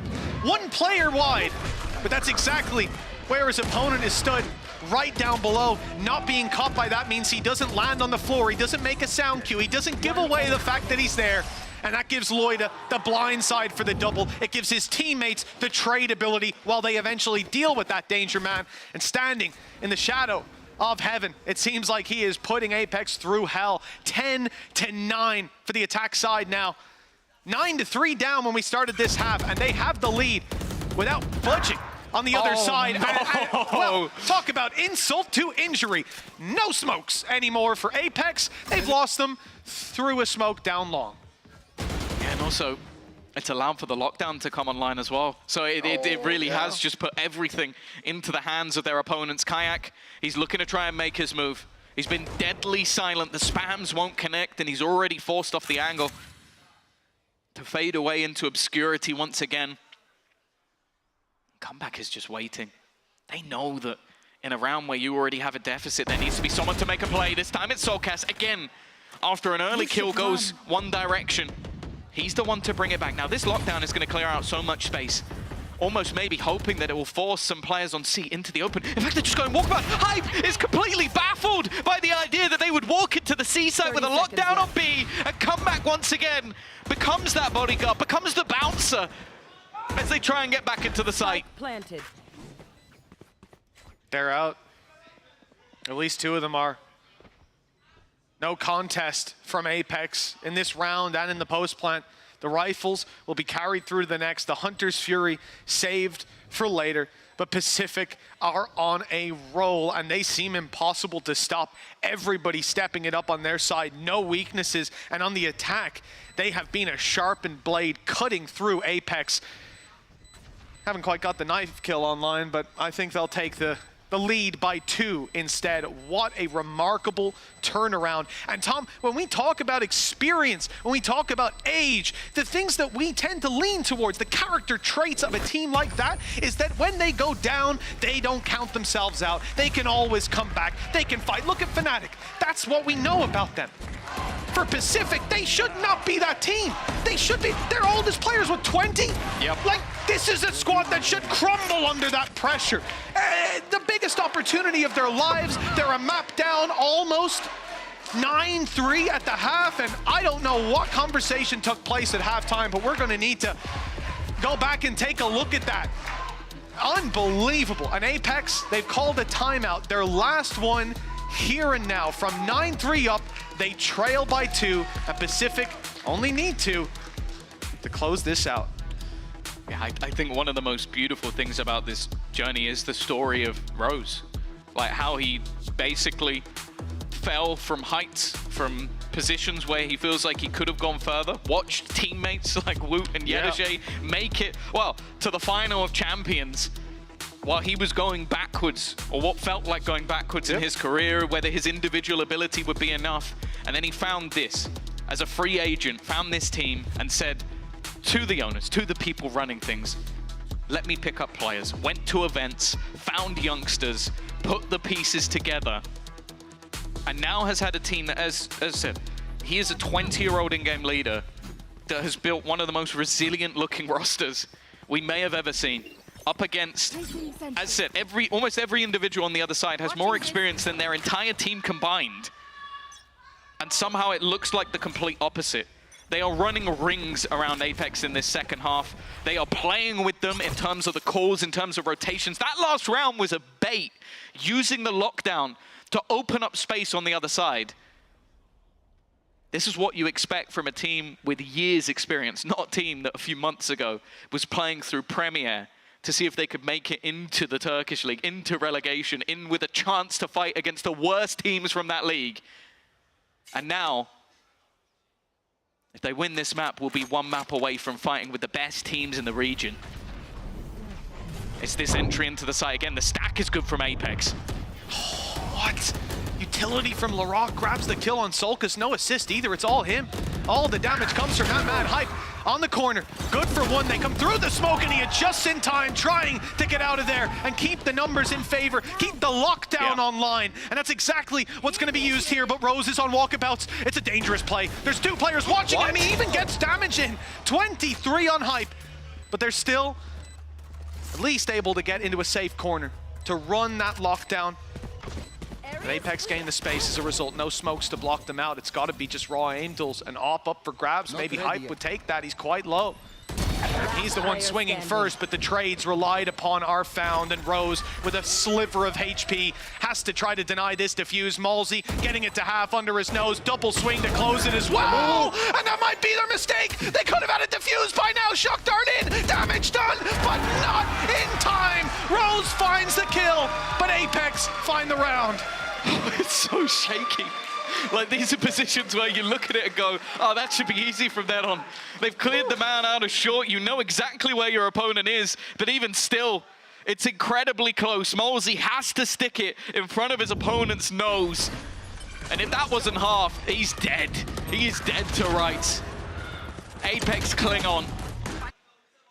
They still have a bye for this next one, but if they lose it here, they'll be fighting versus map point with very little in their back pocket. Last time Pacific got 9 rounds in a row. This time they're stopped at 8, and Apex seem to get right back on that horse. Rose does his best to recover, but Malsey's quickly there for 2. And Jellison now has it all to do. 45 HP, the spike in his back pocket. And Hype and Solkus, complete unknowns. On low HP, shock darts and a Hunter's Fury pose a great danger, but Solkus might not get the chance to use them. Oh, the timing is perfect, but the spray is far from it. 11-11, we're tied up. That could have been an awkward situation. Pacific on 12-10 with a clutch instead. Well, once again, folks, we are neck and neck on map number 3.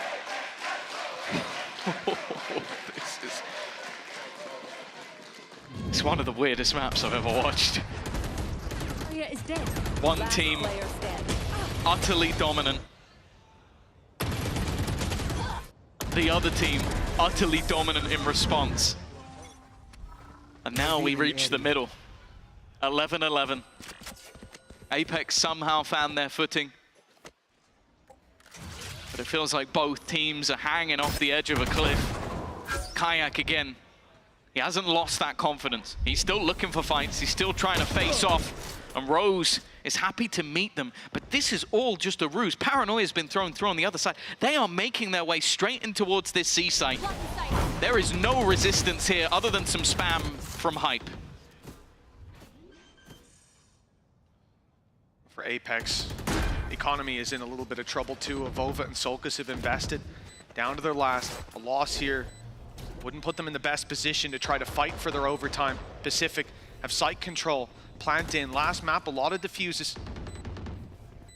Time's already run quite low. Stun goes in, comebacks close, avoiding reveals. The Hunter's Fury just about whizzing past him. He's got a close spot and they're unaware, completely blindsided, but he's only good for 1. Jellison tries to pick up the pieces, but stops after 2. Loida in for 1, and we're in the 1v1. Rose, he's been lurking around all round long, halfway diffused already when the swing comes through. Malsey down to 40, time not on his side, and Rose swings in to deal the damage, to put 12 on the board.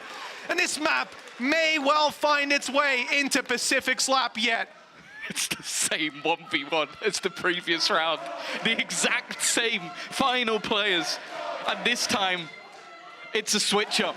This time, Rose is able to get the job done. But it was a back and forth all the way through. Avova doing incredible work. Aggressive positioning with Jellison up close.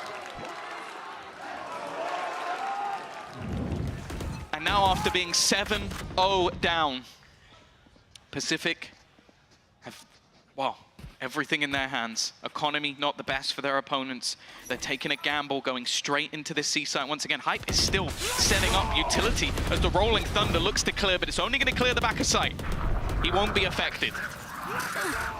Come back, he tried to get ahead of that, but he's caught still. Kayak able to quickly convert. That's a big frag. A player that's done so much damage to them every single time. Spray back gets Hype though. Numbers equalized. TP used here by Loida. He's deep in the spawn and spotted by Solkus. Now surrounded as well. Players coming from both sides. Loida is drawing these defenders out into a fight though. 3 players now focused entirely on their spawn. It buys space, but look at the push up from Kayak. 45 HP, but if he catches them off guard here, it's all down to the timing. If they're looking the other way and he doesn't quite get around in time, they've escaped, as has Loida, up into heaven. It looks like Pacific will regroup, and the turret even confirms that Kayak's behind them. They've come out of this one smelling like roses.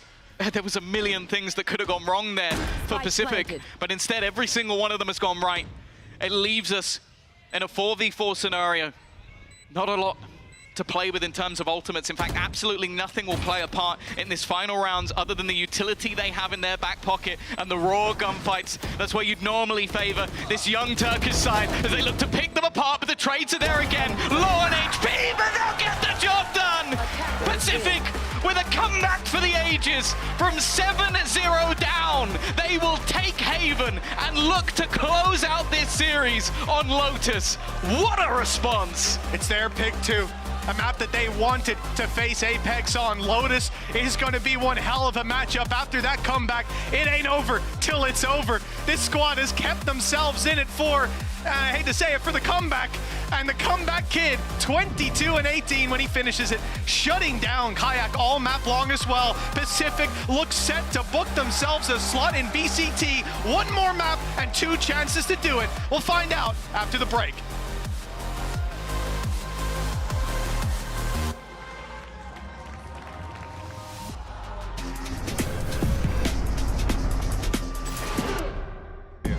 Zone. Yeah, I feel at home. Silence on my phone. Focus on my goals. Whoa.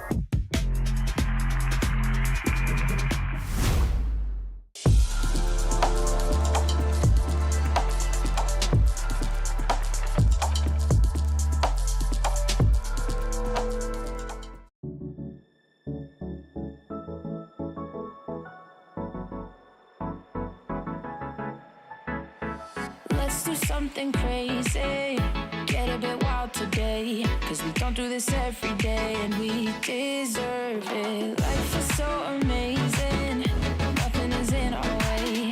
Baby, let's fly away. Do you feel it? Is your heart rushing the way my heart's rushing when you take it all in? Baby, this is where we come alive. Do you feel it? Take the world by storm, just you and I. Can't believe it took so long to realize what makes us come alive. Oh, what makes us come alive? Let's break some rules. No, we don't always have to be good. Don't always have to do things that we should. We'll feed the fire. Let's see it through and let go of what's holding us back. Just light it up and we'll burn through the past and take it higher. Is your heart rushing the way my heart's rushing when you take it all in? Baby, this is where we come alive. Do you feel it? Take the world by storm, just you and I. You and I. Can't believe it took so long to realize. This is where we come alive. Do you feel it? Take the world by storm, just you and I. Can't believe it took so long to realize what makes us. This is where we come alive. Do you feel it? Take the world by storm. In my zone. Yeah, I feel at home. Silence on my phone. Focus on my goals. Whoa. PCF, they have taken the lead again in this grand finals best of 5. I'm your host, Yingsu. Welcome back, everyone. I'm joined by Kakuka, Billy, and a very special guest. It's Whalers. Welcome. It's good to have you here. Oh, we have to do it. Okay, we'll just Whalers. Sorry. Okay, When you were playing on stage last year, that's all we did. But this is the thing, though. When you joined us backstage here, you guys didn't see this, but you were very confident about Apex's abilities of winning on Haven. How did you think PCF would manage to actually bring this back? I mean, the offense with the AWP, and I think like Apex was actually scared to take info, even if they knew sometimes like they was taking their good side. But I don't know, PCF have a really good execute, and I feel like Apex was missing some tricks, you know, some tricks like on Omen flashes or some trap to actually like close the rounds. And I don't know, I think they got execute way too much. It's so surprising to see the momentum swapping, because do not forget that was a 9-3 half on favor of Apex. You only need 4 rounds to close the map out, a map also of your choosing, right? That after that first one. So ended up in this situation where we have seen them, you know, given it on stage. It's good that, especially that first half, that was the case.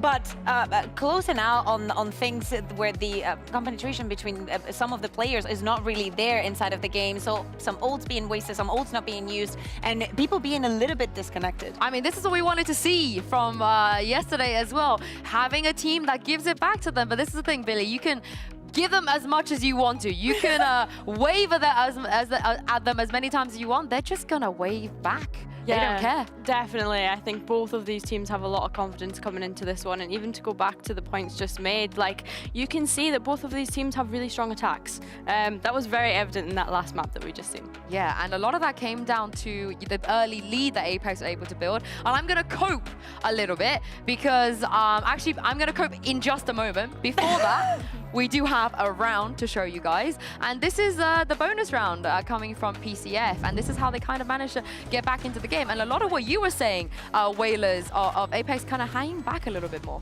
Yeah. I think it's the going always forward, something that probably Apex, one of the reasons why they were so successful in the attack is that they were waiting for Pacific to make that kind of mistake. They were always looking at the back because they knew that they already had someone that had pushed a little bit and that will continue and look for the duel. So when it came to their attack, they just needed to keep pushing forward and have the same awareness. Yeah, and in this environment, you know Whalers more than anyone, those comebacks are doable. You just need like one pistol, one round, and you can win any map, really. Exactly, but I think it's really tippable because PCF is a young team, and making this kind of comeback with a young team is pretty good. Yeah. Yeah, I have to completely agree. I think the young players are stepping up to the plate massively, and I mean, Pacific looked so much more calm and composed. I mean, I know we've seen the shouting and stuff going on, but they look really calm and composed up on that stage today. Yeah, I think they learned a lot from that CGN loss as well. You know, they tasted what it was like to lose. They can make those comeback. And now I'm going to cope because Solkaz, who we have on the server, has never lost to a Turkish team. He is 9-0 against them right now. So if it's anybody that can deal with this playstyle of Turkish teams, it is him. And Whalers, do you feel like PCF, you know, they have a lot of those Turkish team tendencies? Yeah, they do play very, very aggressive. And I don't know, I feel like Apex have the perfect playstyle to counter them by playing very slow, and I would say like playing more like with experience. But I don't know, PCF just making kills and making their way to win this match. I don't know. I think that also after the performance that we're seeing for players like Larocque, I want to keep talking about Solkaz, how much he's developed himself as a player during this year. We know that he has always been very flexible, but he's taken it to a different step, to a different kind of level. When you go into agents that are not even played that much, like the Deadlock, or even being part of the wacky comps, being the flex, is always more complicated because there's nothing you can follow. You have to be the trendsetter. Yeah, I mean, I think something that Solkaz said himself, I think it was when they got through to the grand finals, was we want to see Pacific here. So it looks like they're having a lot of fun, and he's openly said that he thinks that Pacific are the best team in Ascension. So it's nice to see this sort of comeback coming up now. Yeah, I mean, them being scrim partners as well, I think, is the reason we're seeing a really close match here. But let's move on to the next map, because this is where we talked about on yesterday, where both teams play unconventional comps, I guess. And Billy, do you want to see that Deadlock come out today in the hands of Solkaz? Yes. Yeah. Yes. Why not? We're on LAN. Why not? Yeah. I want to say no because I would hate the fact that Daddy would have like lied, and I freaking hate when people lie in interviews, and people do it all the time.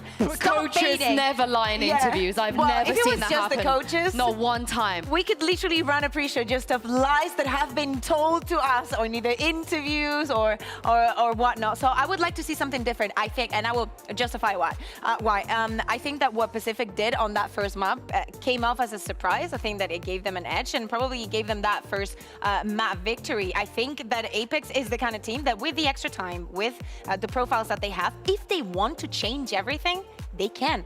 So it's only up to them to decide whether they need it or not, or whether what they have is going to be enough to play against Pacific. With double Sentinel, you would think that it should be right to keep it, knowing that how extra aggressive it is. In my opinion, I think it's the perfect like comp to counter them actually. But if they are scrim partner and they know everything they did, I mean, PCF just know everything they do with the deadlock. So I mean, for me, there is no way to play it. You have to change it. Yeah, you have to change, exactly. Yeah. They have played even for me, it's the perfect comp to counter them. I don't know, if they know anything, like if they know everything. You have to take a risk, right? Exactly. Either way, it's going to be a bit of a risk. But here's the thing, though. Oh, we're getting a bit of a spoiler. But mentally, Whalers, you're in a grand finals. You're 1-1. You're 9-3 up, and then you lose that map. And now we have to go on to a map where if you lose, this is it. How do you keep going? How do you stay in the game? I mean, you have no choice. This is the match of the year. It's your world season, like. Gonna end up here, so you have to fight for it. How hard is it, do you think, to go out and fight for it? I mean, it's hard, but when you're in grand final, I don't think like you have time to think about the past mistakes and just move forward. I think it's even harder, right, when you're going up against just raw aimers that are just swinging you, that are just killing you as well. That's definitely real hard because sometimes you don't understand how you lose round, even if you have the right call. So. Must be hard. Yeah, I can't even do a ping diff on this one. You're on the same ping. But how do you two feel, Billy and Kukuka? Is this somewhere you think Apex can realistically bring it back? I think that it really makes a difference when a team has a big ideas and big macro understanding of this map on how to give a space and how to retake it later in the round. There has been many tendencies that we have seen from Pacific that could be countered by Apex, and they will be the team to do it. Oh, Billy, they've done it. No changes. We're going to get the exact same comps they played against before. Yeah, looks like it. Whilst I kind of agree with what you're saying as well, Kukuka, I think like the way Pacific play, like yeah, Apex can have good macro and good fundamental, but Pacific, that all kind of goes out the window with the way that they play. They're kind of just rushing into site, forcing you to play retake when they're on the attack. So it's really interesting, you know, Apex kind of have to think on the fly and adapt to those kind of situations. And Whalers, they decided not to change anything. So this is going to be interesting. I can't wait to see, but if they have the extra time and actually like cook some new rounds and new stuff, I think they can win it for sure. But I feel like it's more easier when you play against a team like you don't know what they're gonna do with it, so... Well, it's gonna be a very interesting matchup, and the one Apex have to win, Mitch and Tom, if they want to keep their VCT EMEA dreams alive. Well, falling at the last hurdle. That's certainly what we know about Apex from last year, and on that last map, Tom, seemed like history rearing its ugly head. They seem to have it locked in, but Pacific came from behind, and now the test for the old guns, because we've seen that Pacific can come back. We saw it on just the last map. Question is, can Apex? Yeah, I think that's the rougher thing. Like, you win that, or sorry, you lose that first map, it looked like you're gonna have a pretty decent response, and then it doesn't quite go the way as planned. They could be sat here with the series point under their belt. They probably should have been, if we're being honest. They were so far in the lead. But Pacific prove that those kids, as they were so called, have got the experience of players with 10 times their tenure. Now they head on to that attack side. Last time out, a really impressive defense versus the ultimates for Apex, but versus CGN, the same can be said for the attack of Pacific. Potentially both sides' best half about to come under pressure. And the first man who will meet them is Solcas. Well, the last map was certainly his performance strong. Almost every time we see it this time, I don't think that's gonna be the same. Caught by the net, his own, in fact, but he lands the kill anyways. Comeback, dropped early, nade forces Jellison forward, and it's Apex with the early advantage that almost slipped away. Luckily, Larocque on 22 HP won't have a lot to say about this round, and he's even being spotted by the knife. This guy has been insane individually, but with low HP, that's going to be very difficult to pull off. Another early start going the way of Apex with the pistol. And this is the thing, it's a map where I think individually, a lot of the time, Solcas is going to suffer. Well, we talk about like that last map on Sova, you can see the comfort, but his utility on this map is sublime. Like the whole idea in the pistol, especially with that barrier mesh, is it's so long to break, similarly to the Sage Wall. And just basically tunneling them into a fight that eventually will have support behind it. It's smart play that won't always put him at the top of the board, but might just win his team rounds. And already they're going to be taking that early space.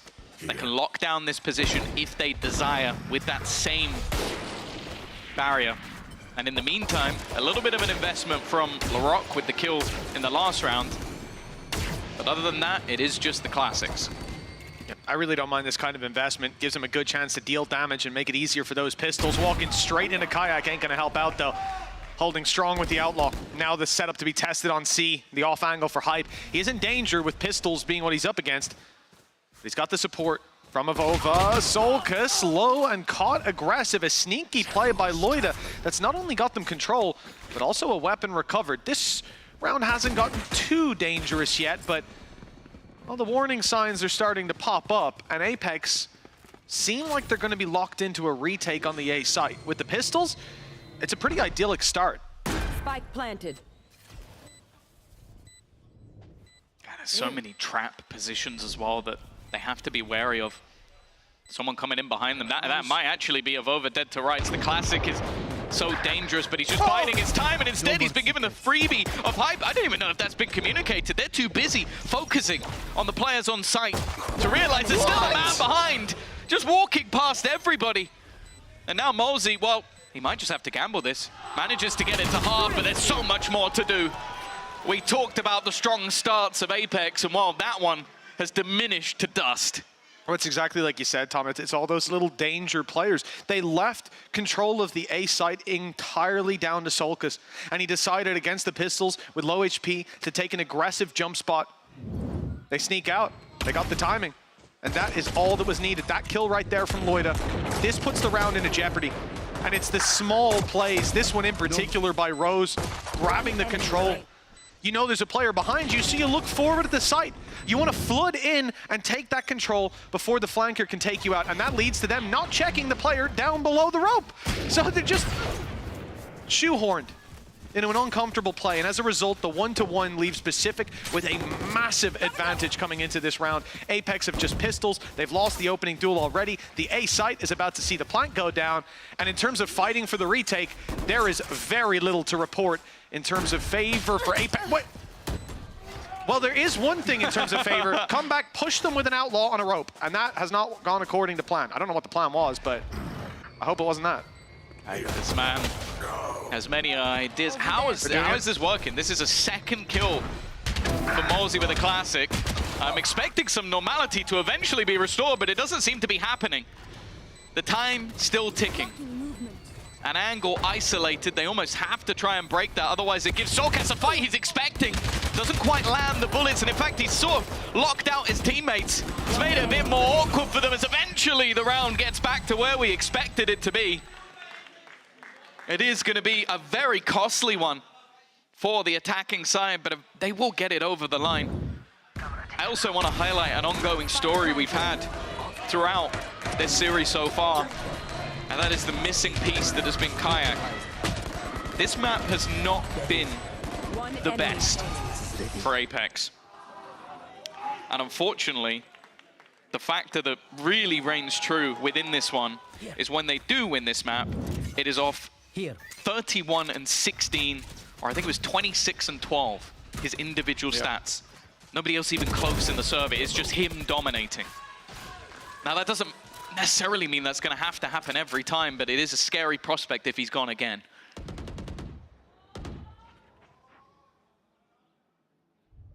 Scary prospects for Apex in this series, most definitely. They started out well, but they have fallen behind just by one. In this round, the same can be said for Pacific. Rose down early. Plan seems to be secured as a result. Jealous Son, he's gone walking through, up close on the cage. It's not expected. And a free killed him also as a result. He naded it. He didn't think anyone would have the gall to stand inside. Larocque holding strong on the site. That's his second and his third. This one's put to bed. Solkas with a 1v3, and getting past Larocque seems to be impossible, and it proves to be 4 kills for this man. And while you talk about a fighting breach, he's showing up on this map as well. I'll be honest, he's giving me like Ada Captain vibes. Yes. Like yes, just where you can put him on any agent and you sit there and go, he is in the open in the middle of a site, he is dead. Just kill him. And then at the end of the round I'm going, and he's gone for a and I don't know how I get there. Anytime. This guy is something special. And you can tell that confidence building on Pacific. One map to the good. One of the next two, Lotus or Ascent. They're locked into VCT and already a lead early on. Comeback, shut them down. I thought they'd at least get a bullet off on him. They're lined up, waiting to take that, and he lands both shots immediately. It's a light buy for Apex, but this is a round where we've seen consistently they're at least getting damage on the board. That's a poor start. And we look to hype Malzy and Avova to do some damage, to at least drop a weapon on Pacific. Rose is jump peeking, spraying an Odin, and that tells you everything you need to know. With confidence at their back. And a repeat of last year, knocking at the door of Apex. Not quite the same fashion, but even still, they start the year off as favorites once again. In fact, if you go back to the beginning of the year and you talk about teams you expect to be at Ascension, not a lot of them made it. There were a lot of changes, a lot of roster moves, a lot of surprises, and the most pleasant of them all have been Pacific. Right now, well, the way they're playing this game is like it's any other. It's like there's no pressure on their shoulders, like there's nothing to be gained or lost by defeat or victory. They're making this look like a scrim. Week 1 of Premier. Oh, literally. And whoever faced them there, I pity you. Must have been a tough day afterwards. Pacific on the rotation to the A site. Loida hasn't been popping off and fragging, but they are 4-1 in the lead, so he doesn't need to be. This could be his round, though. He's found the space, and that alone is worth its weight in gold. The A site, I don't know how much space weighs. I think it's 0, but it's worth even more than its weight in gold, I suppose. Oh, Kayak, he's caught and isolated. Great flash coming through, and an ult that reveals everybody on Apex as a result. They can get into an afterplan. Comeback's ult has been expended. It was only needed for space, and the man looking to rotate in from behind is already dead. This almost has to be a save. Gelson's flanking. Yeah, they're locked into this one. Solka surely is going to meet his demise as well. Now another man within this Pacific roster takes over the round. They've got so much depth in talent. There seems to be nothing they can do. And then it almost looks like at this stage, Apex might just fade out with a whimper. They are being bodied in this map so far. This round, it's the Cypher to take control, and he's looking to try and claim another victim. The timing couldn't be better for him. And he knows where that last man is standing. Ace. We've seen 4Ks, we've seen millions of 3Ks. But the one thing we haven't yet seen in this final is an ace, and they are hunting for it. They're looking to try and give it over to Jellison. They haven't found where that last man is standing, and it will be denied. Another 4K to add to the collection, but even still, the damage is done. All weapons lost, a 3-man save where 0 save. Not ideal.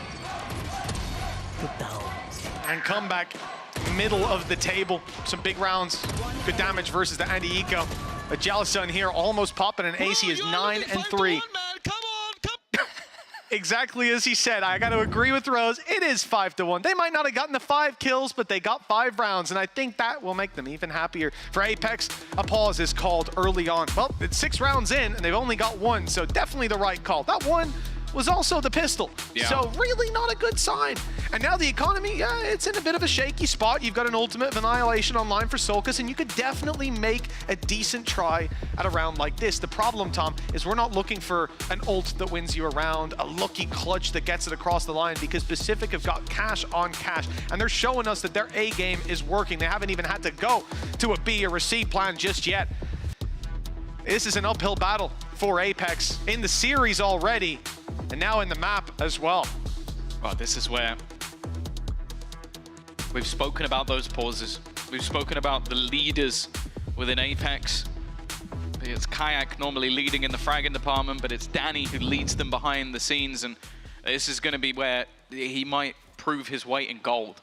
Because honestly, they need something. They have been bullied throughout the last half of the last map and through this half of this map. But the fact is, if Apex are defeated in this one, they are done.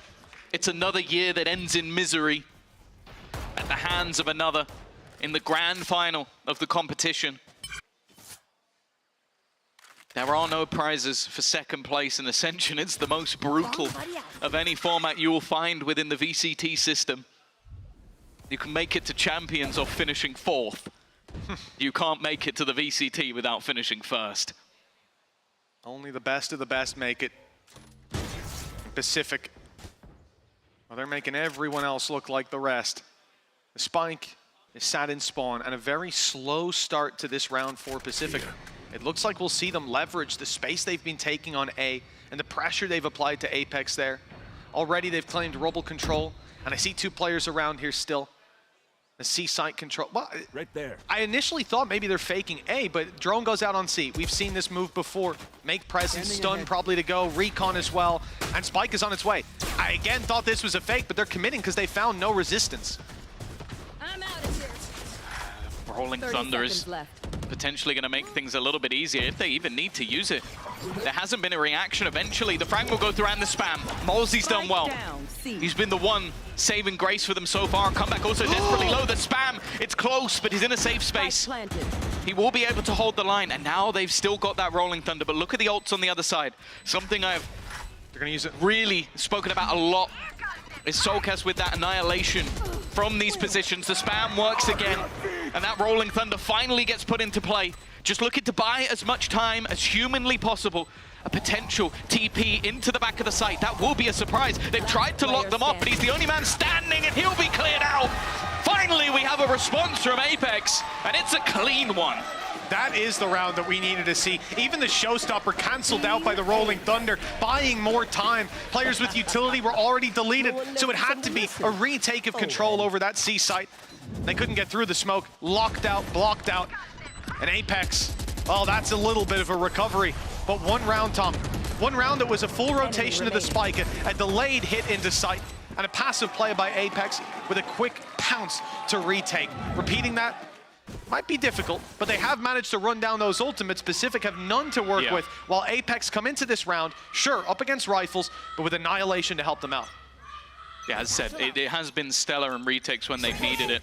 I remember it versus Viper's Pit before, but it's going to be once again that aggressive take over towards that Rubble position. The attack, though, are reacting immediately. They've seen so much utility, but they might just be attempting to try and sell a ruse of their own. They were given this site for free last time. It was just the spams that dealt them damage, so they're trying to check to see if those spams will be there again.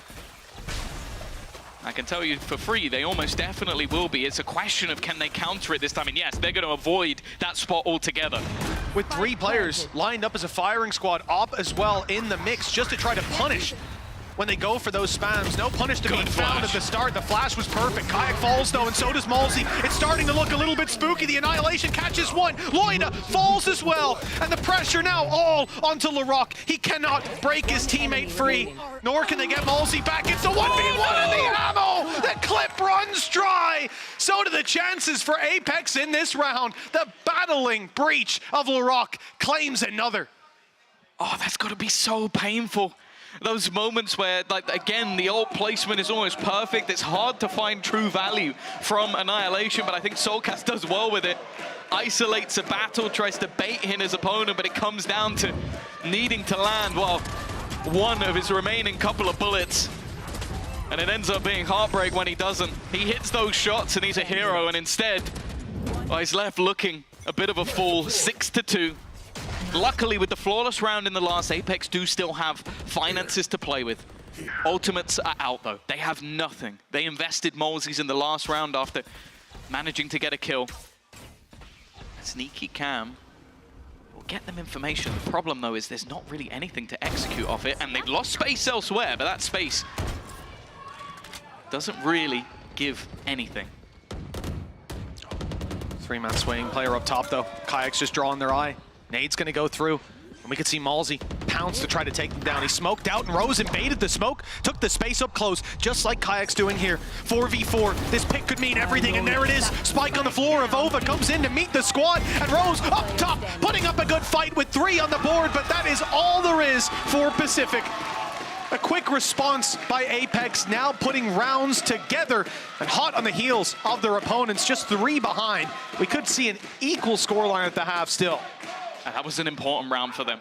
With their finances on the brink, they needed to recover something, and we do see a decent round for Kayak as well. As said, he has been quiet thus far, but if he comes online in the late stages of this series, that will be the most important. If they've saved him for the end, he could be the savior of the team. And on the other side of things, this is where their money's on the brink. Already 1 player down to a Bulldog. Operator in play for comeback, clearly looking to try and find those opening picks. And he was doing well when it was the Outlaw. Think about some of the fights he was able to take and win over on that A side.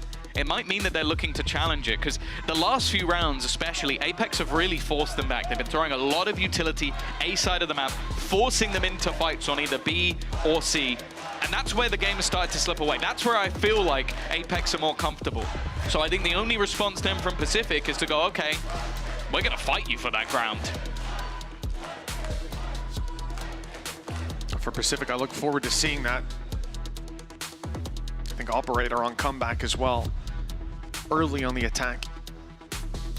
We'll see some of those fights as the barriers go up. For Apex, well, they've started that road to recovery, trading out rounds, but we need to see them put them together.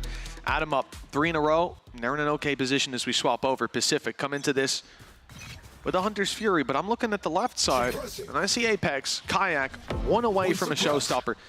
That could turn the tide of a round. I like this knife. We've seen it consistently put through, and it's just to deny that space over on Rubble. The nade doesn't quite catch them. Very close, a little deeper, and it could have. Hunter's Fury fired through, and the Rubble control that was taken comes at a heavy price. Pacific are rolling this side of the map with Malsey spotted and eliminated. Comeback dancing across his screen, and he's doing just the same with hype. Oh my goodness! Evova's left alone, and he's got to be scratching his head. That was filthy. I feel like I need a bath. That was just disgusting. He has just made one of the more experienced players in this entire scene look like a fool.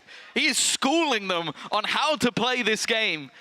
And what Evover is now left with an impossible task. I said they were going to fight them for that ground. The initial utility was just slightly off from Apex. They got caught in the net. I think that was 3, maybe even 4 players that were caught in that initial net, but the nade just wasn't deep enough.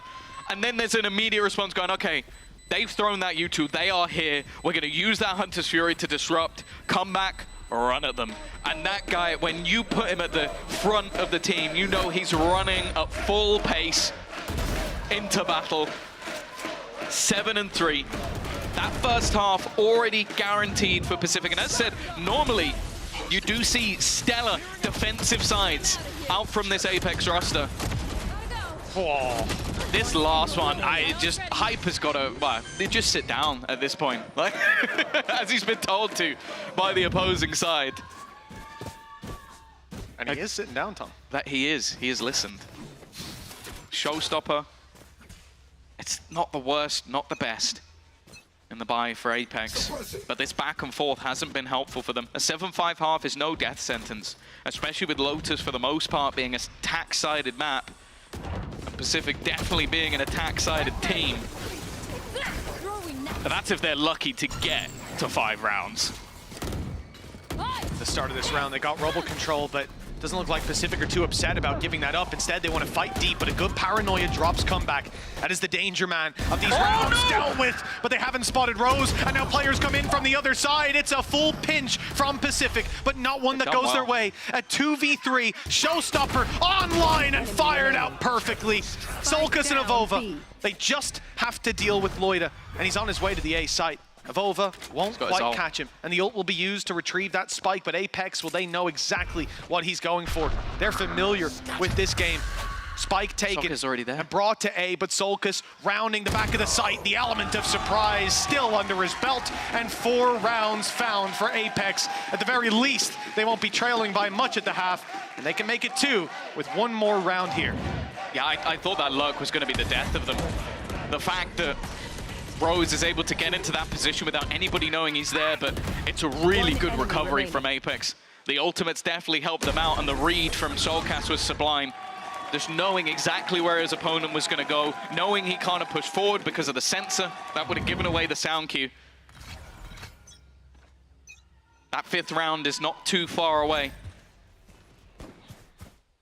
Would be a welcome after what has been a tough half for the side of Apex. No doubt, still pressure being put on that C side. And a lot of control this time. A lot of what we've had this half is a real brawl for that A side. But for now, all the control they could ever want is in the hands of Pacific. And it seems like Apex are fully gambled in on taking some C control. But they put this utility down on Rubble every round and then it's being ignored. Instead, they try to take space on C. Now Avova, wonderful job, even gets out of there basically for free. A 4 versus 3, a huge advantage. Space on A conceded completely. It looks like Pacific want to regroup and hit, but not even regroup. Comeback's going in. At least he's put his wall down to make it seem so, but the door will soon open. And the B site will be hit. I thought the spike was going through there, but I guess they're waiting for Loida to find the space, and he's done just that. Yeah, it almost goes down. It seemed like it should have been a kill that would have gone the way of Kayak. He had the surprise angle, but it was no surprise. That's a huge opener with Avova tagged down to just 5 HP. He's going to reposition behind them. The TP will have been heard. There is also a cam. If he gets past it, maybe this will be a problem, but no. They know exactly where he resides, but he almost just has to be a thorn at this point. He's so low on health that him making a play is just not going to happen. Caught by the trap. He's reliant on so much more.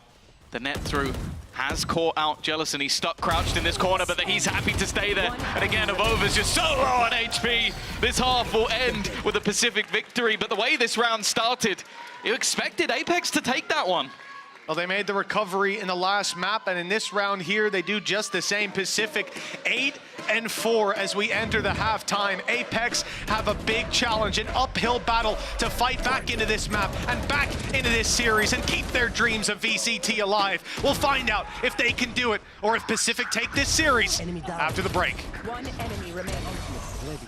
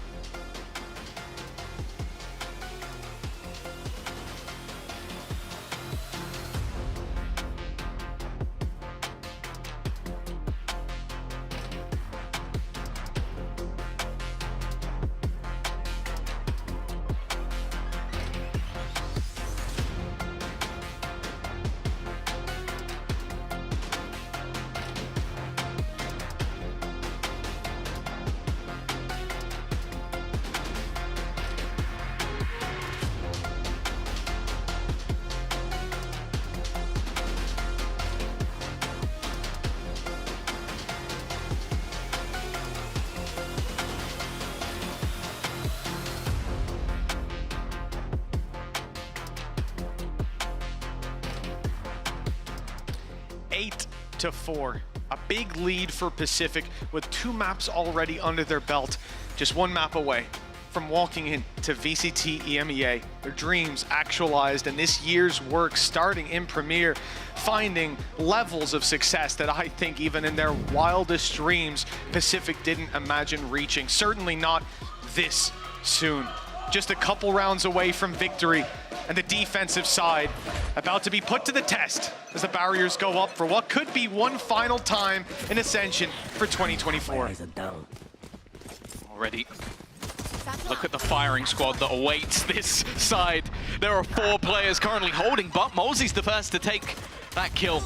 A lot of damage already done, and the nade will hold them back a little bit longer. In fact, Apex, I think they definitely spotted how many players are currently there. And with the footsteps being heard, so much information. Kayak got dinked up, but instead he's now in the backlines. It's going to take them a moment to destroy that barrier mesh. And while they're hunting to try and work out where that Razor's gone, they're falling like flies.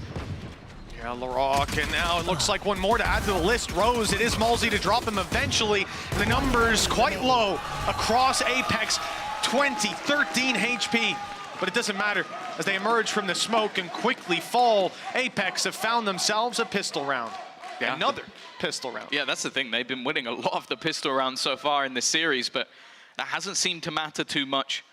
Going into this attack side, though, getting that little springboard is going to be important, and especially with the initial read from Pacific being incredibly good, to have 4 players in towards that broken door waiting for them to try and cross and still come out without losing a player in that initial position.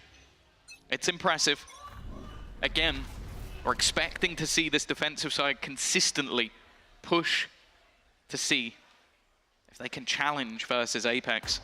Avova is in a solid position to deny, a high-low setup with Solcas alongside him, both with rifles in hand.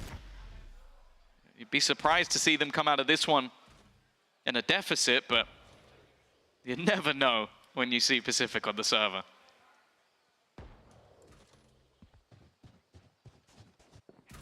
They're certainly biding their time on the attack, cautious of what could be awaiting around any corner, under any mound. 2 players tucked, and 1 close serves as the point of contact. Rock has been putting up numbers, and this is his chance. He's spotted, and here comes the swing, but so many players here waiting. Apex, I've got that one cleaned up so long as Loida doesn't go half. Be surprising. And it's only Rose, 1 against 5. Look, some damage has been done. There's a good chance for Rose to at least drop a couple of players and make this costly, but now he's been spotted as well by the knife. Those chances quickly subside. 8-6. Yeah, that's a huge round as well for Apex. In a position where, yeah, you might be thinking, okay, they're up against pistols, they've got a huge weaponry advantage. Not only did we see that slip in the previous half, but also it's just that huge economy booster. Molesy also is 1 away from having his ultimate as well. So you are going into a bonus round with 5 rifles, an ultimate 1 away, and a chance, if you can win this, to get yourself right back into a map, which, again, if they lose, we're talking about the repeat of last year. We're talking about this team falling at the final hurdle. If they bring it back from this point, be a chance to rewrite the history books. Already, though, Loiter under serious pressure, you'd think, but he's got that opener anyway. And he's not getting out of here. Usually you'd see players in a rush to escape, but he stuck around for another couple of seconds, looking for another pick.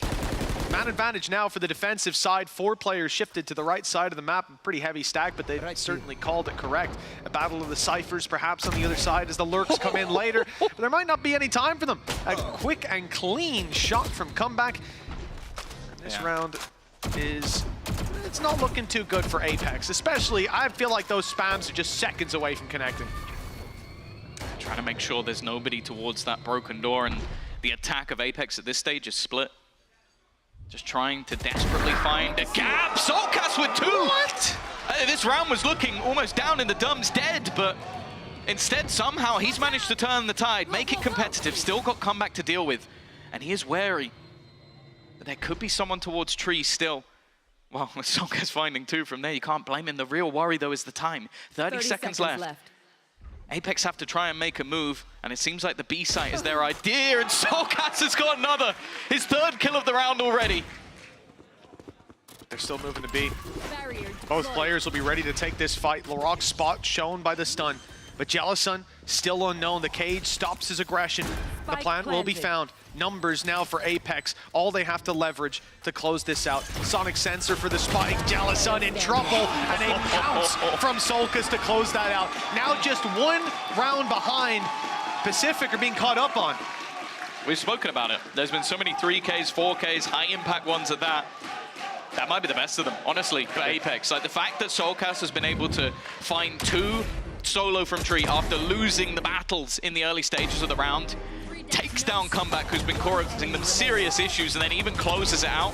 These are the sort of plays that Apex need to keep them in this match, because let's be honest, Pacific have had them in spades. They've had so many clutch plays, crazy rounds out of the likes of Laroc, Jellison in the first half. I don't even need to say Comeback, you already know. And now, well, the defense are left with less than ideal weaponry and 1 player already without a head. Yeah, Rose has been ripped out of this round quite quickly. Pacific not having the same level of success as that first half denial from Apex. They were stopping them from getting to rubble every round, putting in a knife early just to sort of leverage that position, then using the deadlock wall to block him out. There was a chance there for Jellison, but he hasn't got the right tool for the job as Avova picks up a double. C-site is overrun, and the plant will be easily found by Apex, yet to lose a player in round 16. And this one will be the round where they equalize. Again, you just see the irritating nature of the utility from this side on the attack. It just makes things so awkward. And this was something I mentioned with Pacific in that previous map when it comes to retakes.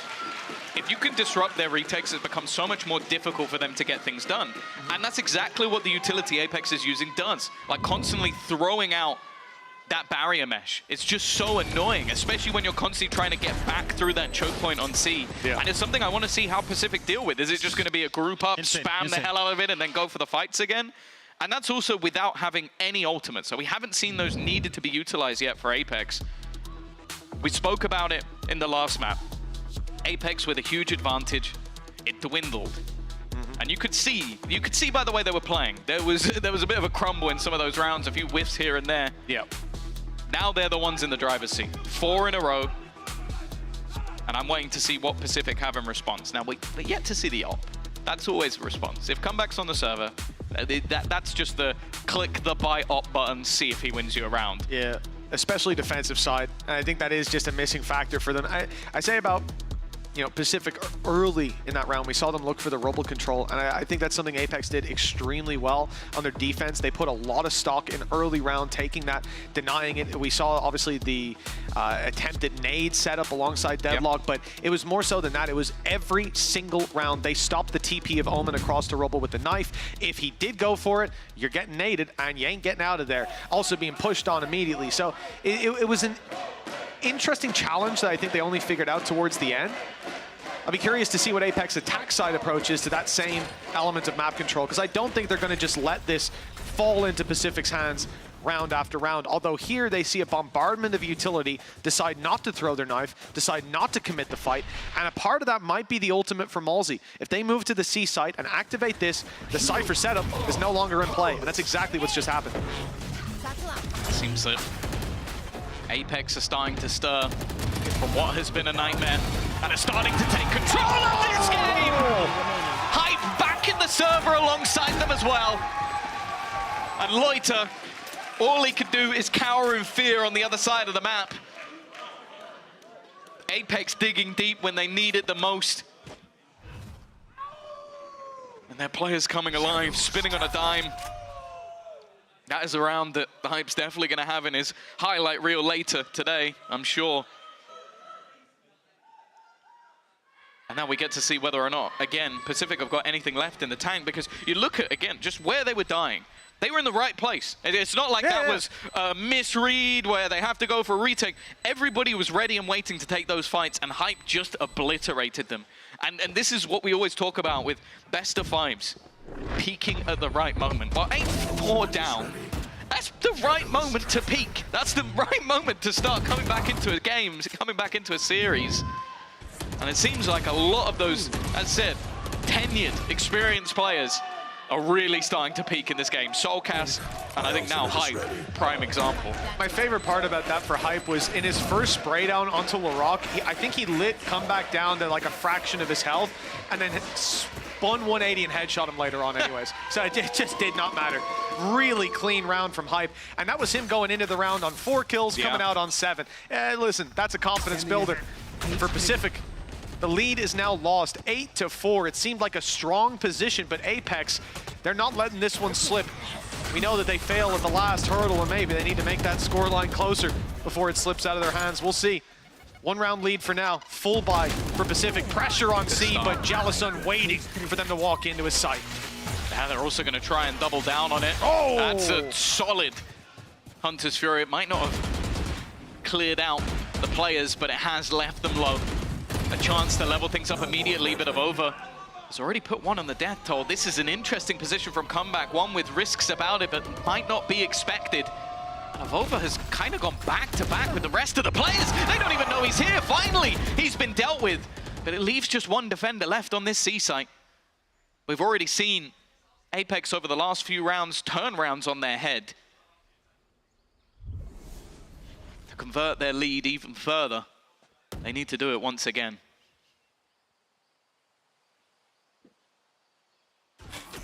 Malzy and Sulcus, Annihilation available, 55 on Rose, 85 on Loida. It's not an advantage, but it's something. Annihilation doesn't land. That's a miss, and it confirms they're still here. The firing squad ready and waiting. Paranoia delays even further, and with 15 seconds on the clock, options are limited. Malzy decides to take it to B. The nade won't land before the round is over, with Loida putting it to bed. 9-9. A streak of rounds for Apex finally broken. Again, well, we see the impact of those pauses, but more so just the impact of some of these individual players. A solid start. I'd say it was well, Vova got away with so much more than expected, but I think the hero of the round once again has to be Larocque. A solid couple of kills trading out teammates, but then even just the stun at the end to make sure Malzy's move to B was met with an unfavorable duel. That's the combo breaker. That's the response they were looking for. But it's still only level. And the economy game is not even close. Like, there is at least another buy, maybe another 2 in it for Apex. Whereas Pacific could go straight from Riches back to Rags once again. I think no matter what way this goes, there's certainly a number of players here with eyes on them for next year. But for Pacific, 9-9. It feels like this is their chance to close it. They picked up a round just last, but Apex come in, rocket there for Kayak. And they've given up full control over Rubble. Like I said, this is something that Apex fought for on their defensive side. I expect to see them scrap for it here on the attack. And, well, this is it. Full-on aggression, and Comeback pops the ult to shut it down. Avova thought he had to sneak up behind, but Loida more than ready. And now Apex left trying to pick up the pieces in a 3v5. Again, the util holding them back. They're going to run into more and more pieces as they look to go further. The knife will actually remove everything in play for Jellison, and his spam hasn't dealt too much, but even still they're revealed. A cleanup as they completely shut down the attempted switch up. And it was a short-lived lead for the side of Apex as Pacific respond. That's a terrifying sign at 9-9 as well. A round like that so perfectly put together. Apex threw out a number of sneaky jabs, but every single one was blocked by Pacific. The initial aggression in A main denied right away. The TP used by Avova, he's been good. He's faked out a lot of those TPs so far this series, but it's this. Yes, the knife lands. Yes, it takes out Jellison's utility. What it doesn't do is catch the second player who had not rotated. The confidence in the A-hold was there. The recon was perfect, as it is this time. A lot of information for the defensive side. They know they're facing a heavy A push, and that's why they're not scrapping. They're leaving it. Okay, Apex, you took that control. They're going to ready themselves either for the retake or for picking off a few as they take the control of the site. I think as well, the counter utility there. The paranoia left so many players blind on the defense that going forward just wasn't worth the risk. That ground has been claimed. A showstopper as well. Will leave some of the players on the A site a little nervous, but instead, it seems like an attempted split towards B. Now, this is a spot that, as you sort of said, the defense have been able to hold on to. So a B split has not been particularly easy for Apex to run. They're going to still try and sell the idea that there is pressure being put on A. Those players now without utility, without a hope to hunt, but there's still 2 within this B site waiting, watching for that fight. Larocque is on an off angle that might not be expected. He needs to find something, but he's shut down immediately. The rest of the defense, however, has been able to find their way, but they will all fall as well. There is no easy victory here for either side. No streak of rounds as Apex will make it back to 10 as well. Neck and neck once again. Pacific, they've got to be feeling the heat, and you have to commend this roster for it. The fact that they're putting up this performance, making those comebacks into the previous map, looking strong here in second half. And this is coming off the back of, I mean, a bunch of youngsters, a squad that should crumble in these positions, but it has been a streak of rounds from Apex interrupted, but now they're back to winning ways. Double digits for both squads, and we're entering the home stretch with pacey. A rocket launcher for Kayak. That's got to be point of contact. No, it's not. He's not even activated it yet. Just walking in with the rifle, and that's a mistake he won't live to regret. Come back, surely not. Surely not! He almost goes down to the fragment. Avova's position being revealed. He's going to fake out the TP and just opt to hold in the corner. Oh, it's Summerall still wins the duel. Left completely blind. Comeback still fighting strong. The flash will leave an opponent blind, but still winning that fight. Rolling Thunder sent into position. And the rotation from Hype is a long one. He needs to get there. He needs to get there quick. The angle's being held by Comeback, the man who's dealt them so many issues. The spam's going to do damage, but they've already defused.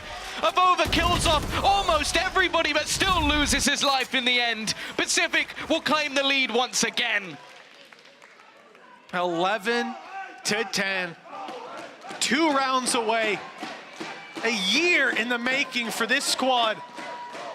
And I don't think many people believed in them. Hell, Tom, I'll put my hand up. When I saw the group stage results, I said, well, I guess one group's stronger than the other. That's sort of how I felt. But I've been proven wrong throughout the playoffs, and here today, no matter what happens from this point, Pacific, I think, have earned everybody's respect. This is a squad, not just to respect, but to be damn afraid of. LaRock in with a chance here. The rocket launchers, oh, it spots him, and Avova gets him first. And it's the same sort of start, though. Comeback, fighting from an angle. Another response to put the advantage with them once again. What they're all fighting for on screen, that trophy, theirs to take home. If they can convert this advantage in one more round and the spike is left on the deck, Avova, he's gonna claim it and take it to the spawn. One of the most unorthodox positions you'll ever see the spike in. And his teammates are gonna try and meet up with him. The thing is, the defense will have no idea where Avova currently sits, and he might be able to be everything in this round. If he can find this kill onto Jellison, he could potentially turn this into a victory, but Jellison is now fighting deep within the site. He's left within his cam, has absolutely no idea where his opponent is going to be coming from, but they are slowly revealing the ideas, slowly selling the idea, and he walks straight into the hands of Avova. That advantage dissipates, and we find ourselves 3v3. Sonic sensor, it's waiting. Looks like Comeback was ready for it and will activate it as he walks away. Removing a piece of utility for this squad. 1 kill for Solkus. The Annihilation is online, and that could save the round in the position they're currently in. Pacific on the retake, spam's good. Loida down extremely low, dropped in fact, it's Hype. And Avova claiming the kills with Solkus, the cherry on top. A kill that gets Annihilation online for the next round and ties up the scoreline again. No matter what, we might not go to 5 maps here, but we're going all the rounds on Lotus. It really is one of the craziest ends to a map you may ever see. Continuous back and forths, adaptations, risks being taken. You mentioned the last time Avova used his TP. It was a gamble that failed miserably. This time it's a gamble that wins them the entirety of the round. He took the spike. If he died anywhere else, he was screwed. And look at the counter. So much to put things down, but it's still the opener going the way of Pacific. Now look at what they have. This was pistols, a single rifle, an ultimate that's now been denied, and an ultimate that gets them an opener. They may have a man advantage, but they have no other advantage in this round. Jellison, he's hit the timing almost perfectly. Even a 1-for-1 there is not too bad. Oh, the nade, the Shrouded Septo from Loida. He's now up top, position spotted, and Kayak finding the kill from below. The dreams of Apex stay alive, but they've only equalized the numbers. The pistols trying desperately to get a rifle back, and Comeback's landed the kill. The space now theirs, and the 2v2 that they can fight for, but Comeback so desperately low. The headshot's perfect, but he won't land the next. Hype with all the pressure on his shoulders to keep the dream alive, and he'll land the third. A big play from Hype, a huge round from Apex, and they've guaranteed themselves at least an overtime, and perhaps they've bought enough to give us an Ascent. And life flashed before their eyes for a second there. With Comeback sliding in, I was thought this might just be over. With barely any weaponry, 2 ultimates committed, a risk as always being taken by this young Turkish side. Risks that we have enjoyed, loved throughout, but now that might be their undoing. Apex have fought tooth and nail to get themselves back into this map. They have found their footing right at the depths.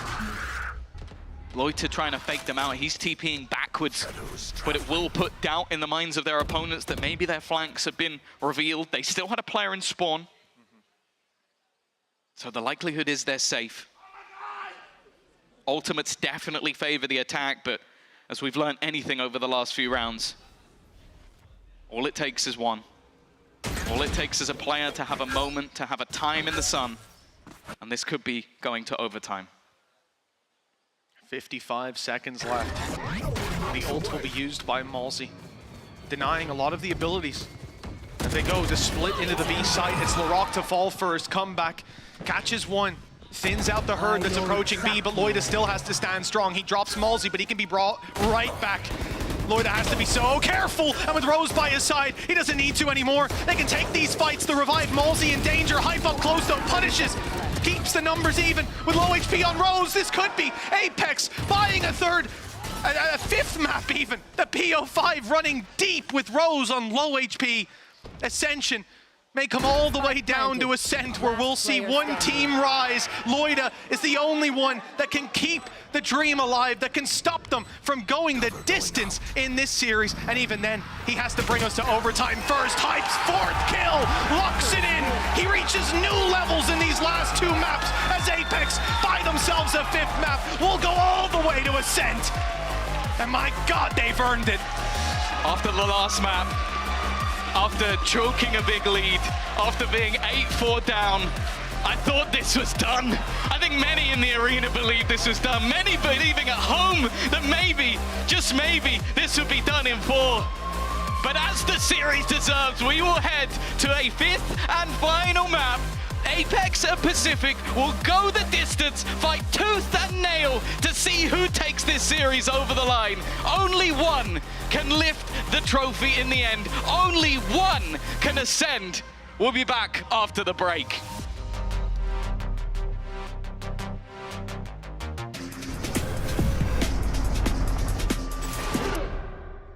In my zone, yeah, I feel at home. Silence on my phone, focus on my goals, whoa.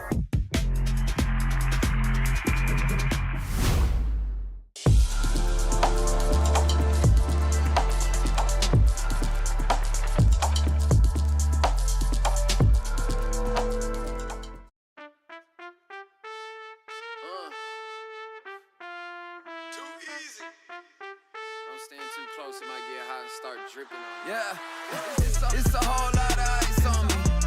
Don't stand too close, cause you don't if you say that you might know me.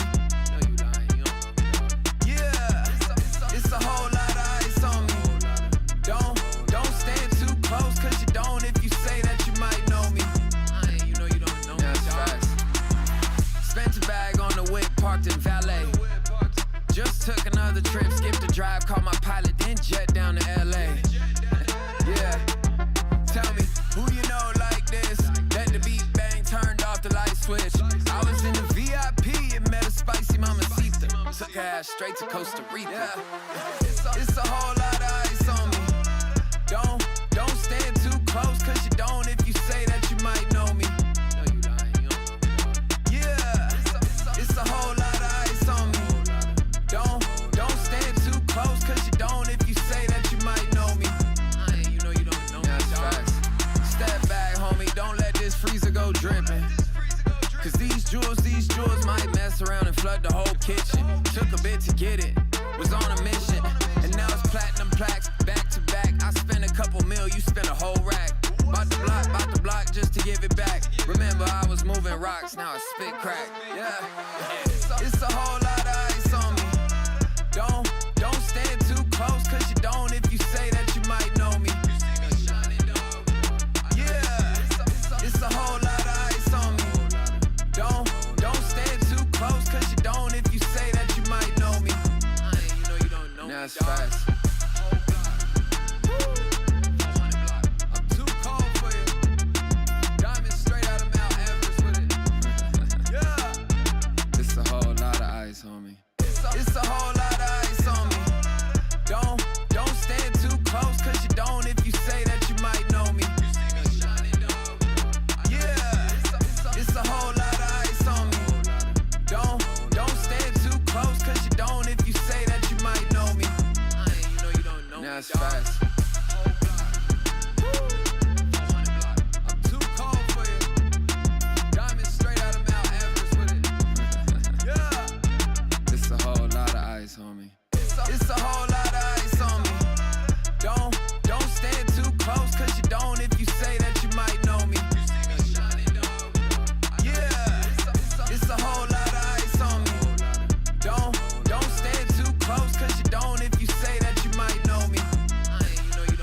fast, fast.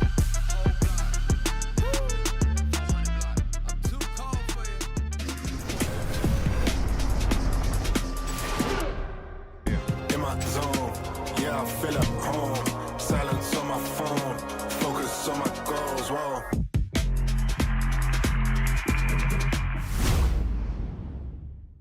What sets you apart from the other two teams? I think we have a really good chemistry. I mean, we have a lot more experience than the kids and the random Germans. Why are you winning Ascension? Because we have kayak. We are winning Ascension because we are the best. I feel like we are better individually and we got a lot more experience, especially on the stage now. They're probably gonna themselves. Do you have like a routine or something that you do? Yeah, I think before I kind of like to just listen to like music, especially a bit more like relaxing kind of music. Sleep 9 hours, do all my aim practice the day before, then do a small warm-up. I mean, just not having a lot of outside factors like stress from family or stress from whatever, you know. So I listen to music, I try to stay calm, so I try to focus on the game. What's the most important thing to know about your team? We thrive a lot on like chemistry. I don't know, we're super just close with each other. We're pretty open. If something's like, not like good within the team, we're pretty open to like saying things. So I think it's like a good environment for improvement. This grand finals is going the distance. We will get a map 5 after that crazy map of Lotus. I'm Yingsun, I'm back here once again with Kakuka and Billy. We hear it. We've been having this debate about experience versus the rookies. We even heard it from Avova just now, but you can't help but feel for a team to lose a map on Haven from a 9-3 up and then come back here, chase from a position from behind and then winning it to go to a map 5, Billy. That's experience. That is why they are pushing a map 5. I feel like this whole series so far, though, has been very much like cat and mouse.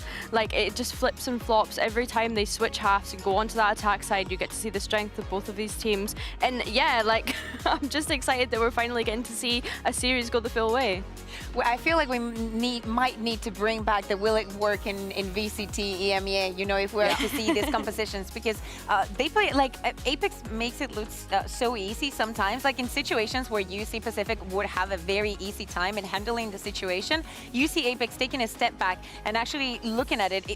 To me, it's more surprising from the attack, They gathering all that space and putting all that pressure with just having the KO on multi on the KO to gather the information. What they do with it is brilliant. And this patience and this way of reading the game, Kakuka, we just have to credit them because it's because they've played so much. It's because they've seen these situations. They've been there that they're able to adapt so well. And I'm very glad it's going to a map 5. Yeah, exactly. There were a couple of rounds, especially in that second half, that we wanted to highlight, right? And when we think about, first of all, Soka's hitting this double kill that he should have never, how he waits, how they read what Comeback is trying to do.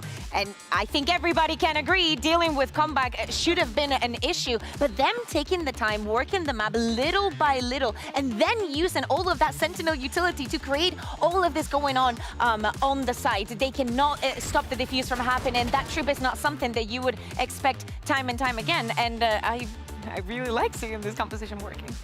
Yeah, I think something that we've seen Soulcast using with that deadlock wall as well on his defense was the same way that you would like pop a smoke down and have a silver dart through it. Like, that's how he was using that deadlock wall on his defense. He was able to just block a side off to himself to funnel the players having to come fight with him, like take that duel head on, and he'd have players to help and assist in that.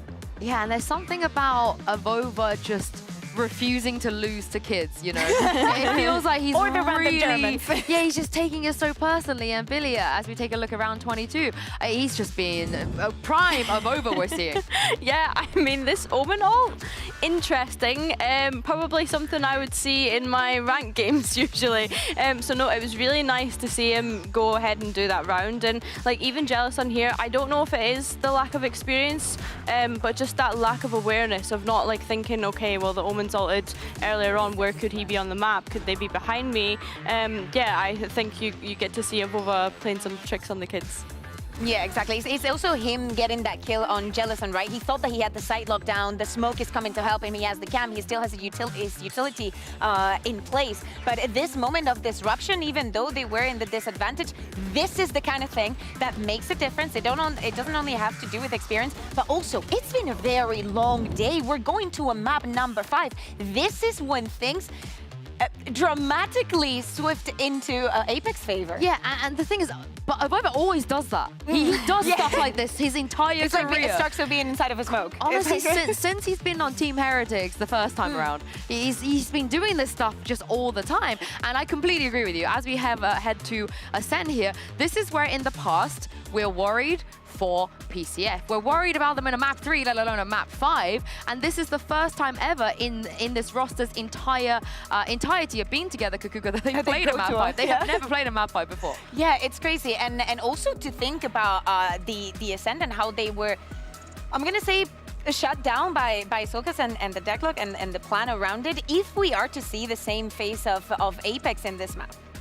Yeah, I want to go back to the point about them never playing that 5th map on a best of 5. Like, they have at least had LAN experience is something else that I want to touch on. You know, in their VCL league, like they've been able to play online in those grand finals, whereas Apex, I mean, as much as the players have played on LAN, this roster has never played together on LAN. That is true, but I think Soulcast has played more map 5 by himself than I think the entirety of PCF put together, which is really crazy. And the thing is, Ascent is map 5 too. And you would think normally the Turkish team will have a very nice time on Ascent, but this is not the case. No, not at all. The last 3 times that Pacific has played this map, they've played with different compositions. So preparation is not going to be key, but especially going to a map 5, I wouldn't consider it to be very important, especially with the composition that Apex run. Am I expecting changes? Maybe on the side of Pacific, right?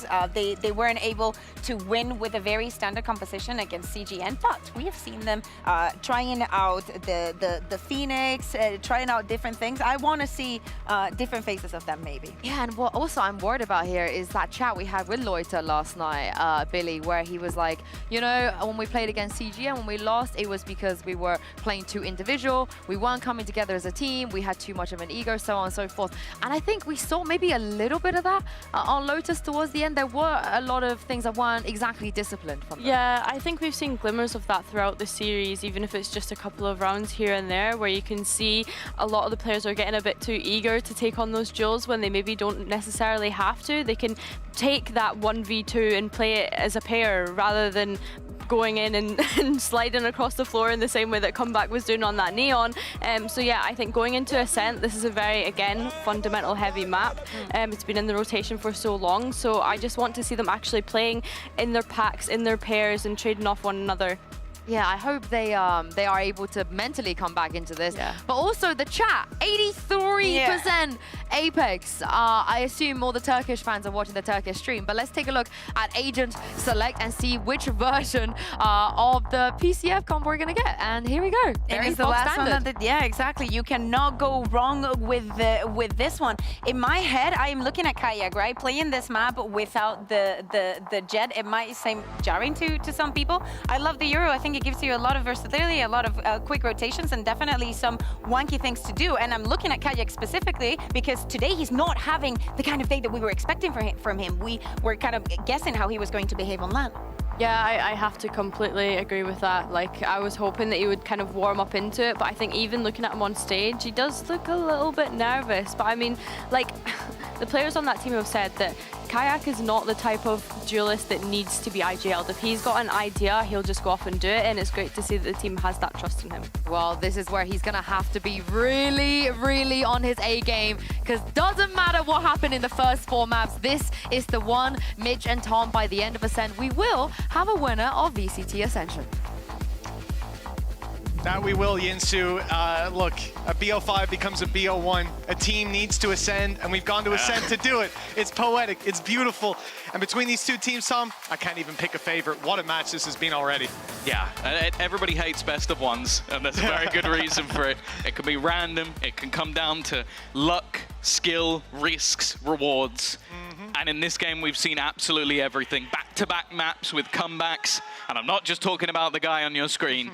This has been one of the best series, but only one team can take home that trophy. Only one team can ascend and have their dreams come true of making it to the VCT next year, and the other, they go home with nothing. That's literally how brutal this format ends up.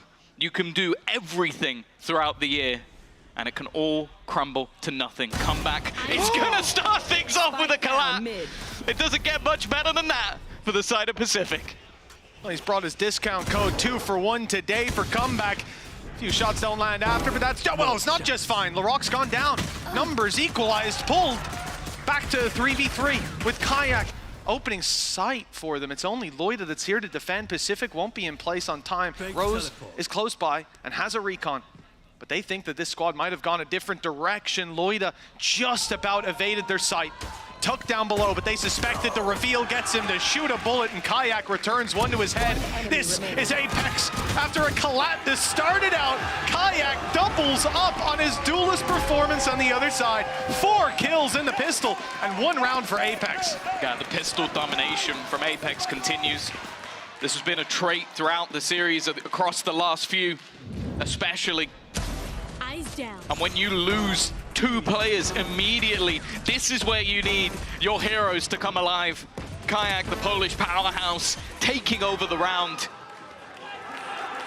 And that's exactly what you want to see if you're an Apex fan. We have had crazy moments from every member, but we are still waiting for that Kayak map. And if you've watched this man play before, you know exactly what I'm talking about. We said if he turns up in the depths, that's when he comes online. I have the spike. It'll be prime time. And for Pacific, it would be heartbreak. Apex.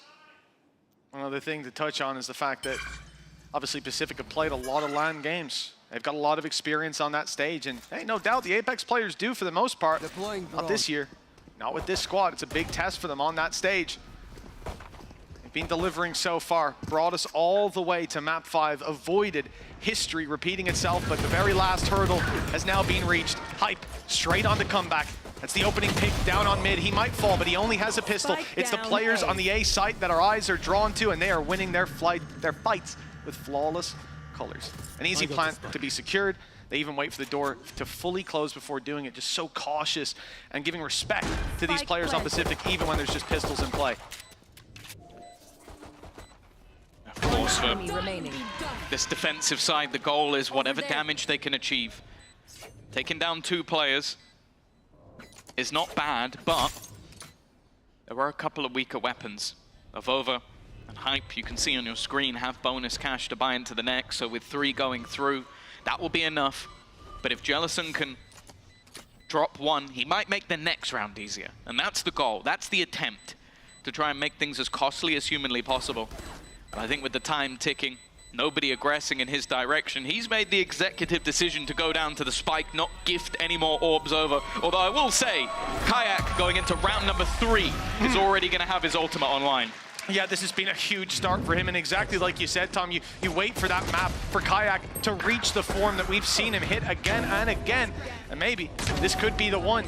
4-0 start, lots of orbs farmed, ult online, and that's a great entry tool in the round like this, especially when we look at the purchase for Pacific. They have pooled their cash, and they've gone in for a big buy on comeback. He's not going to have any shields to work with in this round, but he does have a big old operator. And if someone like Kaya can clear the way for the squad, that operator might find it hard to find the value that we've seen it flashed out of these rounds again and again. I'm surprised this is, when you see that ultimate on the other side, I'm surprised this is the round where you use it. It is shocking. You want to be more dynamic. You don't want to have yourself potentially completely blinded up within the first few seconds. He's going to take that space towards mid. Now already the doors have been closed. Looks to re-clear short instead.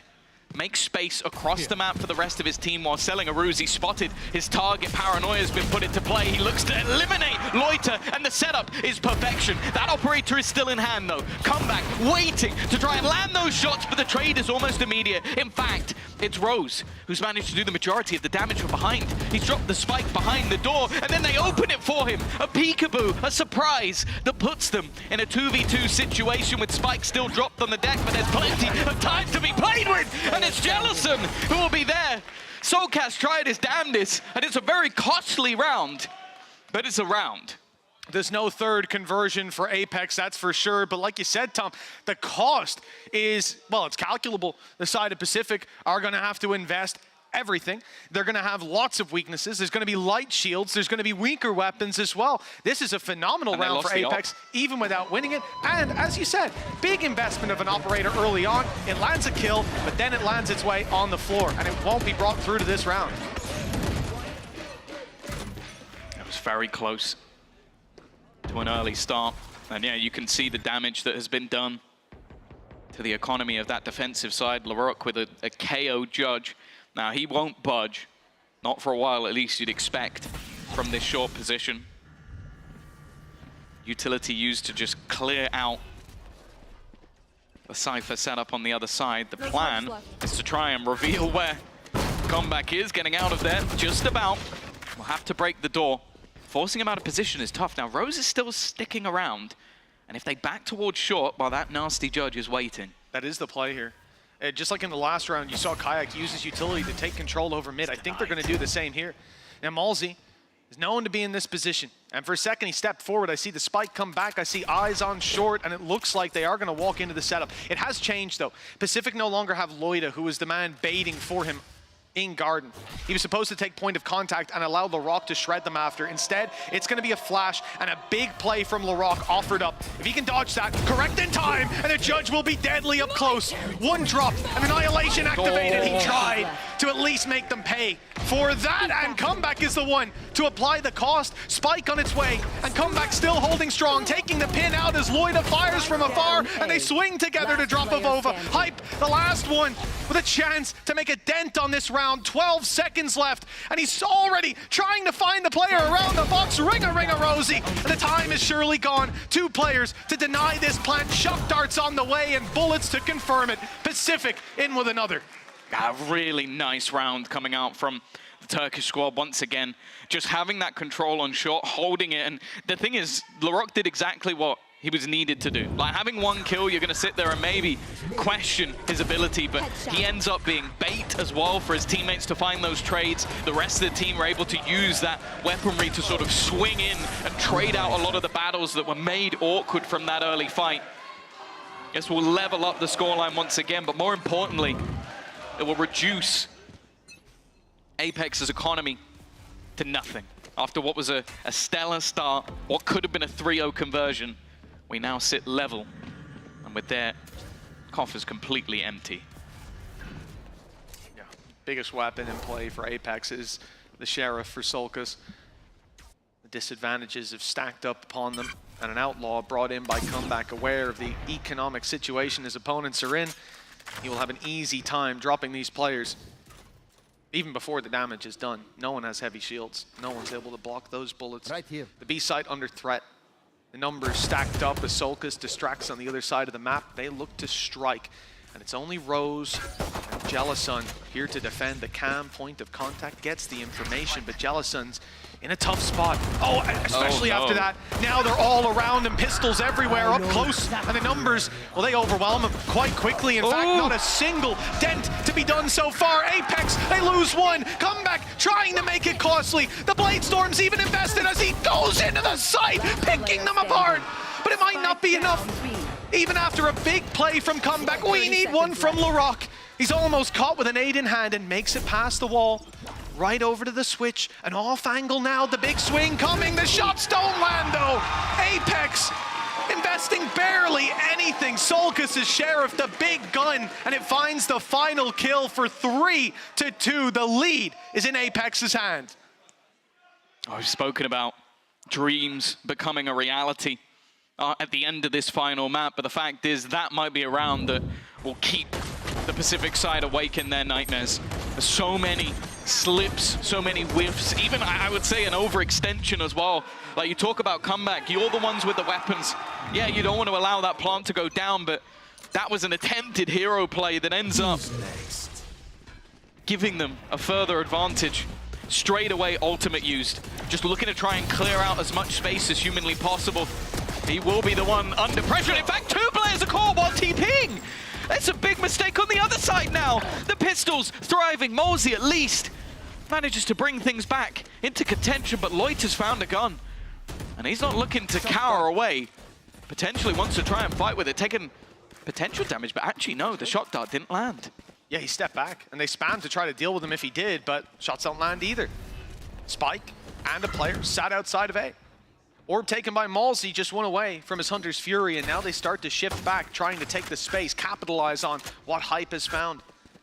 They spotted by the camera. There'll be players waiting for them here. Oh, yeah, you're dead. Caught with a recon in hand. That's unfortunate timing for Rose. That's the numbers equalized now, and despite 2 rifles picked up, the advantage now sits with Apex. The only thing is the Spike's a little slow getting here, but they still expect on the Pacific side that there'll be a double back to A. Yeah, the problem is they 30 seconds left. have only spotted Hype. And if you've watched Apex before, you know that this man is often left out on an island. So you're not really basing too much of your calls on just seeing that man. You needed more, and well, eventually more has been delivered, but it's at the cost of the site, at the cost of the setup. 10 seconds left. Solcast placing everything. Hype in such an aggressive position. I don't think he's been seen. They don't know he's there. They have absolutely no idea. They're already trying to push their way through the smoke with a man in their backlines, and they don't even get that far. A shutdown on a round that had some hope, that had opportunities for Pacific. But Apex stabilize. 2-round gap. They've done remarkably well. This should have been the lead for Pacific and a chance to extend, and instead, well, there was a scrap from the pistols. There was danger. We were worried. But it's cleaned up in the end by the side hold, not even needing Hype's nasty position. And big value by Hype, being left out to creep around the map. We see that time and time again. Defender's nightmare. That is a attacker's nightmare right there. I bet Malsey's just thinking, I hope the stream wasn't watching me there. Let's just all pretend we didn't see it. See what? Exactly. Oh, it has pushed them back a little. Lloyd has been seen. That's not a spot that you really want to be in. He's going to have to try and fight his way out, and he doesn't. Kayak's going to win that opener. We're seeing a few more blunders creep in for Pacific. Fights that don't need to be taken, risks that aren't paying off. And while already that advantage looking like it'll be converted even further, it's comeback that gets caught. There is a trade, and actually LaRock finds another. He's the man holding on the back of the site, somehow does more work than expected. But even still, the rest, a little bit late to the party. I say that, Rose is just diving in, looking to try and do this, or has support from teammates, and with the Spike still rotating into position, they'll retake it before it even begins. Somehow, another kill has come through. A swing back in, but it's left all onto one, and eventually Apex will get that job done. They're doing well on this attack side. Normally, they're weaker of the two. That's a very scary sign indeed. The pistol round will give you the injection of rounds, but here now 3 in a row. Apex finding full form, and I wouldn't even be surprised if Pacific called a timeout. They're coming into this round with just pistols. It'll be a light buy for this squad. This was the round where they really had a chance. I don't know how Jelson managed to win the fight onto Solcast either. It felt like there were some warning shots fired out. That warning was not heeded. 5 for Apex. And a full buy up against pistols, but, well, as we've seen so far, that does not equate to an easy win. Apex almost fell to a buy that had less teeth than this, and in fact, Apex punished with a buy that had a lot less. Hype, the one to open this, and the B side as a result is left wide open. Yeah, his lurks have caused so many issues now. As said, it's almost just the false information that he sells. He gets that pick, you spot him, and you still know nothing. You don't know if that's the full force of the team, because they always send him out isolated, which obviously it has its risks about it. It can cost you if he goes down. But that's the thing, he feels like a safe pair of hands each time that he does this. They've got more information. Abova actually falls top mid. That should be a gun to be retrieved. The issue, though, still stands in the same spot with a solo defender in the form of the IGL, and that shot will not be landed. Comeback on low HP, has a chance here, but they're waiting for him, watching for him to push around that corner. And again, with opportunities showing themselves, LaRock, it's a good flash, but he still hasn't found anything from it. 30 seconds left. Loiter. Spike planted. Fair. Nice shot. He's taken down the door, and another player, a second as well. And now you can see immediately the remaining Apex players take more passive positions. Yeah, unsurprisingly, they're a little worried. Lloyd is even going to grab himself a rifle. The young gun with the chance. 1 versus 2, but the time ticking away. Out goes the paranoia. Doesn't force anyone into his sight lines, and now time ticking away. At this point, have to rely on a mistake from Apex. They're dancing around the site and Hype waiting in the smoke. Lands the shot. Another for Apex as the lead extends in their favor. Not long ago, it looked like the series was going to slip out of their control, like they wouldn't even make it to a 5th map. And now they have a commanding lead, one that's put the pressure on for Pacific as the defensive side calls a timeout. Well, that's the thing. The way that this series has gone, there's a world where they've already closed this out if they manage to take Haven after crumbling from a mass lead. There's a world where Pacific have already taken this on Lotus after they lose from an 8-4 lead. Now Apex sit in the lead, and I'm sat here questioning if that's a good thing if you're an Apex fan. Because we've seen impactful tactical pauses, we've seen returns from spots where there should be none. But the fact is, as it was mentioned on the desk, there is not a member of this Pacific roster that has played to a 5th map, especially when it's on the stage. It is a different ballgame. So many factors come into play, and as said, you'll spot that there'll be uncharacteristic mistakes, but the amount of time these players have been playing, the amount of pressure that is on their shoulders currently, it completely changes the dynamic of the match. And as said, at the right time, Kayak sits at the top of the board, Soulcast alongside him, those experienced players who've been here before, who have fought all 5 maps, sit there with a smile. Because as the further this series goes, the more you have to believe that Apex are in the driver's seat. Well, it is. The more you fall back on that experience, and now 5th map deep in a series, lead slipping away as Apex extend round after round. For Pacific, a few more losses, and I think that's where you will start to see the difference. 6-2. It's not a damning score by any means. The operator of comeback looking for a victim. We've seen Hype contact play this 100 times, and if he does it this time, he will meet his maker. Comeback straight in with the opening. B site secured. And the squad on A ready for a hit. They're getting aggressive, in fact, stepping right up to Avova, but luckily he spotted them. Yeah, they want to try and deny this man anything. He's going to go TP. He's trying to TP behind them in the spawn. I don't even know if they've realized he's here. He's going to fight into it. Avova's just found a pick, and now this leaves a couple of players somewhat surrounded. They're going to isolate Jellison.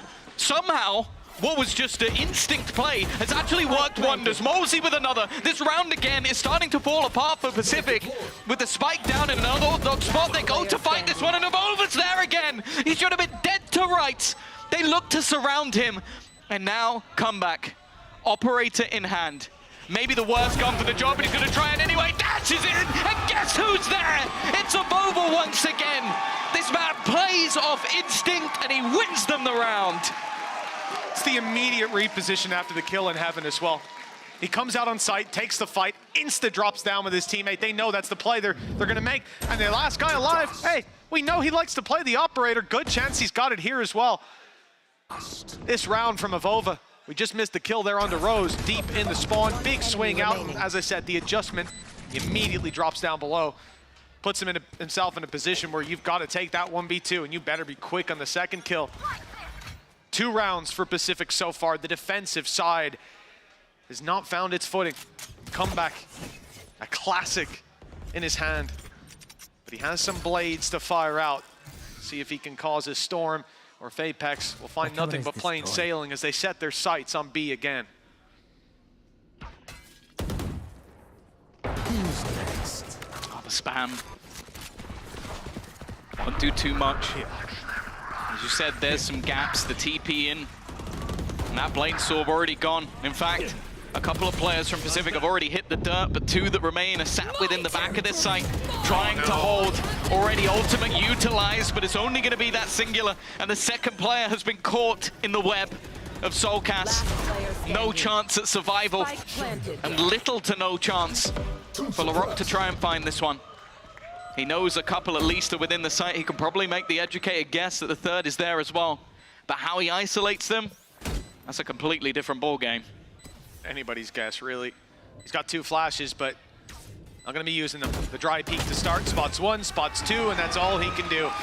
8 on the board for Apex, leading by 6. The attack side is shaped up beautifully, and despite a little bump in the road, Pacific, they haven't been able to put up much resistance thus far. Comeback will come through with another operator as Haza leads the chant down there in the audience. Apex, well, they seem to be just a few steps away from breaking the curse that's haunted them for a year now. It's been something that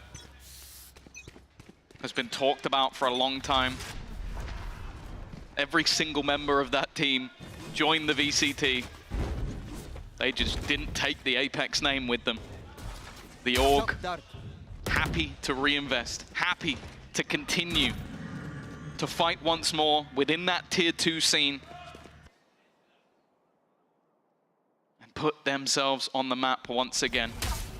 No one can question the desires of Apex. The only thing is, do they have the bottle to close it?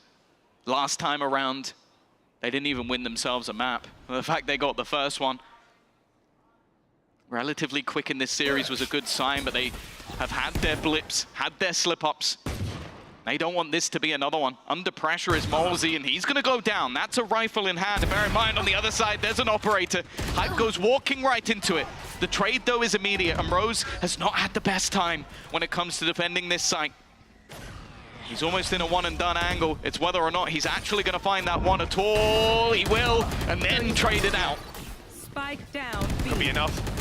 Larocque already here, backed up by Jellicent. They'll take the space. And sure, the wall's gonna block for a moment, buy some time, but the reveal means there's nowhere else that they need to look. No concerns. I think one of those sonic sensors destroyed immediately. The plant to be found. Avova dropped off the bat, and Solkis will get nothing.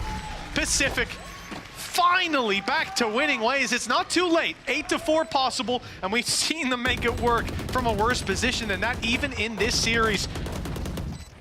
Just have to make sure this isn't a flash in the pan. The Channel-made spray on the floor for good luck. Let's see if it can work this time around. Still showing that they can battle, they can brawl. One enemy remaining. Solid shutdown and comeback, of course, at the heart of it. That operator in his hands has been a nightmare for every team that's faced him. The last couple of maps, Apex have done well to weather that storm, but even still, he sits right at the top of the board. Larocque may be going a little bit more quiet than we expect. Of course, one of the youngest players we have playing in the entirety of this tournament, but even still, he has made a name for himself. And I'm sure will continue to for many years to come. The question we have for Pacific, is today their day? The last map, as we've already said, it could have been theirs. There's been opportunities for both teams. We could have seen a 3-0, we could have seen 3-1 in either direction, but the fact is it went the distance. It's gone to Ascent.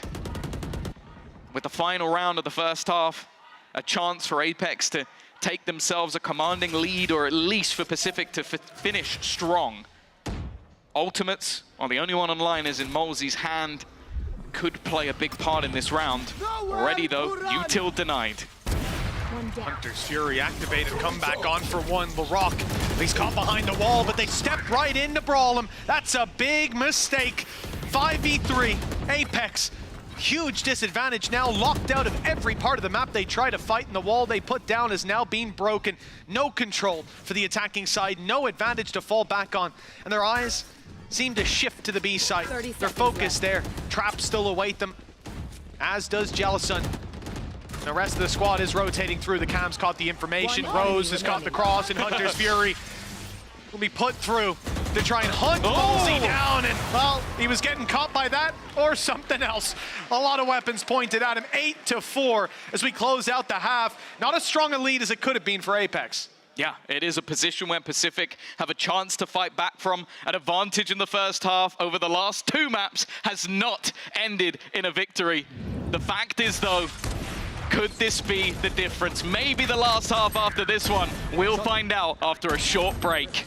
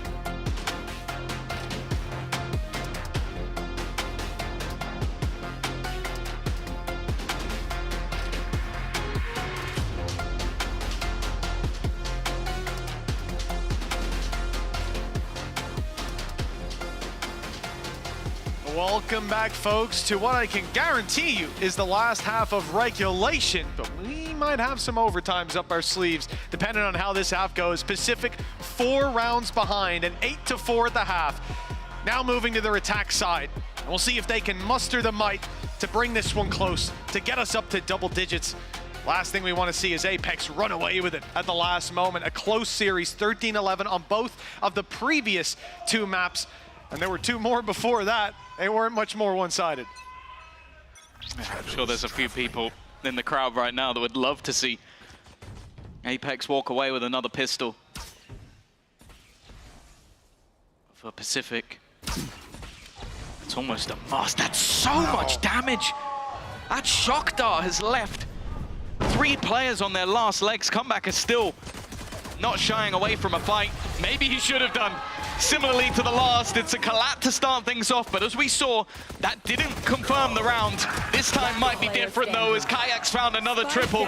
Jellison, last man standing, another shock dart to leave him low. And Apex are gonna take themselves the pistol. They are 4 away from undoing everything that happened last year. For Apex at this moment, you gotta look to Kayak in those pistols, man. What was it, a 4K to open up the first, a 3K for this one? Yeah, listen, if there was another pistol round, they might avoid him. It might not give him the fights, but that time is long gone. It's a leg shot. Ridiculous. It's the shock dart that does so much, and that's the thing. You're gonna see the assists of Molsey climb quite high after that. He had so much impact in the round, and while it's really not shown in terms of the kill tally, very little to play with in this round. And while Comeback executed, a chance for Kayak again to just farm up orbs, 2 away once more from having his ultimate in round number 3. It's able to get them so much in terms of information. The worry for Pacific now is that that energy is dwindled. They fizzle out in the final map, and will Apex claim the crown that was promised to them a couple of years ago? Their entry into the Tier 2 was something to be excited by. They built a team of veteran players, and they doubled down on it. They believed in it again. Over there. That they can make the right choices, that they can invest in that coaching staff, the people behind the scenes, and put everything, I was going to say on red, but I guess on orange. Pacific in this round, yeah, there's no hope. There's nothing to be found. An extra little bit of damage 30 seconds left. will only reduce the torment of what they have to fight against in the next. And then they have to, once again, dig deep to string a crazy amount of rounds together. With the average age of their team, you'd expect this to be a done deal. That's signed, sealed, and delivered at this stage. But that can only be your belief if you're joining us right now. Because the way this series has gone, as said, they've already fought back from a 9-3 deficit to turn a map into their favor. But if they're going to do it again, it has got to start now. Time to jump. The thing is, you know, the first 2 maps, a little bit more pacey, but those last 13 to 11s, 2 in a row, that's going to drain you. deep into the series. Nothing can be left in the tank as we close out this final map. Double digits for Apex. A mixed buy for them as they play this as a bonus. Pacific put everything on the line, but they're not going to have that many easy fights. The Apex side, players like Avova being at the top. He was the first to reach it here in EMEA, and he's on his way back. Kayak, the young gun, joining that experience, and he's picking up the opening. Malsey realizes that's maybe not a risk he needs to take. Avoids the spam battle down mid. Still an advantage late into the round, and they're walking right into the deadlock setup. Yeah, this is the thing. You've got to try and delete it. A dash into this position will almost definitely leave you stunned, and instead they're walking right into the hands of Kayak, who is tearing them a new one. Loiter, last man standing, and wow, Shokdar. It tells you that they know where he is. It doesn't even matter. Look at where the spike is. Getting past all of this utility is a no-go, a no-show.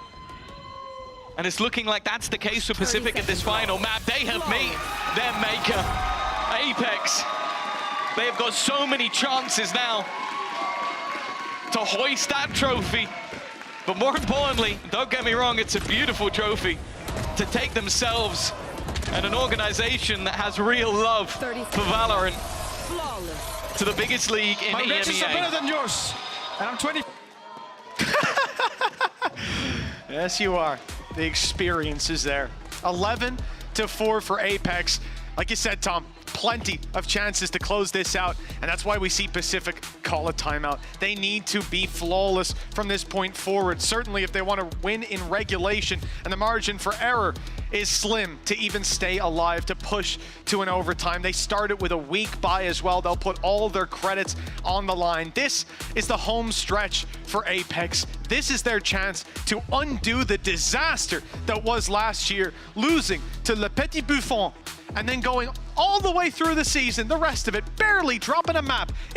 We used to write home about the time a map was close with these guys. And then, well, the old roster, of course, not the same players, but the banner.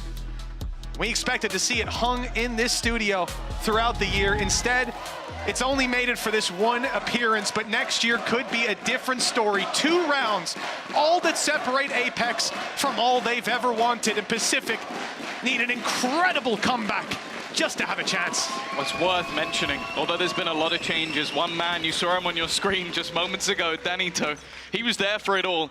The highs, the lows, and the rebuild. He's been a massive part of this team, and he's just been given time to talk to his boys. Pressure, seemingly making diamonds as Kayak is coming alive exactly when they need him most. Map number 5 is where that Polish superstar just looks to shut them down. They are 1 round away from getting themselves to that promised land. A place it feels like they always belonged. We have heard it from every tier 1 team. Oh, who are you scrimming? Who are you playing against? Who are you practicing? Well, Apex, of course. And a lot of the time, Apex are winning. They go through their regional league like a hot knife through butter. There were conversations about that making them weaker. Yeah. The competition they face on a daily basis wouldn't prepare them. They did lose their first match in Ascension, to be fair. It didn't look great, Tom. It didn't look great. I was worried. But in the end, we've made it here. 8 chances to lock in that spot in VCT. To put to bed this series that Pacific have fought so damn hard for. But history, this time, doesn't look to repeat itself as Malsey picks up the first. The dominoes start to fall with damage done to comeback. He's on 10 HP, the man who's pulled them out of so many tough spots in this series, in this tournament, but now he's gone in what could be the last round. Jellicent trying his best, but flanked out in the rock is all that stands of their chances. 1 HP on Solkas. Perhaps it's Avova, the first strike champion, the hero of old, to step up to the mantle once more. Or with 1 HP, Solkas, one of the longest standing tier 1 players, Liquid for 3 years. He might just make his way back, but it'll be Avova to bring him there. A 1 versus 1 for a VCT EMEA slot. I just have to wait 30 seconds left. a little longer. LaRock is not looking to give this one up. The 16-year-old prodigy stands between his opponents and everything. Not just the trophy, the VCT spot, but for a lot of these players, it's a chance to prove that they've still got it, that they can make their way back even when dropped, even when left by previous teams. Avova, he's been around for a long, long time and looks to try and face off against one of those new kids on the block. He spotted him. That final kill is absolutely everything. Timing comes down to the last second. He's got himself the paranoia, leaves him completely blind. And Avova is going to send Pacific packing in his Apex to undo everything that happened last year and to make themselves to the land that was promised. They are back, they are in, they have made it to the VCT.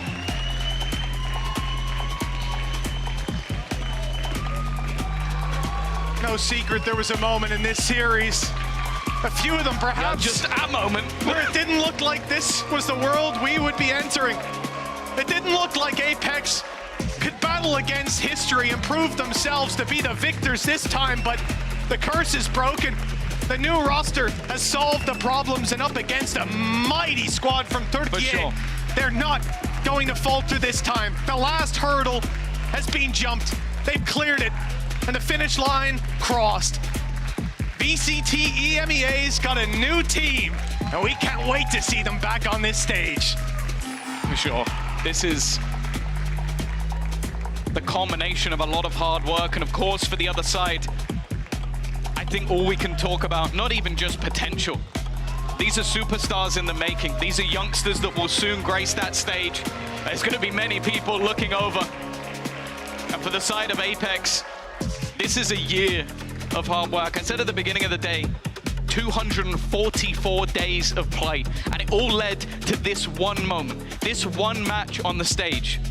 Whether or not you can take that trophy, grasp it with both hands, with the world watching, and with your life on the line next year, whether or not you get to go and face the best, or if you spend another year fighting your way through. And also, it was mentioned last year by Apex, by the players that fell, you want to make it with your boys, with your family. And I think that's what we see with this Apex squad.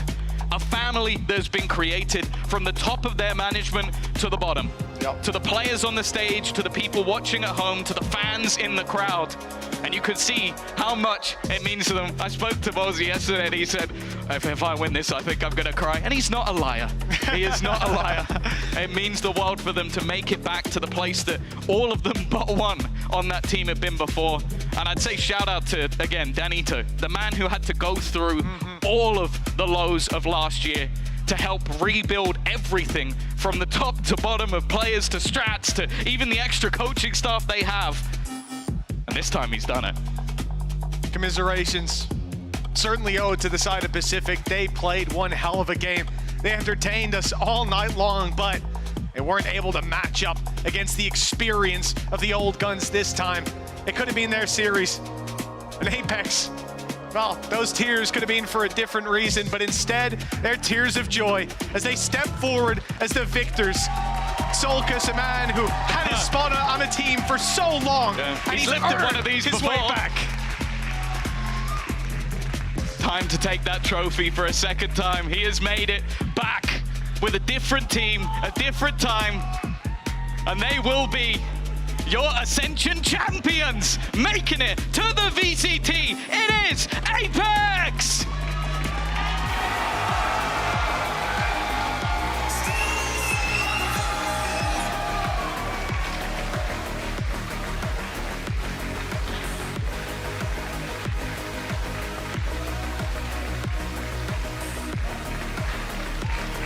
All the hard work, Tom.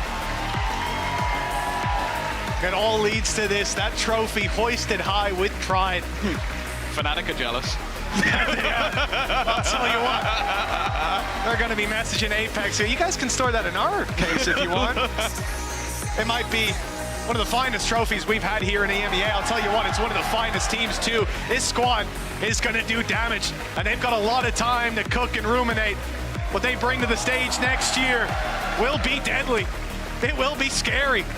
VCT EMEA just got a whole lot harder. Oh, okay.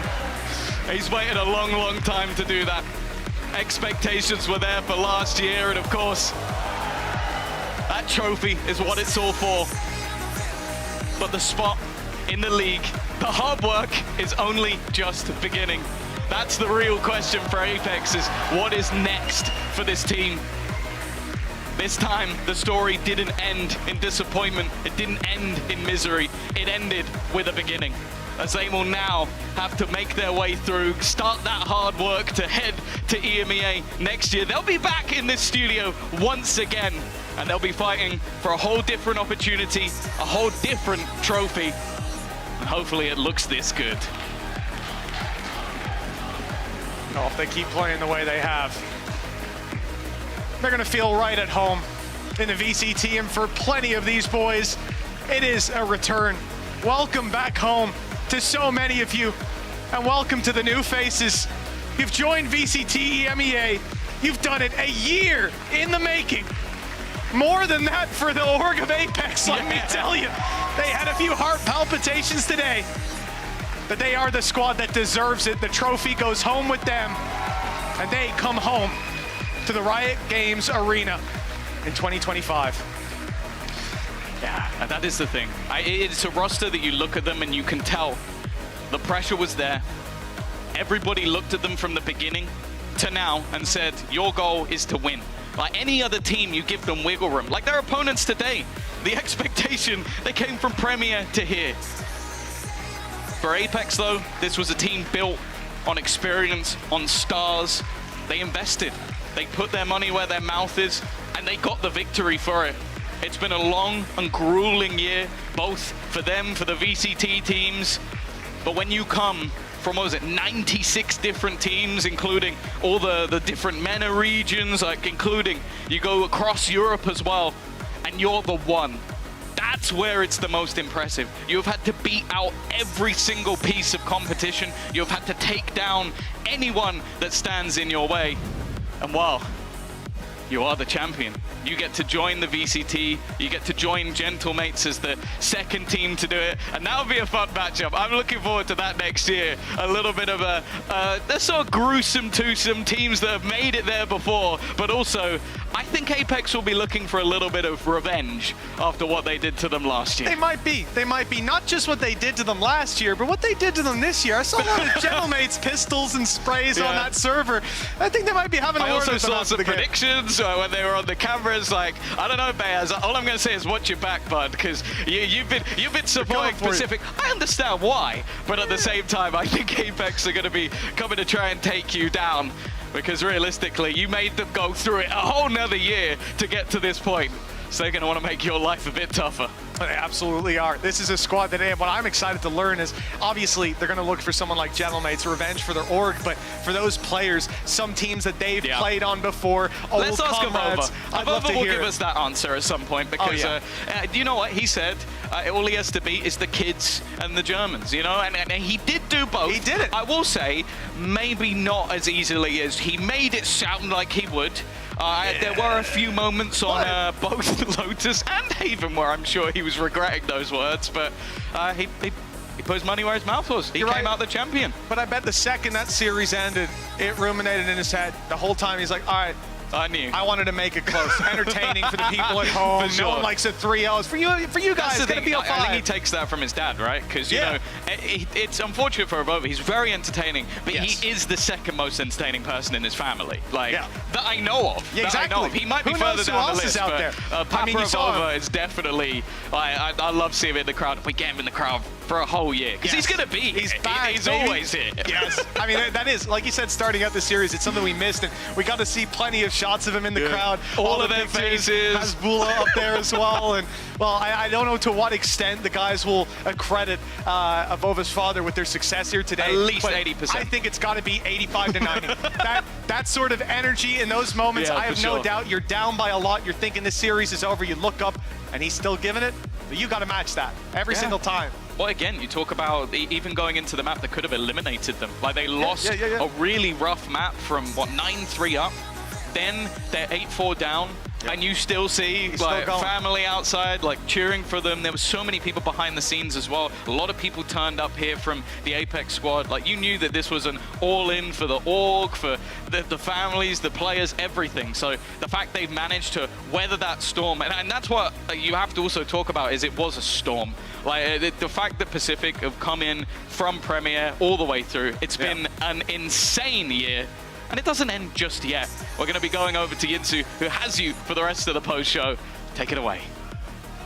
Thank you very much, boys. Thank you very much. This is my favorite part. This is my favorite part. We get to talk to the winners. You guys, you did it. Guys, congratulations to Apex. Come on, one more time, one more time. There we go. Now, I'm going to just come to you first, Mosey. I know you're very emotional right now. I think the fashion in which you guys won this match, it was very difficult. There were so many moments I think you as a team showed your greatness. You were pulling off comebacks. You were resilient. As the leader of this team, how did you do this? How did you make sure that none of these boys gave up and you actually grinded out all the way to map 5 and win this tournament? I think like we were full confident that that we can win this game, even after, you know, throwing Haven. Like people were giving a lot of energy, you know, like everyone was full energy. We didn't, like, you know, were sad after losing, you know, the map. We just went like refresh, go next map, and everyone was on point. Like Dominic did insane clutch on Lotus. That was, I think, really important for us to come back this map. And Hype was insane also. Like everyone was insane just in this game. I cannot say like Anne, but was on.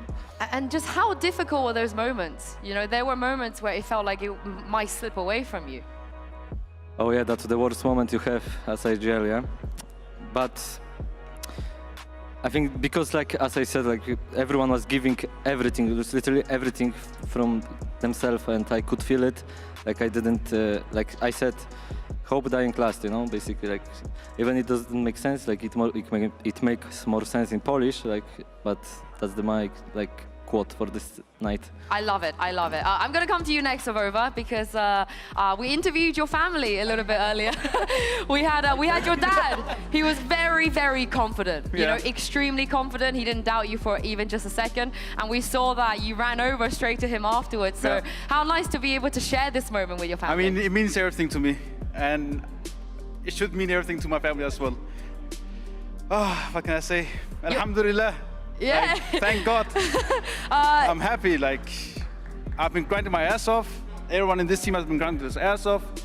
Like, us three here, we've been VCT last year, didn't have the best season. And being able to come back with this amazing people, like, I'm just so happy. And also, your vintage of Over. You were doing things today, the TPs, the defuse in the smoke. I saw those back in 2020. Yeah, I mean, you've never wavered from being the best. You can do some different stuff on LAN, you know? I can just TP with them hearing you. Yeah. I mean, I've been grinding my ass off again. I had a really horrible season with Heretics, and it didn't really matter to me. Like, I know where I should be. This is the thing, though. I think a lot of you, you know, the veteran players on this team have spoken in the past about how you know you're good enough. You have never doubted how good you are, but it's got to feel good to prove that, right? Yeah, I mean, I feel like it was revenge time for me. And surely for you too as well. And special shout out to Hype and Kayak. Like, Hype has, holy fuck. Hype has improved so much, you don't understand. Honestly, it feels like you guys it never left. It really felt like this is home. This is natural for you. And Kayak, you're fucking on another... Where's Kayak Kurva? Kayak Kurva, you are on the next level. Fnatic, please don't steal him. Kojo's in the crowd, by the way, so I'm not sure if you heard that, Colin. Yep. But let's go to Hype next. You know, two of your teammates have name dropped you already. They say how much you've improved. Do you feel that too? You feel like grinding? By the way, 765 days since that LCQ game against G2, since we last saw you. I mean, we grinded a lot with my previous team, and how much work Paul gave me to do, I carried on to the next team, and I just kept on grinding, and it was incredible. I think having Desmond, Danny being behind my back and showing me what I can do better and stuff, it's it's incredible. It's like you're gonna improve no matter what. What do you think is the most important thing you've learned from this experience? Because there's a lot of players in your shoes, right? They were in Tier 1 for a while, and they had to go to Tier 2 and grind their way back up. So is there anything that you would, say to them, some encouragement or something that you've learned from this journey? I think it's all about mental and resilience. If you have a good team with good resilience, good teamwork, and everyone puts in work, and no one's there just to have fun. I mean, you always have to have fun, but if you have a good team, basically, you're gonna win everything. And I'm sure you know this, Mitchman, your biggest cheerleader. Before the match, I think he's up there somewhere. Before the match, he told me that you were gonna get an ace today. Oh, you came so close. Oh, it was so close, yeah. Yeah. I was hitting my head. I was like, oh no, but doesn't matter. Ace is just an ace. Winning is better. You get them next year. You get loads of opportunities. You get them next year. And speaking of mental resilience and grinding this out, Solkas, I know it's been a challenging year for you. You've had to go through a lot as a human this year. Oh, so how does it feel to know that everything was worth it and you proved everybody wrong? Yeah, no, it feels like kind of surreal, kind of like being in this position again, because after Liquid, it was quite a tough period. In the game and out the game in life, there was a lot of, the challenges just didn't stop coming, towards me. But I'm glad that I had my team with me that helped me along the way. They kind of just kept my head, up high, and then I'm glad that, we put in the work. We got on the stage, and we did what we had to do, and I'm just so proud of everyone. It's really proud of him. You should be proud of yourself as well. And a similar question I threw at Vova is this kind of sentiment of, you're good enough, you can make it back, and now it's a reality. It's no longer kind of just a thought. How does that feel? Yeah, it's good to be back. I knew I had what it takes to be back. I just had to prove it, and just kind of have that 1 year to find my confidence again. My dad kind of taught me a lot. How to be resilient mentally, because he's seen me break down a lot. And he's really been there for me, and I just really miss him, and I hope I did him proud. You did everybody proud, Solkas. Am I right, guys? I'm gonna pass this over to you, Kayak, because unlike the other boys, this is it was a dream, right? It was definitely a dream for you to make it to Tier 1, and now you've done it not only by winning this tournament, but I think probably putting up some MVP performances to this entire stage. So how does it feel now to know that everybody knows your name now? That you're someone no one's gonna be able to forget next year? I mean, it's insane feeling. I would like that. This is the thing that I was dreaming about, winning the tournament that get me a pass to Tier 1 is amazing feeling. And although this game was not my best, this game today, but overall the whole tournament I played really good, and whole year basically I played really good. So it feels nice that the grind paid off finally. Yeah. I love how you say you didn't do your best today. You did great today, Kaya. You did great today. And what was this stage like, playing here? What was it like to play on stage, play LAN, play with these guys too? I was really calm, I would say. I was not stressed at all, although it might seem like it sometimes, but it was a really nice feeling to play on stage. You can hear the crowd, someone is cheering for you in the crowd, so it's a nice feeling. I've always heard from your teammates as well that they have full trust in you. They're like, if you want to, I think Vova said, if you want a 360 no-scope off of Abyss, and just jump off, he would not question your decision. So yeah, what's it like to have that much trust from a bunch of, veterans in the scene? I mean, it feels really nice that I have support in the team. We have really good team chemistry also, so basically I can do whatever I want and it would work probably. So I don't feel to do risky plays or something, because I know I can do it. I mean, it's worked out very, very well for you guys. But I'll go to the coaches now. Danito, you were here. You've been here before. These boys didn't experience the heartbreak that you experienced last year. You got your redemption. Congratulations. Yeah, thank you. I mean, it was wow, what a long year for us. And me coming back here and winning with these boys is something really special for me, because they're all amazing and we went through hell to be here.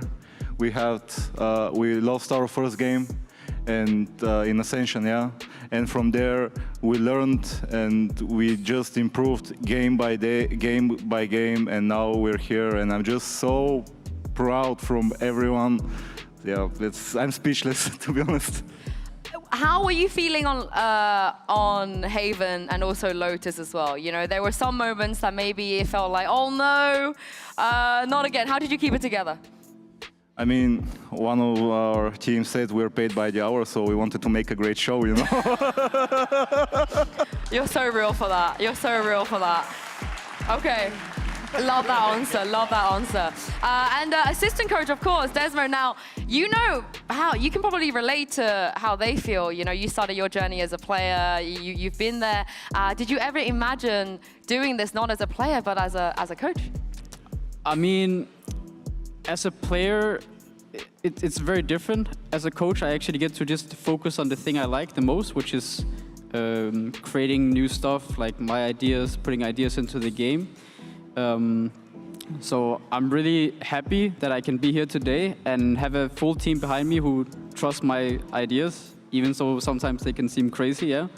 But I'm just super happy, yeah, super happy that we just ended up in this position, these 7 people together. Also, shout out to Sabina, our manager. It's a team of 8, yeah. Super happy that it ended up being us in a group together. And we just won it, like, that's it. Does it make you want to get back out there, you know, maybe play again? Do you get that feeling? You know, I play the 5 stacks once in a while. I think that's enough. It's enough for me. Yeah, I like my place. I like the job I do. I love what I do. I live for it. And I can't wait for next year. Oh, okay. I'm glad you mentioned next year. So I always ask us every single year. By that, I mean last year. Now, you will be here next year, you guys. And there will be some players, I'm sure, that you all are looking forward to playing against. Since you mentioned it first, I'll come to you. Which, I guess, coaches or teams or players, Desmo, you're looking forward to facing next year? I don't even know, to be honest. Like, I haven't really thought that far. You know, my focus has been just on winning Ascension, but I would like to, you know, test some of my ideas on the big stage and, you know, challenge whoever, yeah? Bring the deadlock back. Yeah, I mean, we're bringing the deadlock into VCT, yeah? Yes, that's what I like to hear. Vova, what about you? Who you got your eyes on? I mean, I don't really care as usual, but I guess Heretics, yeah? Yeah? Heretics, I'll come for your ass. Yeah, okay. No. I mean... They like that answer? I mean, Heretics, they are great people. Like, they did really amazing this year, and I'm proud of them too. Like, they did great. Hey. There's no hard feelings or anything, really. Yeah, and also, you might get a shot at G2 as well. You might get to do all the rounds. You make it to a global event, yeah. G2 are there, yeah. Yeah, maybe, but I don't really know them. Oh, you'll get to know them. You'll get to know them. You'll get to know them. Dom, I feel like there's an obvious answer, but I'll let you say who you want to go up against. I mean, I guess Liquid, why not? I think it would be only right. But even though, yeah, I love the boys so much from Liquid still, but yeah, it'll be good to kind of prove that, you know, I'm the big dog. You're back. You want your shot. You want your shot. Mozzie? I need gold. Yeah. I would lie if I wouldn't say Vitality, yeah? I mean, even like there is no more people like from my team in Vitality. I think it's only Sander left, and we still don't know the roster.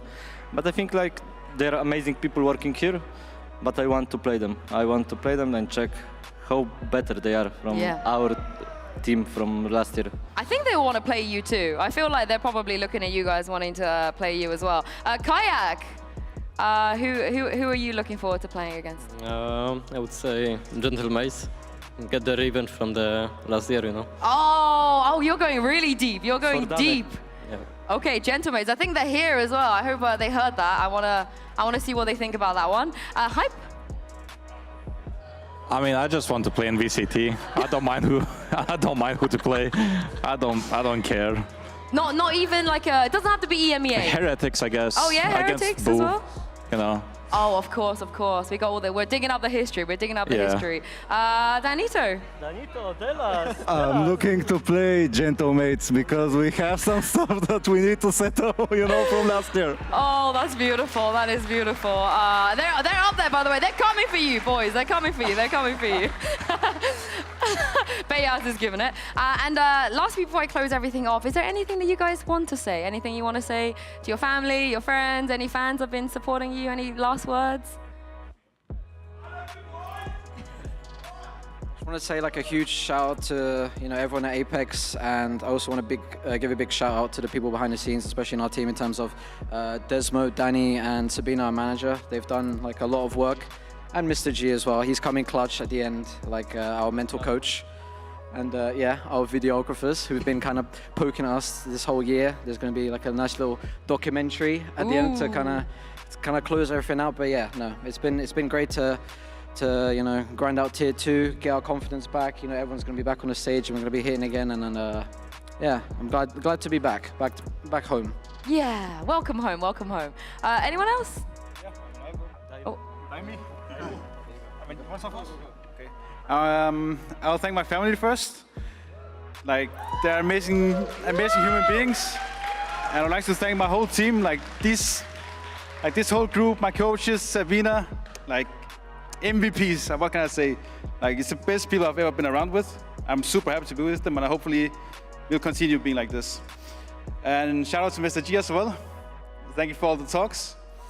And last, thank you to Cartoon and Minigod, my aim coaches. Oh, okay. Yeah. I mean, that helped me a lot. So thank you, everyone.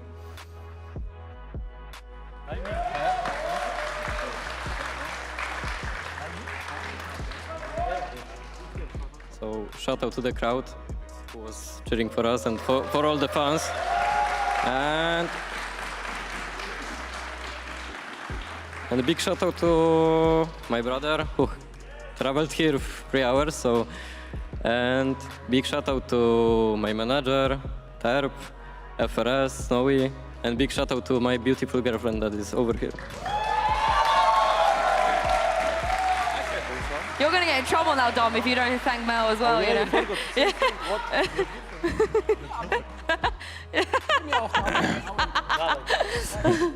I mean, I'm not gonna repeat what everyone said. Shout out managers, everyone.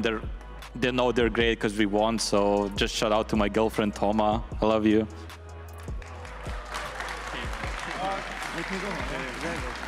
I want to shout out to Apex for supporting us and never stop believing in us. So thank you, Apex.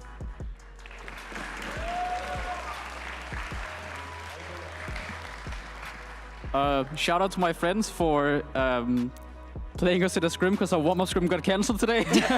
so thank you guys. They're the real ones. They're the real ones for sure. Yeah. Okay, yeah. So I got one more pass at this because I've got to definitely shout out some few more important people. First of all, Mel in the crowd. She's definitely been like my rock, helping me through this tough journey. And especially I want to give a big hug and kiss to my brother and my mum, at home, cheering me on. We've gone through hell and back this year, but they've kept me going. They didn't let me give up, with anything. So thank you to them, and love you all.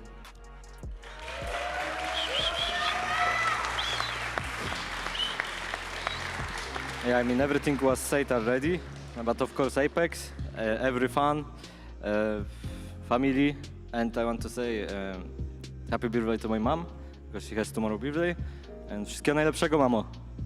Oh. Well, I, on behalf of the fans, would like to thank you guys as well, and congratulations once again, of course, on this victory. We'll see you back here next year. That feels so good to say.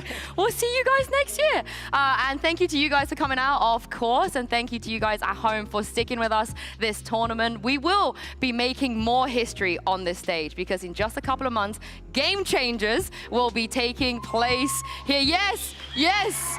I love that. So you guys have a lovely evening, have a lovely rest. Make sure to support these boys as well, and we'll see you guys back here in November.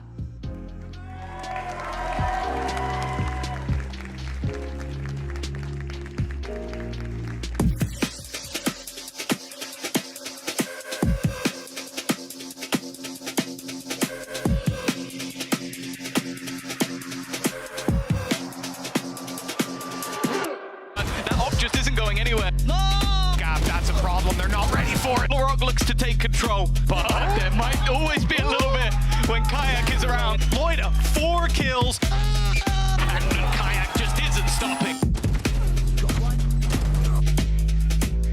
Down this side, and he's doing a damn good job of it. Already got 3.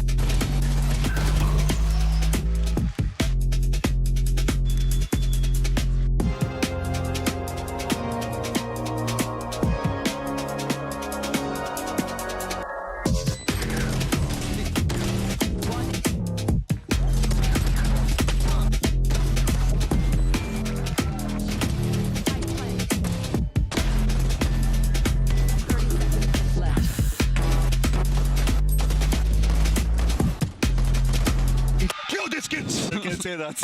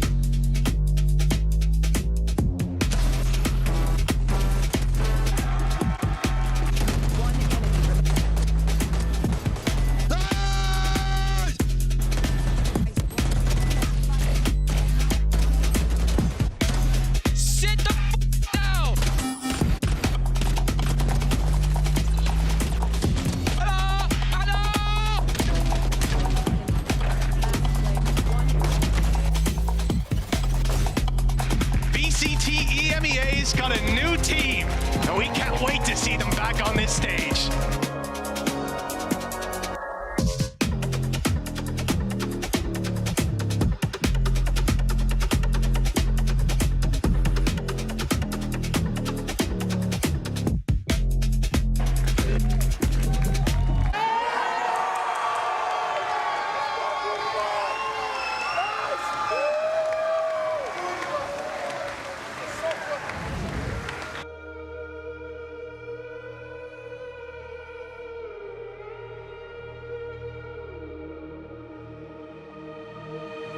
I'm out here in the cold night, running till I barely feel my feet. Wanna see it through my own eyes. There's no going back, and I'm not afraid anymore. Cause I know I'm gonna be the last one standing. Yeah, I'm not afraid anymore. Yeah, I don't wanna wait anymore. I'm ready to fall, I'm ready to rise up.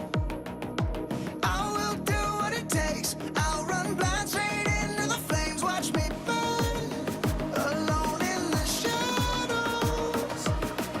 I'll carry you home on my back. If it's you or me, then I'll take the shot. Still they say I'm the villain. I scream and nobody listens.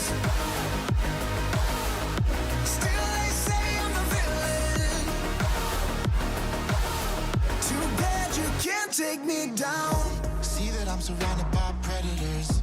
It's critical, they got me in my element. It's dirty how you trying to keep it elegant. Keep my eyes open wide when everyone around me is an enemy. See my life cross my eyes. I'm ready to fall, I'm ready to rise up. I will do what it takes. If it's you or me, then I'll take the shot.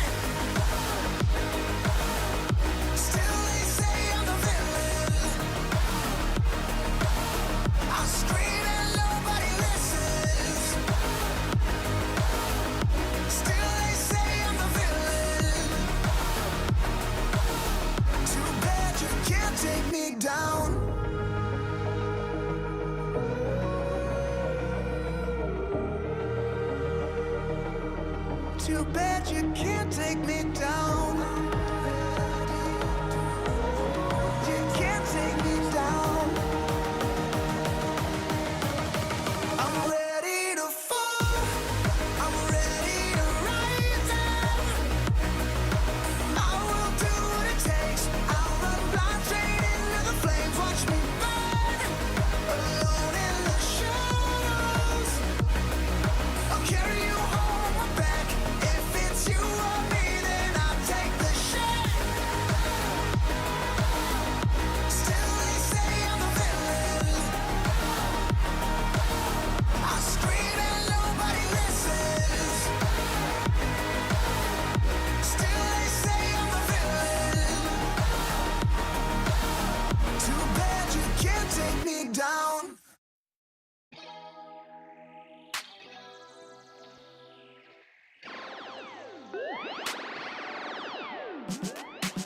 Feeling good, feeling great on my time. Won't let a hater block my shine. I'm just living my life. Too busy chasing good vibes. Chasing good vibes. Chasing good vibes.